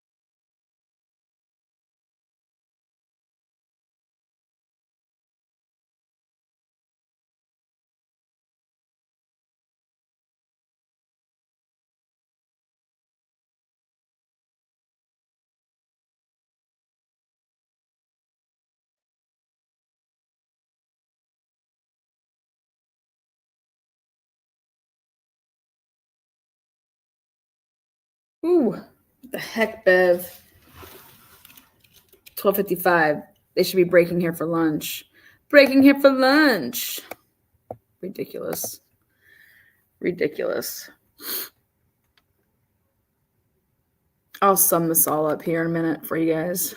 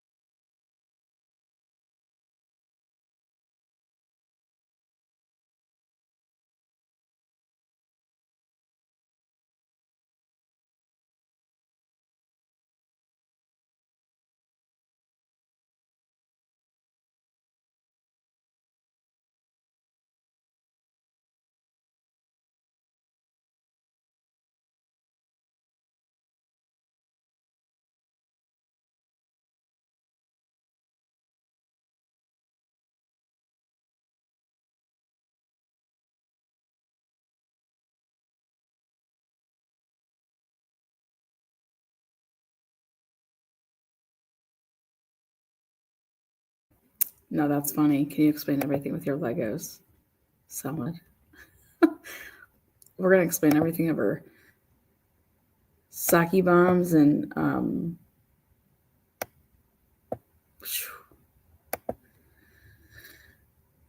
they should just be calling lunch here. I don't know what they're doing.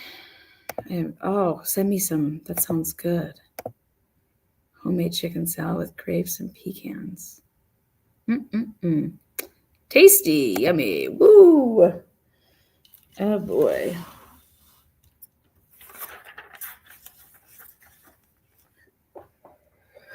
Oh boy. Oh my gosh. Okay.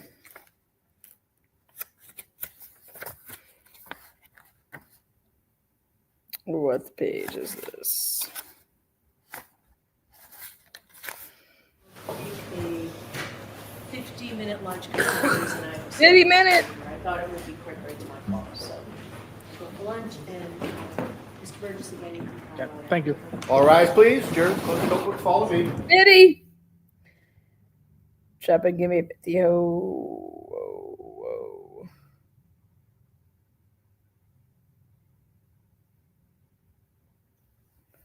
Yeah, yeah. Yeah, yeah, yeah, yeah, yeah, yeah.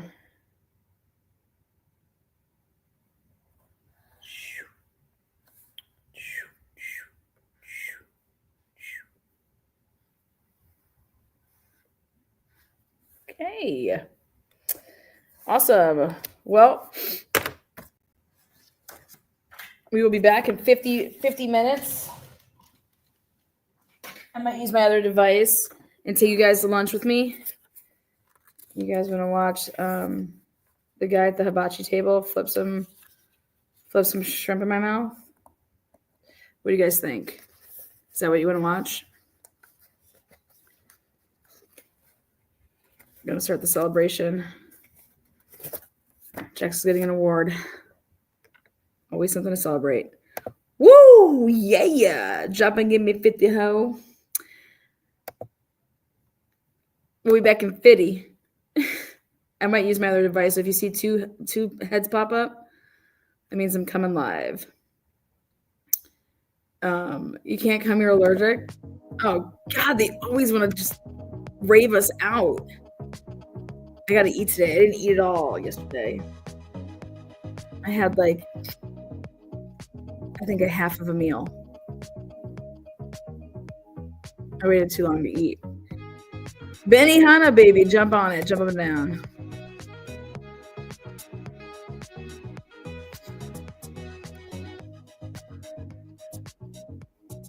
Karen, love you. Why don't you guys slap that thumbs up? Bring our friends on over here.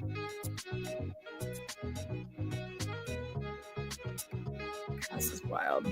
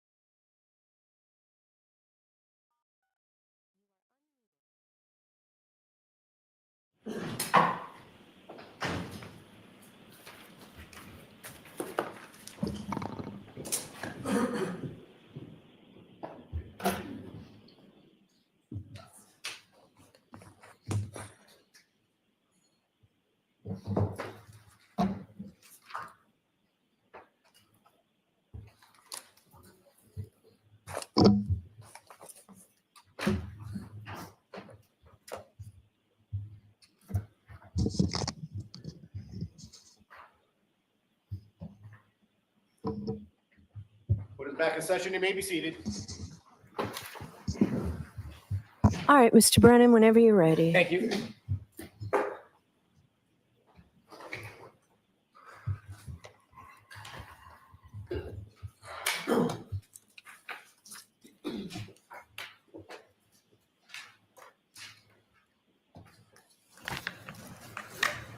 Sir, when I asked you about your first report regarding the protocol, you told us October 10th, followed by your supplement on the 17th.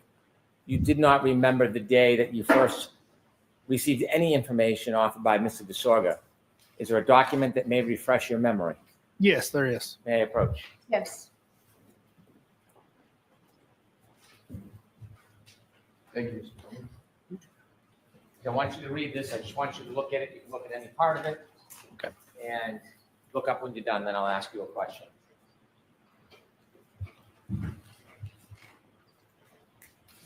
Okay.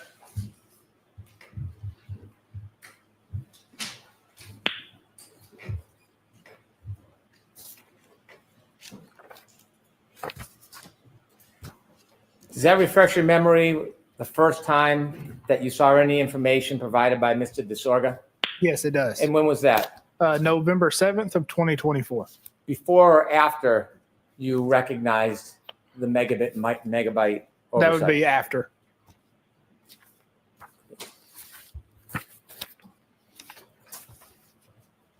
I want to go back to where we were at before we went to lunch. You had described two text stream events. I want to focus on the first text stream event, and that is the text stream event relative to the three-point turn. Okay. You had described that there was a timestamp 154. Just to reacquaint us, can you very briefly tell us the significance of 154? Sure. So GPS point 154 is a GPS point that occurs just before the three-point turn starts. And why is it important to identify when that turn starts and when it ends? Sure. So what we're specifically looking at comparing is the end of the three-point turn. That's going to be the text stream event ending, which is near the end of the three-point turn, as well as the end of the three-point turn as recorded in Mr. O'Keefe's iPhone. Was it important to identify the beginning and end of that event to come to a conclusion to a reasonable degree of scientific certainty regarding the variance between the text stream data and Mr. O'Keefe's phone? Yes, there was. So we can't say, we can pinpoint approximately when the three-point turn ends based on the GPS data. But best practice would be to use a range of time. So the range we're using is the time that the three-point turn starts to the time that the three-point turn ends. Could we have from Mr. Burgess's PowerPoint number 41, please?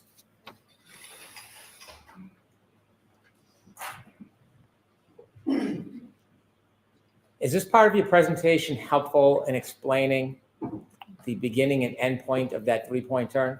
It does. It does. So if you recall yesterday, the first heading change from a general north heading is depicted by that green shading circle. Could you use your pointer, please? Sure. Yes.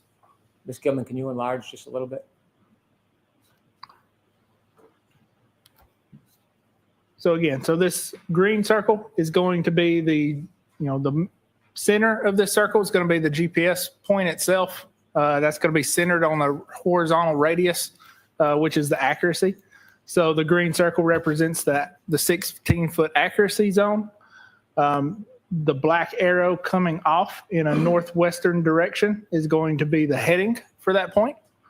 And then again, the yellow is going to be the approximately 8 seconds later when the heading changes again in a southerly direction. And then the GPS points after that also continue south with increasing speed. What part of the three-point turn event does the green circle signify? Sure. So that's going to be the approximate beginning of the three-point turn. And that time? That's going to be 12:23:59. The yellow circle, what part of the 3-point turn does that indicate? Sure. So that's going to be approximately the end of the 3-point turn. And that time is going to be 12:24:07. Is there any correlation between the times in the green, the time difference between the green and yellow circle and the range you ultimately arrive at as far as the synchronization variance? Yes. So that is what determines that range of 21 to 29 seconds. This illustration or diagram where you've put the green circle, is that based on actual data? Yes, that is based on actual data recorded by Mr. O'Keefe's iPhone. That data, is it accurately reflected in this diagram? Yes, it is. So again, the GPS point that is recorded within the iPhone, every point has a horizontal accuracy. And again, that horizontal accuracy is depicted by the green circle. Is that level of precision used when you create this diagram? Yes, it is. The yellow circle, is that specifically reflected in the data or is that an estimate? Sure. So that's specifically reflected in the data. So that is another GPS position that has been recorded by the iPhone.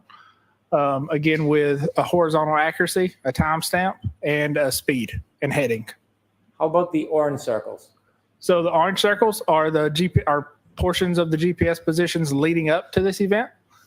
So if we went back one slide, you would see, it would zoom out, obviously, so a little bit harder to see. But essentially what we've done is I've removed the other orange circles representing GPS points heading north and the GPS points heading south after the 3-point turn.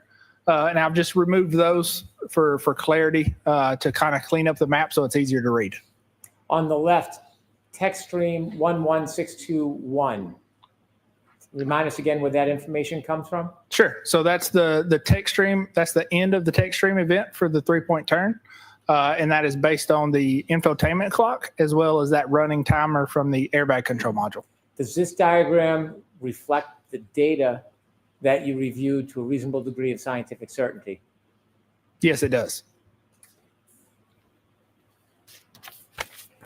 In breaking down this timestamp 154 and getting into the minute detail of when it started and ended, one of your charts, does it also show it numerically? Yes, it does. Can we have number 40, please? Before we discuss this again, where did you get the information to put in this chart? Sure. So this is coming from Mr. O'Keefe's iPhone. Specifically, it's coming from a SQLite database that is recording locations as he's using the Waze app to navigate. Is the information in this chalk or diagram directly from the data? It is directly from the data. Is this accurate to a reasonable degree of scientific certainty? Yes, it is. If we could zoom in just a little, we'll have to go left to right, Ms. Gilman. Let's start with the left. Timestamp 154. At what point in that 3-point turn does 154 represent on the left?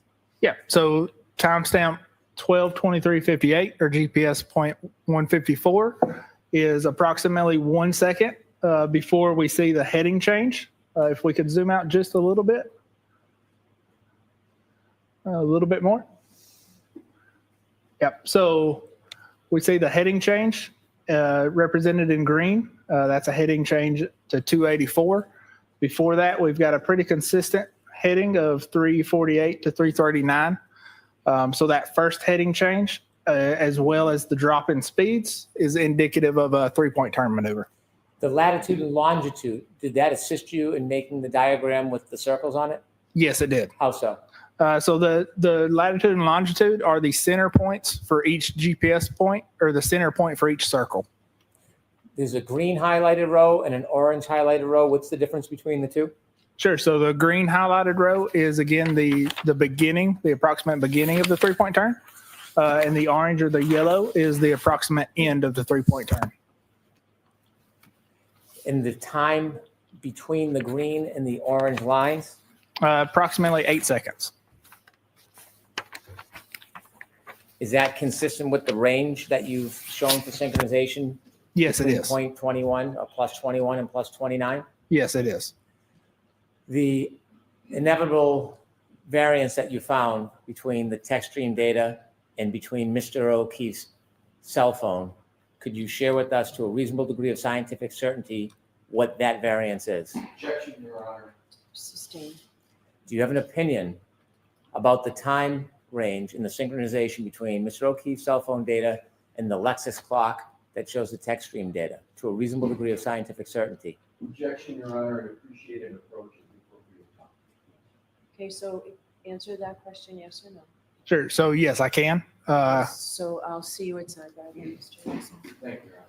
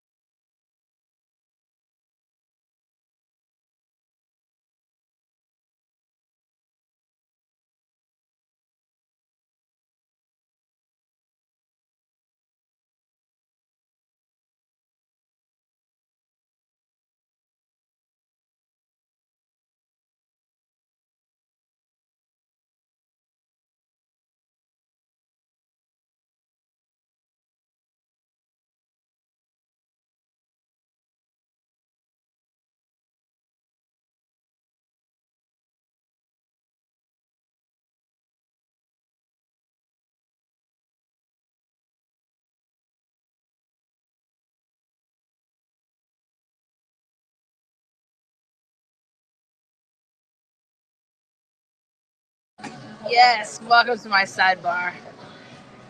How you like them apples? What are you making over there, Jackson? What are you making? Pina colada? Oh, virgin? That's not fun. Okay. Woohoo!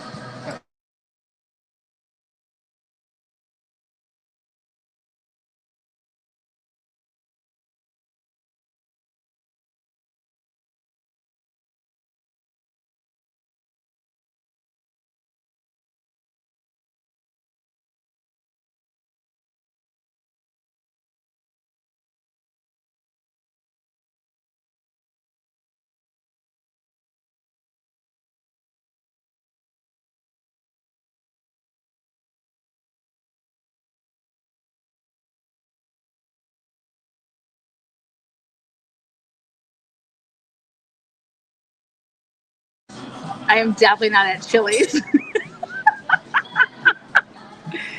Yeah, Bev, you crazy bitch. I love it. Welcome to my sidebar. All you Karen Reed trial watchers out there. Oh, I love it. Go touch some grass. What is going on, Bev?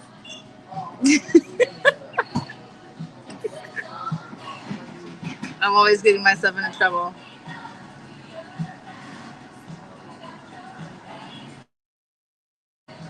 I got Shannon's drinks waiting for him.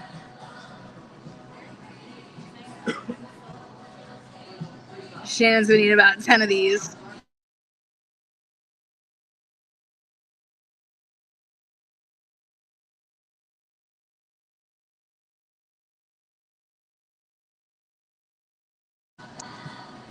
I got Brian Higgins joining me for some Jamesons. Oh, here we go, Bev.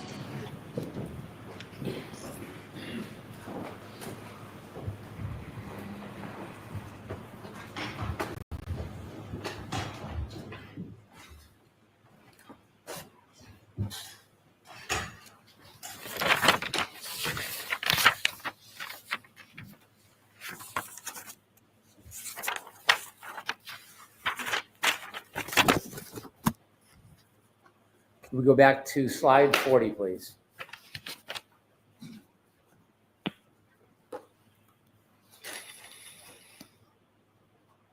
In reaching your conclusion about the variance between the defendant's Lexus as contained in the text stream as it relates to Mr. O'Keefe's iPhone, was stamp 154, timestamp 154, part of your analysis? Yes, it was part of my analysis. Was the running clock on the text stream data part of your analysis? Yes, it was part of my analysis. What else was part of your analysis? Sure. So in addition to the location data, including the GPS 154, that would be the running clock for the text stream data, as well as the infotainment clock from the Lexus. How does the running clock correlate with the text stream data and with the time on Mr. O'Keefe's iPhone? Sure. So they correlate. So the running clock and the infotainment clock are used to create that timestamp for the text stream events 1 and 2. And then comparing those to the iPhone, we can adjust and get a clock variance for those. Did you come to a conclusion to a reasonable degree of scientific certainty about the variance range between the defendant's Lexus and its clock system and Mr. O'Keefe's phone? Yes, I did. And to a reasonable degree of scientific certainty, what is that variance that is needed to identify for synchronization? Oh, That is 21 to 29 seconds.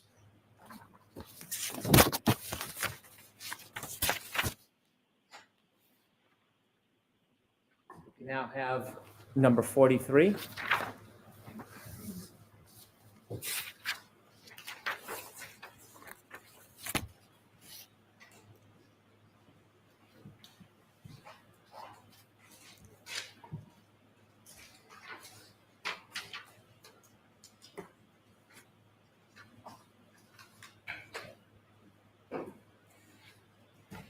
Did you create this diagram? I did, yes. When comparing the text stream event, the backing maneuver, to Mr. O'Keefe's clock on his phone, do you recognize the different timestamps on each device? Yes, I do. When you are trying to synchronize them, what do you do? What is the base? Do you start with the text stream event and you add, or do you start with Mr. O'Keefe's phone and subtract? Sure. So we could do it either way because we're wanting to compare this against other events that happened or occurred on Mr. O'Keefe's phone. We're going to adjust the text stream clock or the Lexus clock to Mr. O'Keefe's clock. But you could do it either way. The window that is depicted on this diagram, this is not the 3-point turn? No, this is not the 3-point turn. Which event is this? This is going to be the backing maneuver. The green, what does that green depict? Sure. So the green depicts the range of time that this text stream event ended. So based on our range of 21 to 29 seconds and applying that, adding that to the Lexus clock, we get a adjusted time of 12:32:04 to 12:32:12, and that's going to be the approximate end time of text stream event 1162.2. Now, again, the text stream data has a limit on the amount of time available? Can you rephrase your question? So I Sure. You said understand. a window is captured during a triggering event.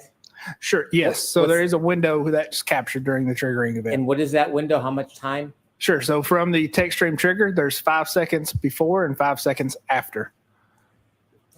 Can an event be longer than that 10-second window? Yes, it can.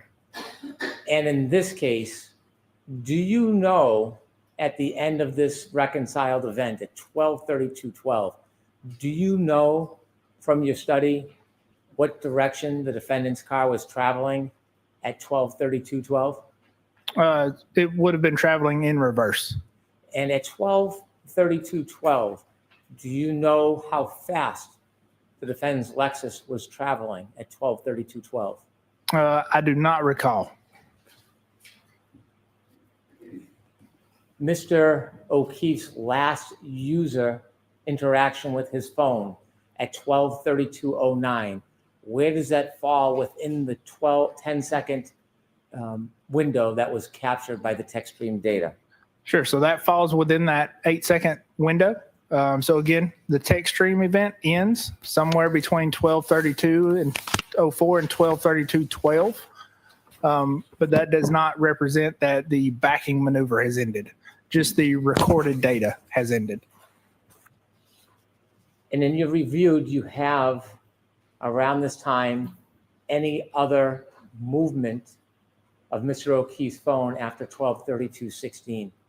I did not look at that specifically. It was my understanding that Mr. Whiffen looked at that. To a reasonable degree of scientific certainty, did both these events, the last user interaction and the window captured on the reconciled data for the text stream, happen around the same time? Yes, they did.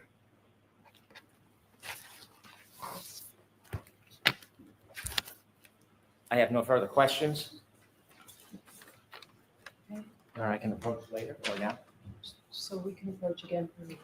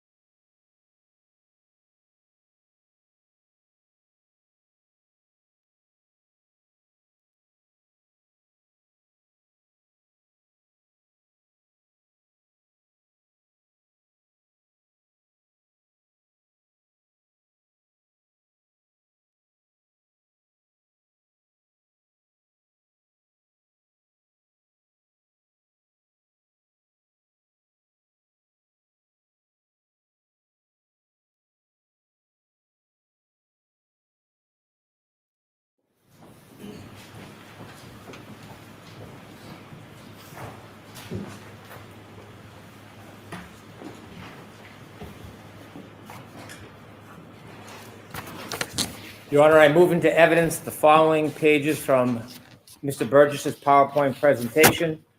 Move into evidence page 41. I move into evidence page 40. And I move into evidence page 43. Okay, allowed.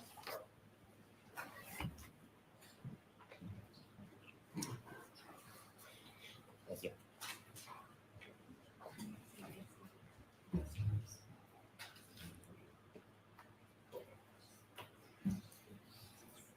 I have no further questions. Right. Once we get these marked, I'll be. Thank you.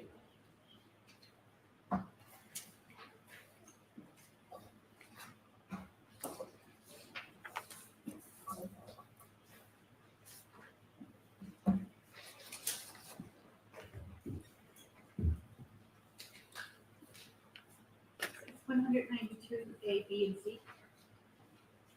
All right. Whenever you're ready, Mr. Alessi. Thank you, Your Honor.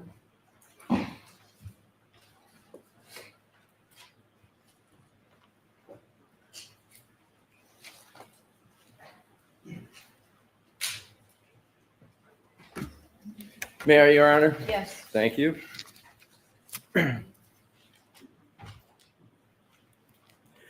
Mr. Burgess, between the time you left the witness stand yesterday until this moment, have you talked to anyone about this case? No, sir, I have not.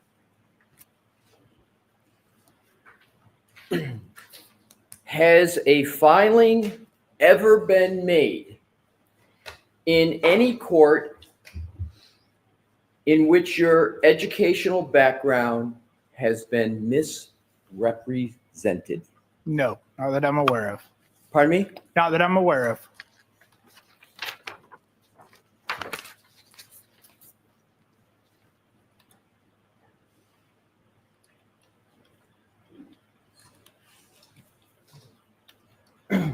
Did I understand that you're based out of the Aperture office in Texas?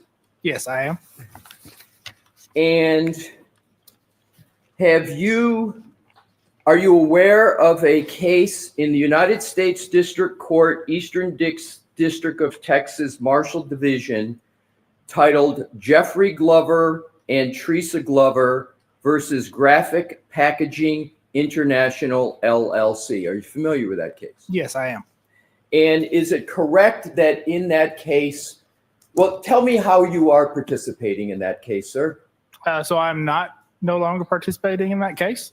So if I believe correctly, that would have been a accident reconstruction case from, I don't recall, a year or two ago. And so it was a case that you did participate in, correct? Yes, I did.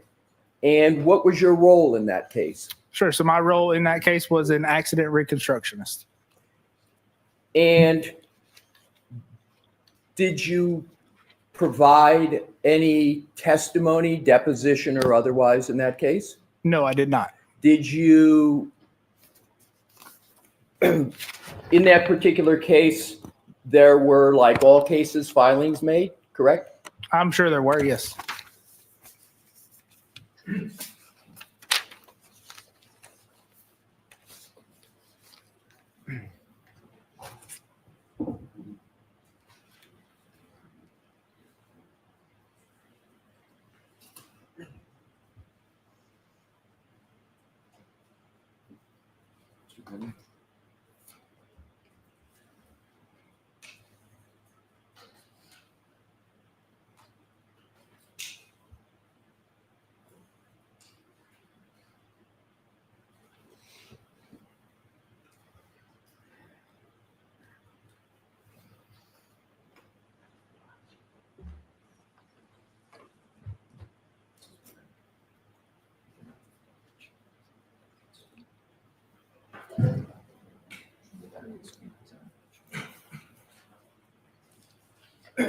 May I approach, Your Honor? Yes. I would like to have a document marked as the next exhibit for identification, Okay. please.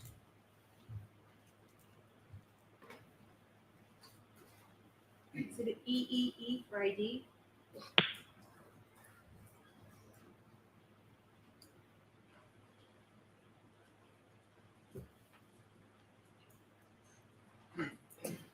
May I present to the witness, Your Honor? Yes. Thank you. Mr. Burgess, I am showing you a document which has been marked as Exhibit EEE for identification, and I'd ask that you take a look at it, sir. Your Honor, may I remain here? Sure, as Thank long you. as you stand back a little bit. Exactly, yes. Thank you, Your Honor. I'll make it even farther.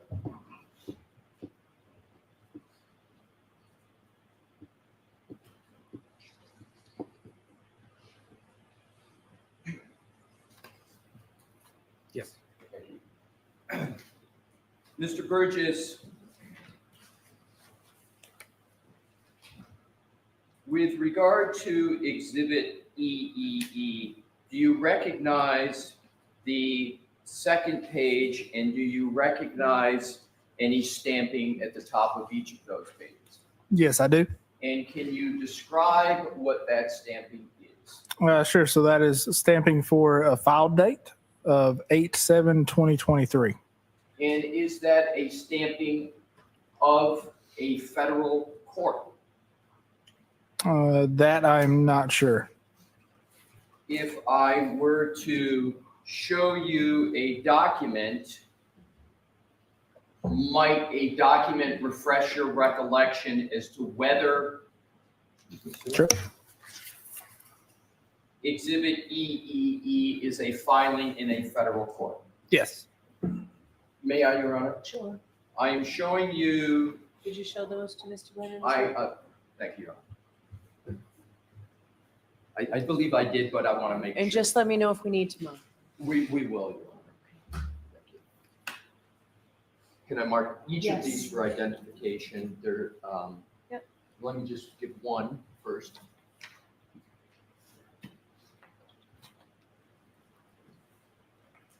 If I could see that back and court report, I want to see if this is the second page for that document. It is, so it can be marked as one document for identification. Exhibit FFF for ID. Thank you. I reach over you, sir. Yes. Thank you. Sir, I am showing you what has been marked as Exhibit FFF for identification and ask whether or not this document can refresh your recollection as to whether the court filing that you reviewed in Exhibit EEE is indeed a federal court. Yes, it is. So that document refreshes your recollection that what has been filed as represented in EEE is a filing in a federal court, correct, sir? Correct. Now, what I'd like to do is to draw your attention to the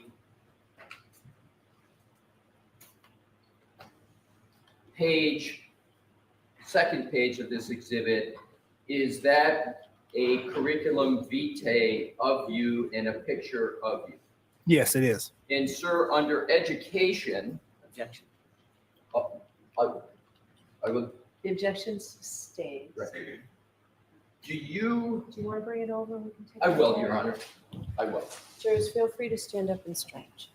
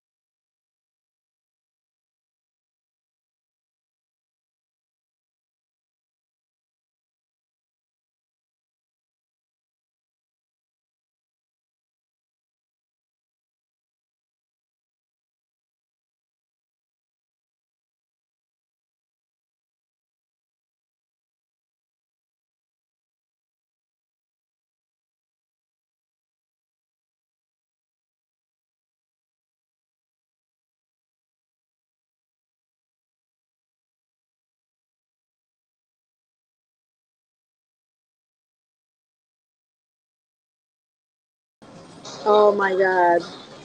This is a federal case. If this is a federal case, he's done. Oh my god. He said he never testified in a federal case. Oh my god, I gotta go. Oh my god, I can't even believe it. Smooth criminal right here. He is getting smoked. He's a smooth criminal. Perjury, baby. Perjury, you son of a bitch. You are a sick son of a bitch. You are sick. You liar. Oh my god. What a dumb fuck. What is he thinking? Oh my god. This is a federal case. They just pulled transcripts on a federal case that he said he testified in 4 states, y'all, like Oregon, blah blah blah. Dude, this is a federal case. Stop. Oh my god. He said he never testified in a federal case. The reason he didn't mention the federal case is because he lied in the federal case because he said he was a fucking graduate. Oh my god, I gotta go. I can't even believe this. Hank, you are done. Put a fork in you. You are done.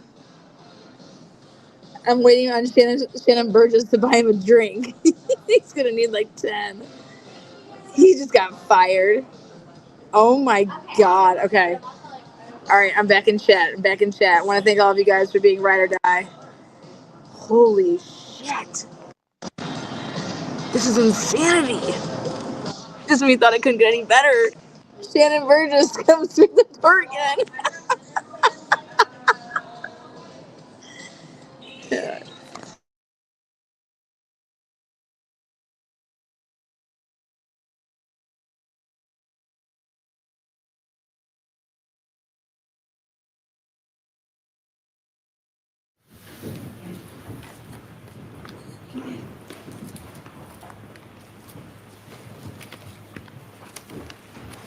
May I approach again, Your Honor? Yes. Thank you. Mr. Burgess, I'm going to have to get a little close in Sure. proximity. Bear with me, please. What I would like to do, sir, is to put before you again Exhibit FF for identification and Exhibit EE for identification. And what I would like to do is to ask you some questions, sir, with regard to the process in the case.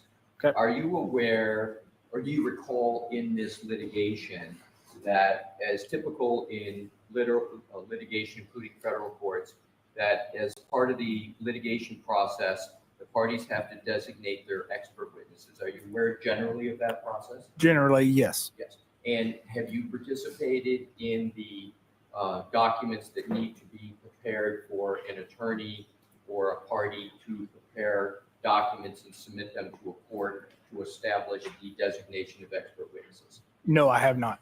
And so you have never participated or never been aware of a process like this? No, I'm aware of a process, and that process goes through other staff members Okay, so it goes through other staff members where? at Aperture. Right. Correct. Are you aware that that process is occurring, even though it may be done by other staff at Aperture? Yes, I am. And in this instance, you were aware in this litigation that staff at Aperture needed to submit documents in support of an expert witness designation, correct? Even though you may not have done it yourself, you were aware that some person or persons at Aperture were performing that process, correct? Correct. And they were performing that process so that you could be designated as an expert witness in that case, correct? Correct. And so you were aware of the process, you were aware they had to submit documents that would establish your qualifications as an expert in the case so that you could be designated as an expert witness, correct? Correct. And now specifically with regard to Exhibit EEE for identification with these court filings, etc., even though you may not have done it yourself, were you aware that this document, which is EEE, was submitted as part of the expert designation process we were talking about? Not this specific document, no. Were you aware that a CV was needed to be submitted on your behalf as part of the designation process? Yes. So you were aware a CV had to be submitted, but you're saying you don't recall this specific one being submitted? Correct. Does the timestamp up at the top of each page of Exhibit EEE, including this page that is your CV, match the timestamp, or is it different from the timestamp at the top of Exhibit FFF? No, that is the same.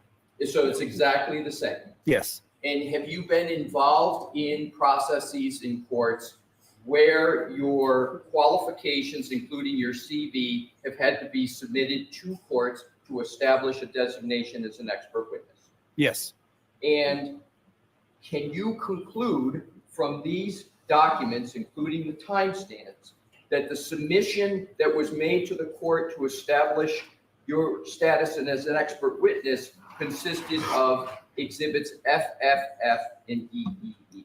Objection. I'm going to allow that. Were you aware of that? Yes. Your Honor, at this point, I move EEE and FFF into evidence. Yeah. You need one more step, Mr. And sir, do EEE and FFF fairly and accurately represent the submission of documents in support of a designation of expert witness in this case? Yes, as far as I can tell. Your Honor, I offer these two into evidence. I'm going to allow it. Thank you, briefly. Yes, come on up. Bring those, please, Mr. Yes, Your Honor.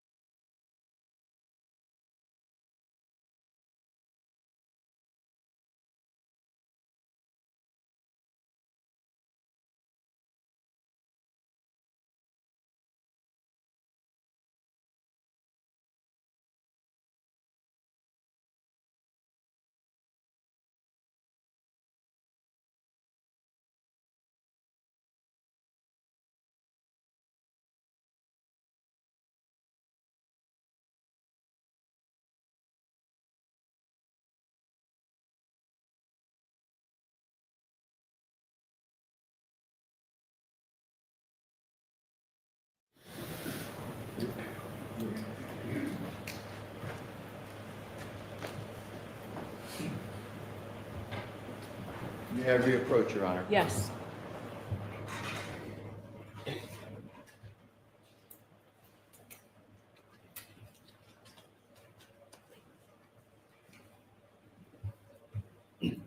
We're gonna have to stand here again, Mr. Sure. Burgess.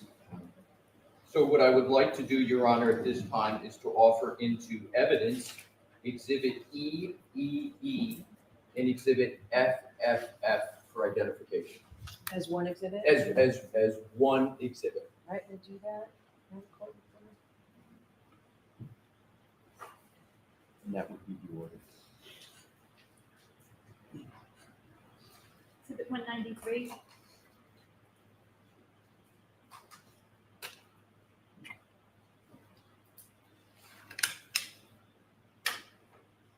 Thank you. May I hand it to the Yes. Mr. Burgess, I am handing you what is now in evidence as Exhibit 193. I would like to draw your attention to the fourth page, which is your CV, and further, if I could, sir, draw your attention to the category of education, where it says BGS. Is it correct that there you state Bachelor of General Science in Mathematics and Business Administration, University of Alabama - Birmingham, Alabama, comma, 2024? Did I read that correctly? You did read that correctly. And this was filed in 2023. Understood. So now what I'd like to do, Your Honor, is to may I keep this for a moment, Your Honor, give it to the witness as needed. Thank you. With Your Honor's permission, I would like to publish a document that is already in evidence. Okay. Actually, there may be two, 183 and 184. Let's start with 183. Let's expand it. And then, Mr. Wolf, do we have what has just been to publish as well? So what I'd like to do is to publish first, with the court's permission, Exhibit 193 that we were just talking about, so the jury can see what has been the subject of discussion.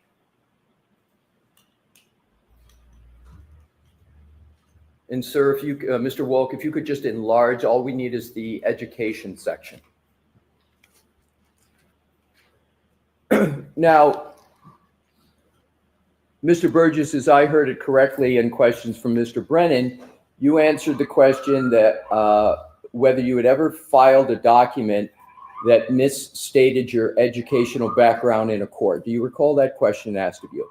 Yes, I did. And your answer was no, correct, sir? Correct. So let's look at this document, which we've just gone through, was filed in federal court in the United States District Court, Eastern District of Texas, Marshall Division, which is a federal court. And attached to it is your CV. And in the line of education, it lists under BGS, Bachelor of General Science in Mathematics and Business Administration, University of Alabama, Birmingham, Alabama, 2024. You see that, sir? I do, yes. Now, you stated, and now what I'd like to do is do a, is there any qualification whatsoever in that line, that reference to BGS, qualifications at all, explanation, sir? Is there anything? I don't know what you mean. It's just a statement, right? There's words there. There's nothing after it that explains what's intended, correct? Correct. Now what I'd like to do, Your Honor, is to go to what was filed in this case, which is in evidence, and we'll go to 183 and then 184.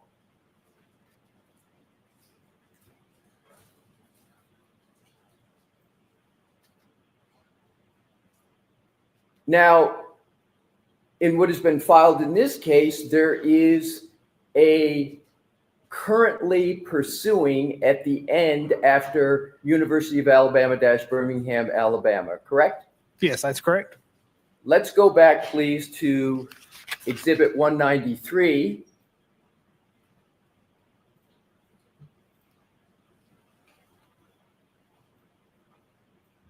There is no currently pursuing there, is there, sir? There is not, but that was filed in 2023, so that would be an expected graduation date of 2024. Okay, so this document was filed in 2023. However, there's nothing in this document that in any way leads the reader to believe anything other than the degree is obtained on 2024, correct?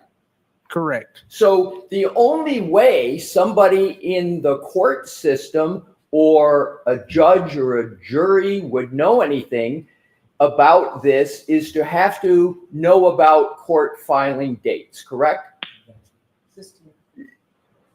I'll ask it another way, Mr. Burgess.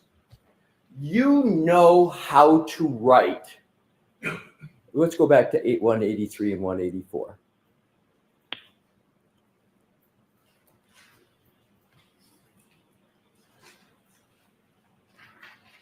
You know how to write currently pursuing on your CV, correct? Correct. And writing currently pursuing lets the reader know that you don't have that degree, correct? Objection.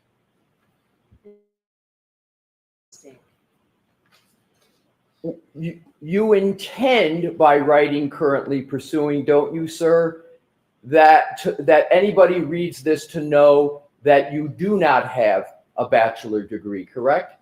Correct. Now let's go back to what you filed in what was filed in federal court in that case. And it does not have the words currently pursuing, correct? It does not. So the reader, so it doesn't have that verbiage, correct? Correct. So isn't it the correct answer that you did file a document, your CV, in this federal court case that misstates the status of a Bachelor of Science in Mathematics and Business Administration? Objection. Sustained. Excuse me, Your Honor.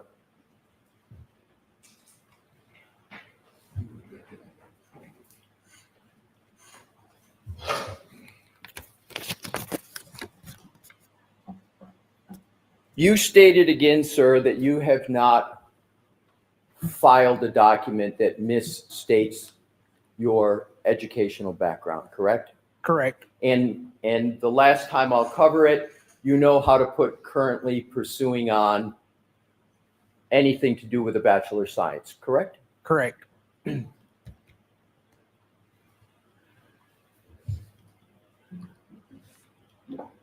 A Bachelor of General Science in Mathematics and Business Administration does not exist as an offered degree at the University of Alabama, Birmingham, does it? Sure. So that is an error. Clearly, BGS stands for Bachelor's of General Studies, and that should have a with minor in Mathematics and Business Administration. What is clear from that document that BGS stands for a Bachelor of General Studies? What is clear in that document about the definition of that acronym? That is a known acronym. Let's go back to Bachelor of General Science in Mathematics and Business Administration. That degree does not exist. It is not offered at the University of Alabama, Birmingham, correct? No, that is not. So therefore, an incorrect statement about your educational background was filed in a federal court in Texas, correct? Yes, it was.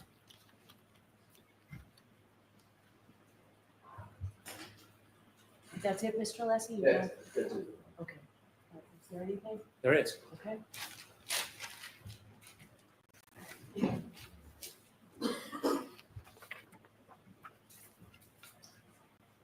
The document that the attorney just showed you, did you submit that to the federal court? No, I did not.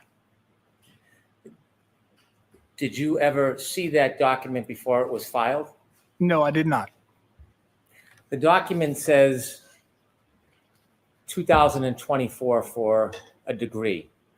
Is there a presumption whether you had it or expected it if that document was filed in 2023?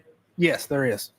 And what is the presumption if it was filed in 2023? Objection, Your Honor, respect. So presumption, Well, well, strike that. okay. He asked if there was any designation to make it clear. If it says 2020, if it was filed in 2023 and it says 2024, what was your expectation at that time as far as your degree? That I would complete my degree in 2024. When you didn't complete your degree in 2024 as you expected, did you then change your CV Yes, I did. to accurately reflect the change in your status? Yes, I did. And what did you change it to? Currently pursuing. Why didn't you finish your degree in 2024? Sure. So Your Honor, still. No, I'm going to allow it. as most people can probably relate, work, family, and life many times get in the way. So as a personal objective, I would like to finish my bachelor's, but again, work and life gets in the way. Did you ever represent to a court that you had a degree that you didn't earn? No, I have not. He asked you a number of questions about this 2023 filing, but didn't ask you any questions about the data. Does your opinion regarding the data change in any way in light of his questions about a 2023 filing that you didn't file and someone filed on your behalf? Objection, Your Honor. The objection is sustained. I'm going to strike that question. No further questions. All right, Mr. Burgess, you are all set. Thank you.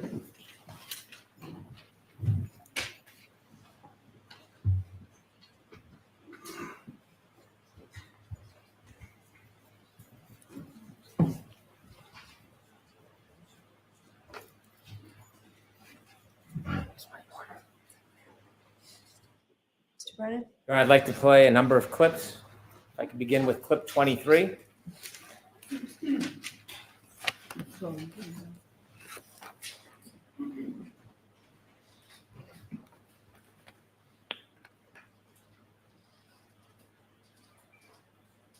So the approach from the north, we actually missed the turn.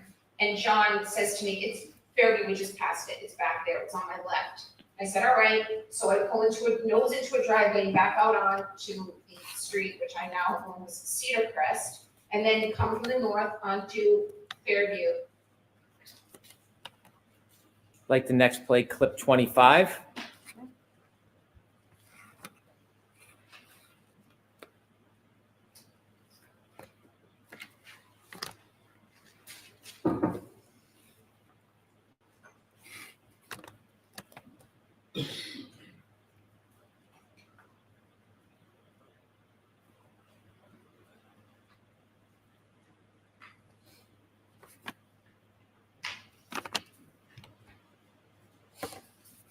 At 12:41, I leave a voicemail to John, where you can clearly, and this will probably be played on Monday, you can clearly hear me pull into John's garage. You can hear my car sensors beeping as I come close to the sides of the garage. And then you hear the car go off, and then you hear the slight ding, ding, ding as I open the door, shut the door. I had high heels on that night. You hear me walk in, go into the stairs up into the kitchen, shut the door, and you hear me walk in the kitchen. It's like a full minute long. That's at 12:41. And finally, clip 24.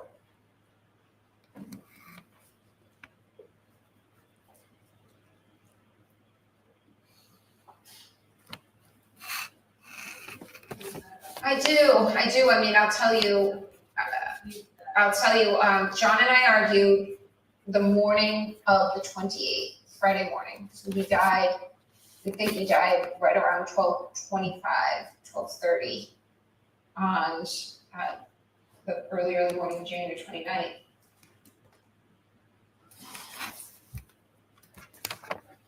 Thank you. I have these for submission into evidence, Ron. 194. The next witness, Mr. Allen? Yes, sir. I'm calling, call Miss Christina Hanley to stand.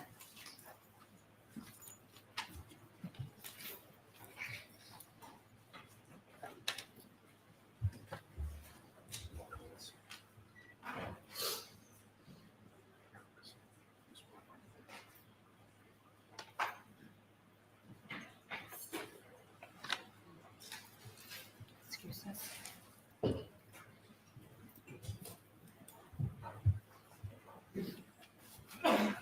Step up, face the clerk, and raise your right hand. You solemnly swear the evidence given to the court and jury in the case now and hearing to be the truth, the whole truth, and nothing but the truth, so help you God. Good afternoon.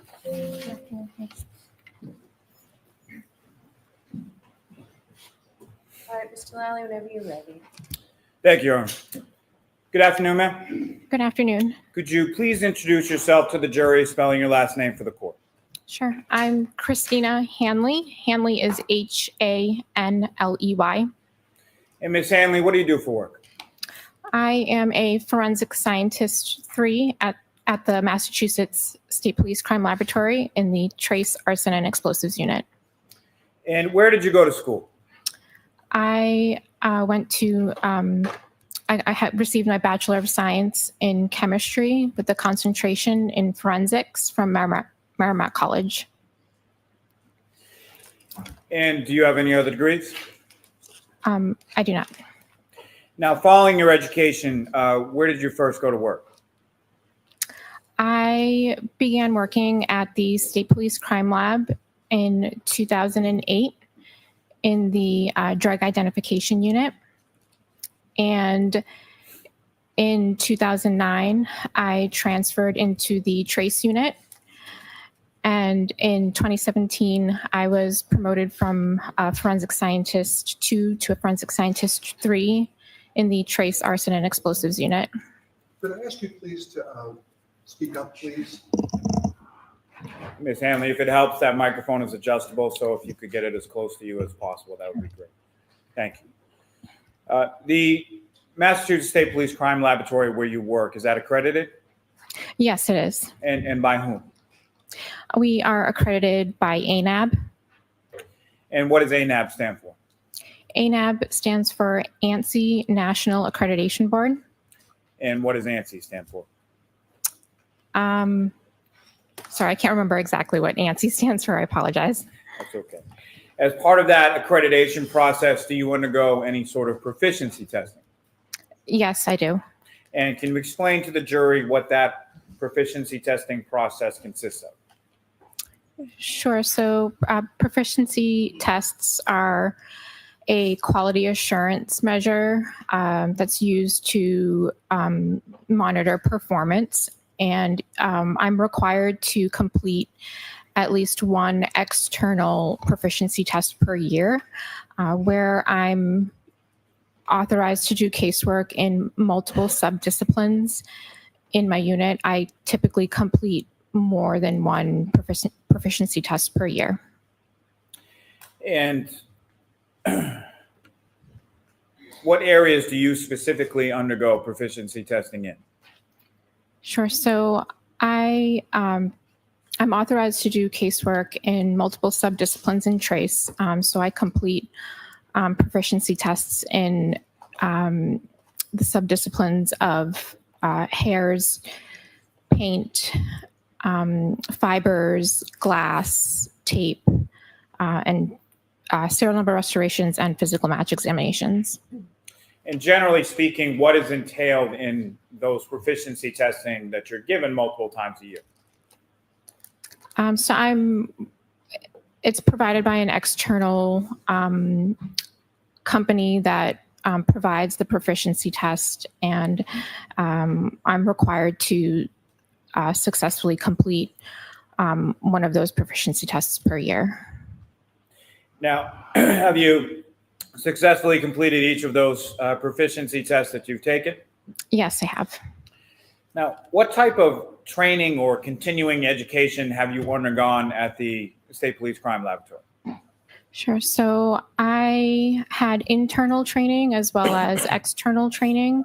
The internal training consisted of I had to complete required readings. I was required to complete some laboratory exercises, learn how to utilize the instrumentation in the lab. I observed other analysts in the unit working on casework. I was also required to complete a written exam as well as a competency test, and in addition to that, a mock trial. Now, you mentioned earlier in the testimony you're a forensic scientist 3 currently, is that correct? That's correct. And what is the difference, or can you explain the difference to the jury between a forensic scientist 2 versus a forensic scientist 3? Sure. So forensic scientist 2 is essentially just like a bench chemist who their primary role or responsibility is casework. A forensic scientist 3 does casework, but in addition is also a unit supervisor. Now, what does the trace unit do or examine within the Massachusetts State Police crime lab? Sure. So I'm responsible for examining and comparing trace items that, for example, such as paint, glass, fibers, hairs, tape, miscellaneous items. I also perform serial number restorations on firearms and physical match examinations. And what are your general duties and responsibilities within the trace unit within the lab? So I am responsible for the general operation of the unit. I train other forensic scientists within the unit. I also complete technical and administrative reviews of casework. And I also complete my own casework in the trace disciplines that I previously mentioned. Now, Ms. Hanley, you as a supervisor, you review other analysts' work within the trace unit, correct? Yes, I do. And who reviews your work for any sort of trace analysis that you do? So depending on what the subdiscipline, some of the casework that I'm authorized to do work in, it needs to be technically reviewed by an external technical reviewer because I'm the only one within my unit that can do certain types of casework currently. So we have to utilize an external technical reviewer at this time. Now, with reference to physical match analysis, can you explain to the jury first, just in general terms, how is that analysis performed? Sure. So when I receive an item, I take that item into my custody, and I document it with photographs, and I make observations and take notes. And then I'll examine the items microscopically, and I will do any comparison work to determine if there is or is not a physical match between items. Now, that physical match analysis within the trace unit at the state lab, is that general work supported by any sort of scientific principle or methodology that you're aware of?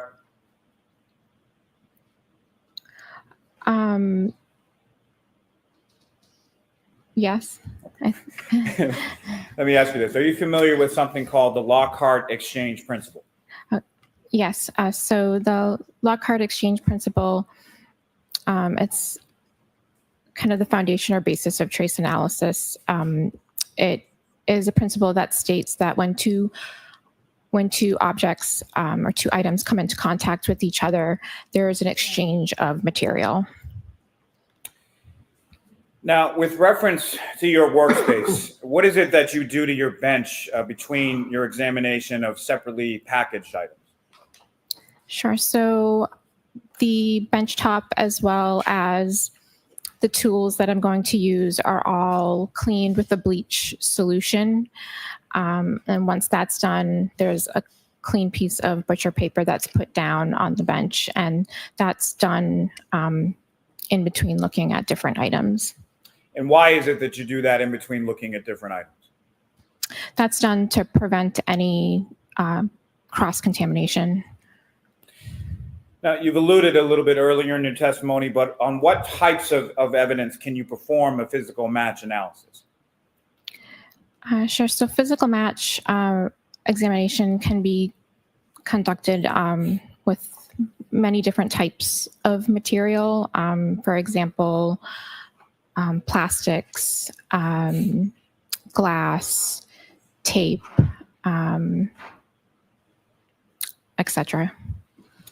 Now, when evidence is submitted to your lab, how is it kept track of throughout its stay at the lab? Sure. So when evidence is submitted to the laboratory, the case information is put into our LIMS system, which stands for Laboratory Information Management System. And once it's assigned that number, how is it sort of tracked as it progresses through the different units within the lab? Sure. So the unique case number that's assigned to the case is tracked within the system. It's referred to as the chain of custody. So items of evidence will get scanned depending on where their location is, and the LIM system keeps track of all of that, so we know exactly where an item is. So when you take an item or you receive an item to be tested, can you explain to the jury what you do to begin your analysis? Sure. So when an item gets scanned into my custody, after I've prepped my area to examine the item, I scan that item into my custody, and I will document that item with photographs. I will make notes of my observations. I will examine the item microscopically. If needed, I'll proceed with sampling and possibly additional microscopic examination and instrumental analysis. Now, specifically starting with items of glass, when you take an item of glass to conduct a comparative analysis, generally speaking, what is the process for conducting such an examination of glass? So it'd be the same process that I just mentioned. I would take that item, take photos, make any observations. I would proceed with, first I would check to see if there's any physical match comparisons, and then if needed, I would take any samples to examine it microscopically and or instrumentally. And that general process that you've just described is the items that you tested in reference to this case or analyzed in reference to this case. Is that the process that you followed in this case? Yes. Now, what kind of instruments do you use, starting off with items of glass, what kind of instruments do you use to conduct that analysis? Sure. So I'll use a stereo zoom microscope to initially examine it microscopically. If I take samples to do additional microscopic examination, I'll examine it under a polarized light microscope. And then if I need to take samples to do instrumental analysis, that would be using our, it's referred to as a GRIM, which stands for Glass Refractive Index Measurement. It's an instrument that measures the refractive index of glass. And if you could, please explain to the jury, what is a refractive index? Sure. A refractive index is a measure of how light bends when it passes from one medium to another. And how are you viewing that utilizing the GRIM device when it comes to glass? So a sample is prepped on a slide, and it is placed on a hot stage of the microscope of the instrument, and the oil that the sample is in it goes through a cooling and a heating phase, and as it's going through a cooling and a heating phase, it passes through what we refer to as a match point. So you can make that observation as the sample is running, and then when the sample is done running, it takes an average and it calculates the refractive index of the sample through the calibration data of the instrument. And what is an FTIR? So an FTIR is a Fourier transform infrared spectrum and analytical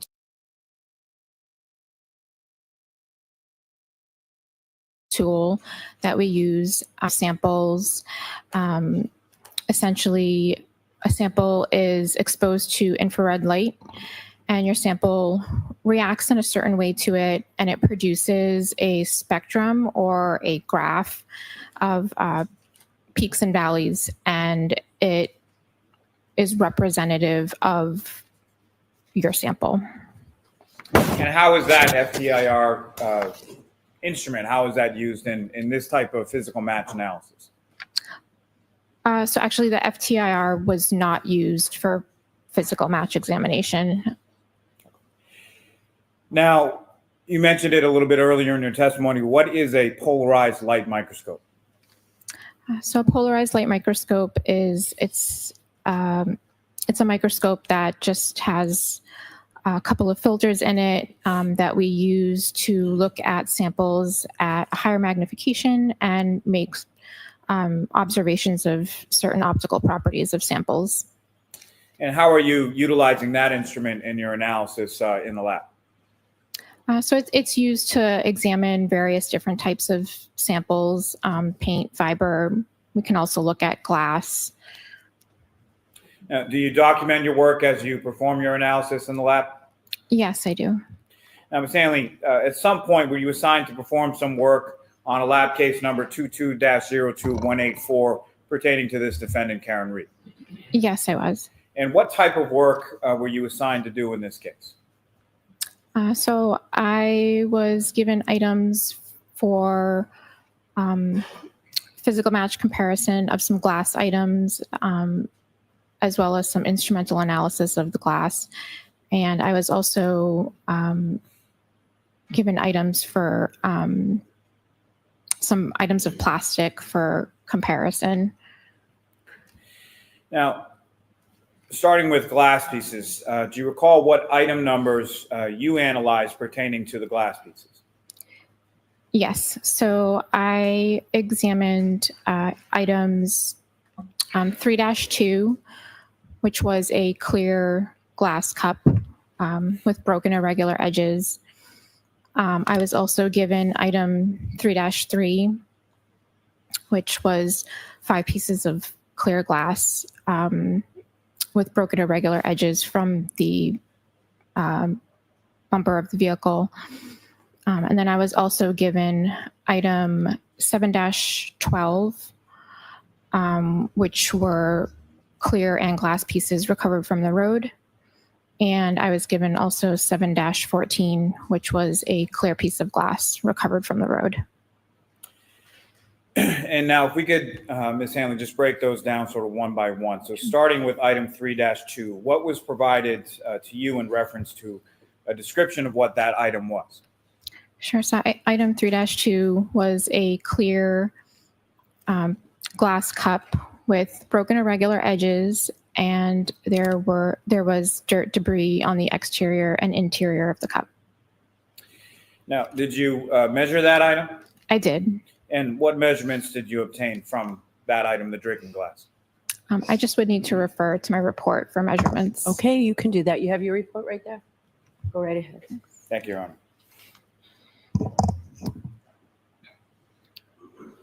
So the diameter of the bottom of the glass cup was 2 3/4 inches, and it measured approximately 2.5 inches in height. You mentioned that there was debris on both the interior and exterior of the drinking glass. Is that correct? Yes. Now, turning your attention to item 3-3, what was provided to you as a description of item 3-3? Sure. So item 3-3 consisted of 5 pieces of clear glass, all with broken irregular edges. And was there anything provided in the description of where those 5 pieces of broken glass were located? Yes, they were recovered from the bumper of a vehicle. And was there any identifying information provided to you as far as in reference to that vehicle?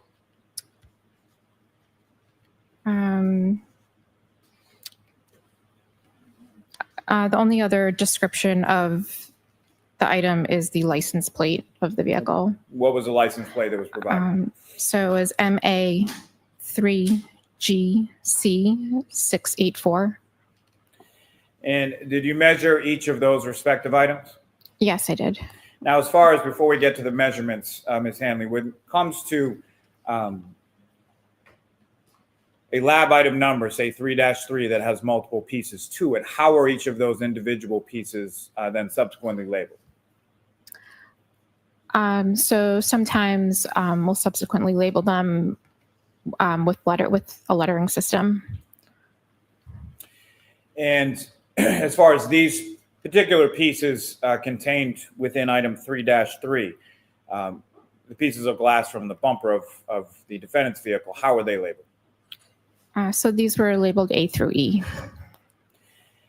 And with reference to the measurements, what measurements did you obtain from the pieces within item 3-3? Sure. So I measured the largest and the smallest, and the largest measured approximately 7/8 of an inch by 5/16 of an inch, and the smallest measured approximately 3/16 of an inch by 1/8 of an inch. Now, with reference to the drinking glass, you examined that microscopically, is that correct? I did, yes. And with reference to these items from item 3-3 from the bumper, you examined those microscopically as well, is that correct? Correct. And was there a particular piece from the pieces from the bumper that you did any additional examination of? Yes, I did. And what instruments did you use in which piece? Sure. So there was one piece, I sampled a piece E that I had labeled as piece E. And I took a sample for examination under the polarized light microscope and a sample to analyze it instrumentally on the Grimm instrument. Now, turning your attention to item 7-12, what was provided to you as a description for item 7-12? Sure. So item 7-12, that consisted of 5 pieces of clear apparent plastic and 9 pieces of clear apparent glass with broken irregular edges. Now, the 9 apparent pieces, well, let me ask you this first. As far as the description that you were provided, was there any description as far as where those items were recovered from? Yes. Those items were recovered from 34 Fairview Road. And is it your understanding they were recovered from the street or the roadway outside of that residence? It just says recovered from 34 Fairview Road. Now, as far as the 9 pieces of clear apparent glass from item 7-12, were those similarly sub-labeled as the previous item 3-3? Yes, I received those labeled with the lettering system. They were labeled A, B, C, D, E, F, I, K, and L. And with reference to those 9 pieces of glass, did you examine those microscopically as well? I did, yes. Now, turning your attention to item 7-14, what were you provided with as far as a description of that item 7-14? So this item consisted of 1 piece of clear glass with broken irregular edges. And similarly, was there any description provided as to where that item was recovered from? Yes, it was recovered from 34 Fairview Road as well. And again, how many pieces were contained within that item 7-14? 7-14 was just 1 piece of glass. And did you measure that item as well? That item, I do not have the measurement of. It was examined by a previous analyst within the unit, so that measurement was taken at that time. And that other analyst would be Mix Valier, is that correct? Yes. Okay.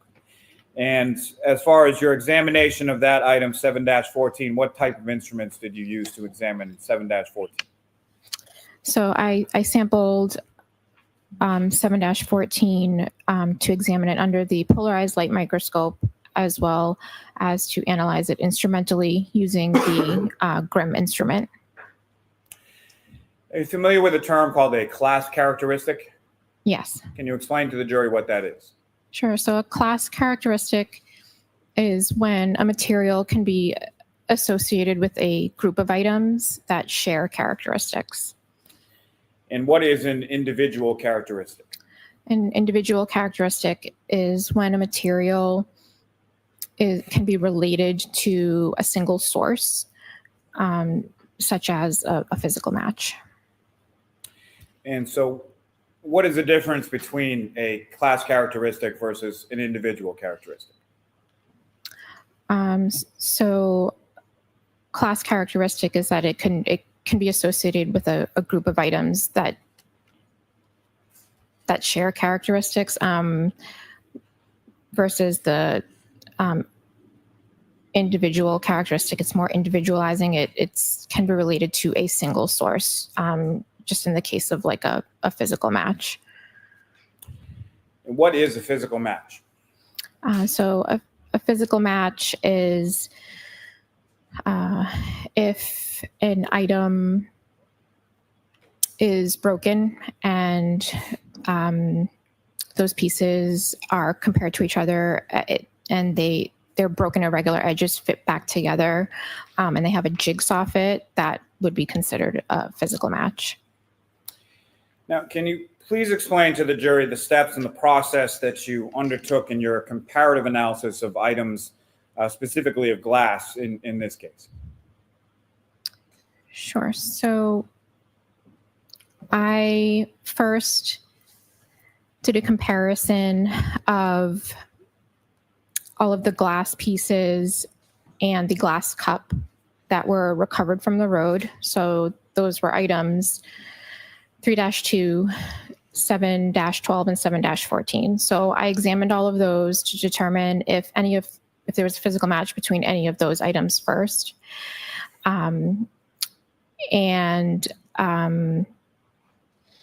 There were, I believe, 6 pieces of glass from item 7-12 that fit mechanically to the cup that was also recovered from the road, item 3-2. After I completed that examination, I then did a comparison to see if there was a physical match to some of the 2 of the glass pieces from the bumper. And there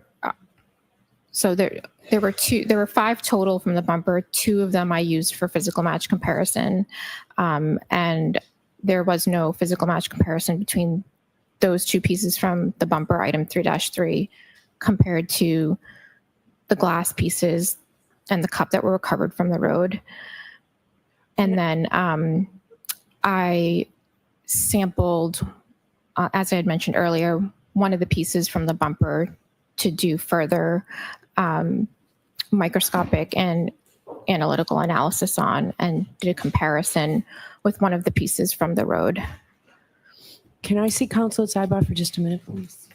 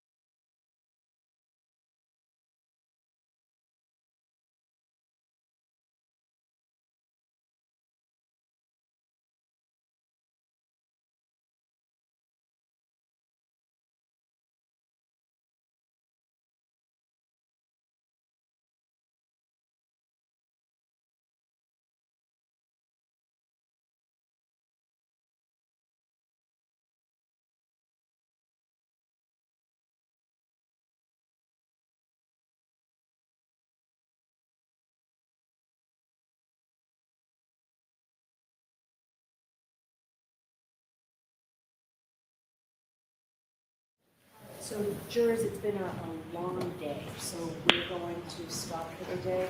Ms. Hanley, I'm going to ask you to come back tomorrow, but a little bit later in the day, and the victim witness person can tell you the time. All right, so folks, we're gonna end for today. Please do not discuss this case with anyone. Don't do any independent research or investigation into the case. If you happen to see, hear, or read anything about the case, please disregard it and let us know, and watch your social media use. Thank you. So Ms. Hanley, after the jury trial. All rise for the court, please. Close your notebook and follow me. Goodbye.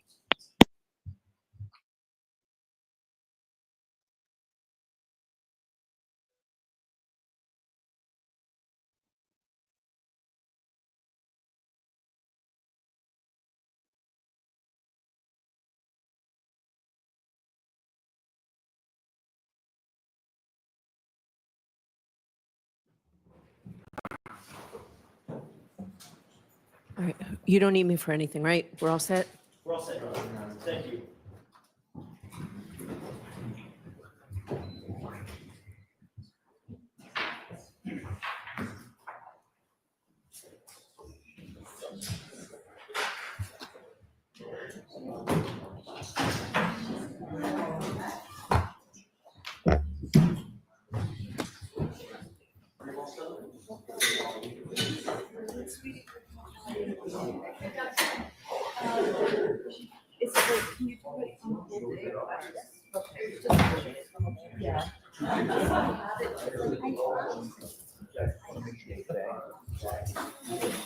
We can leave those. Nothing they're gonna get from that.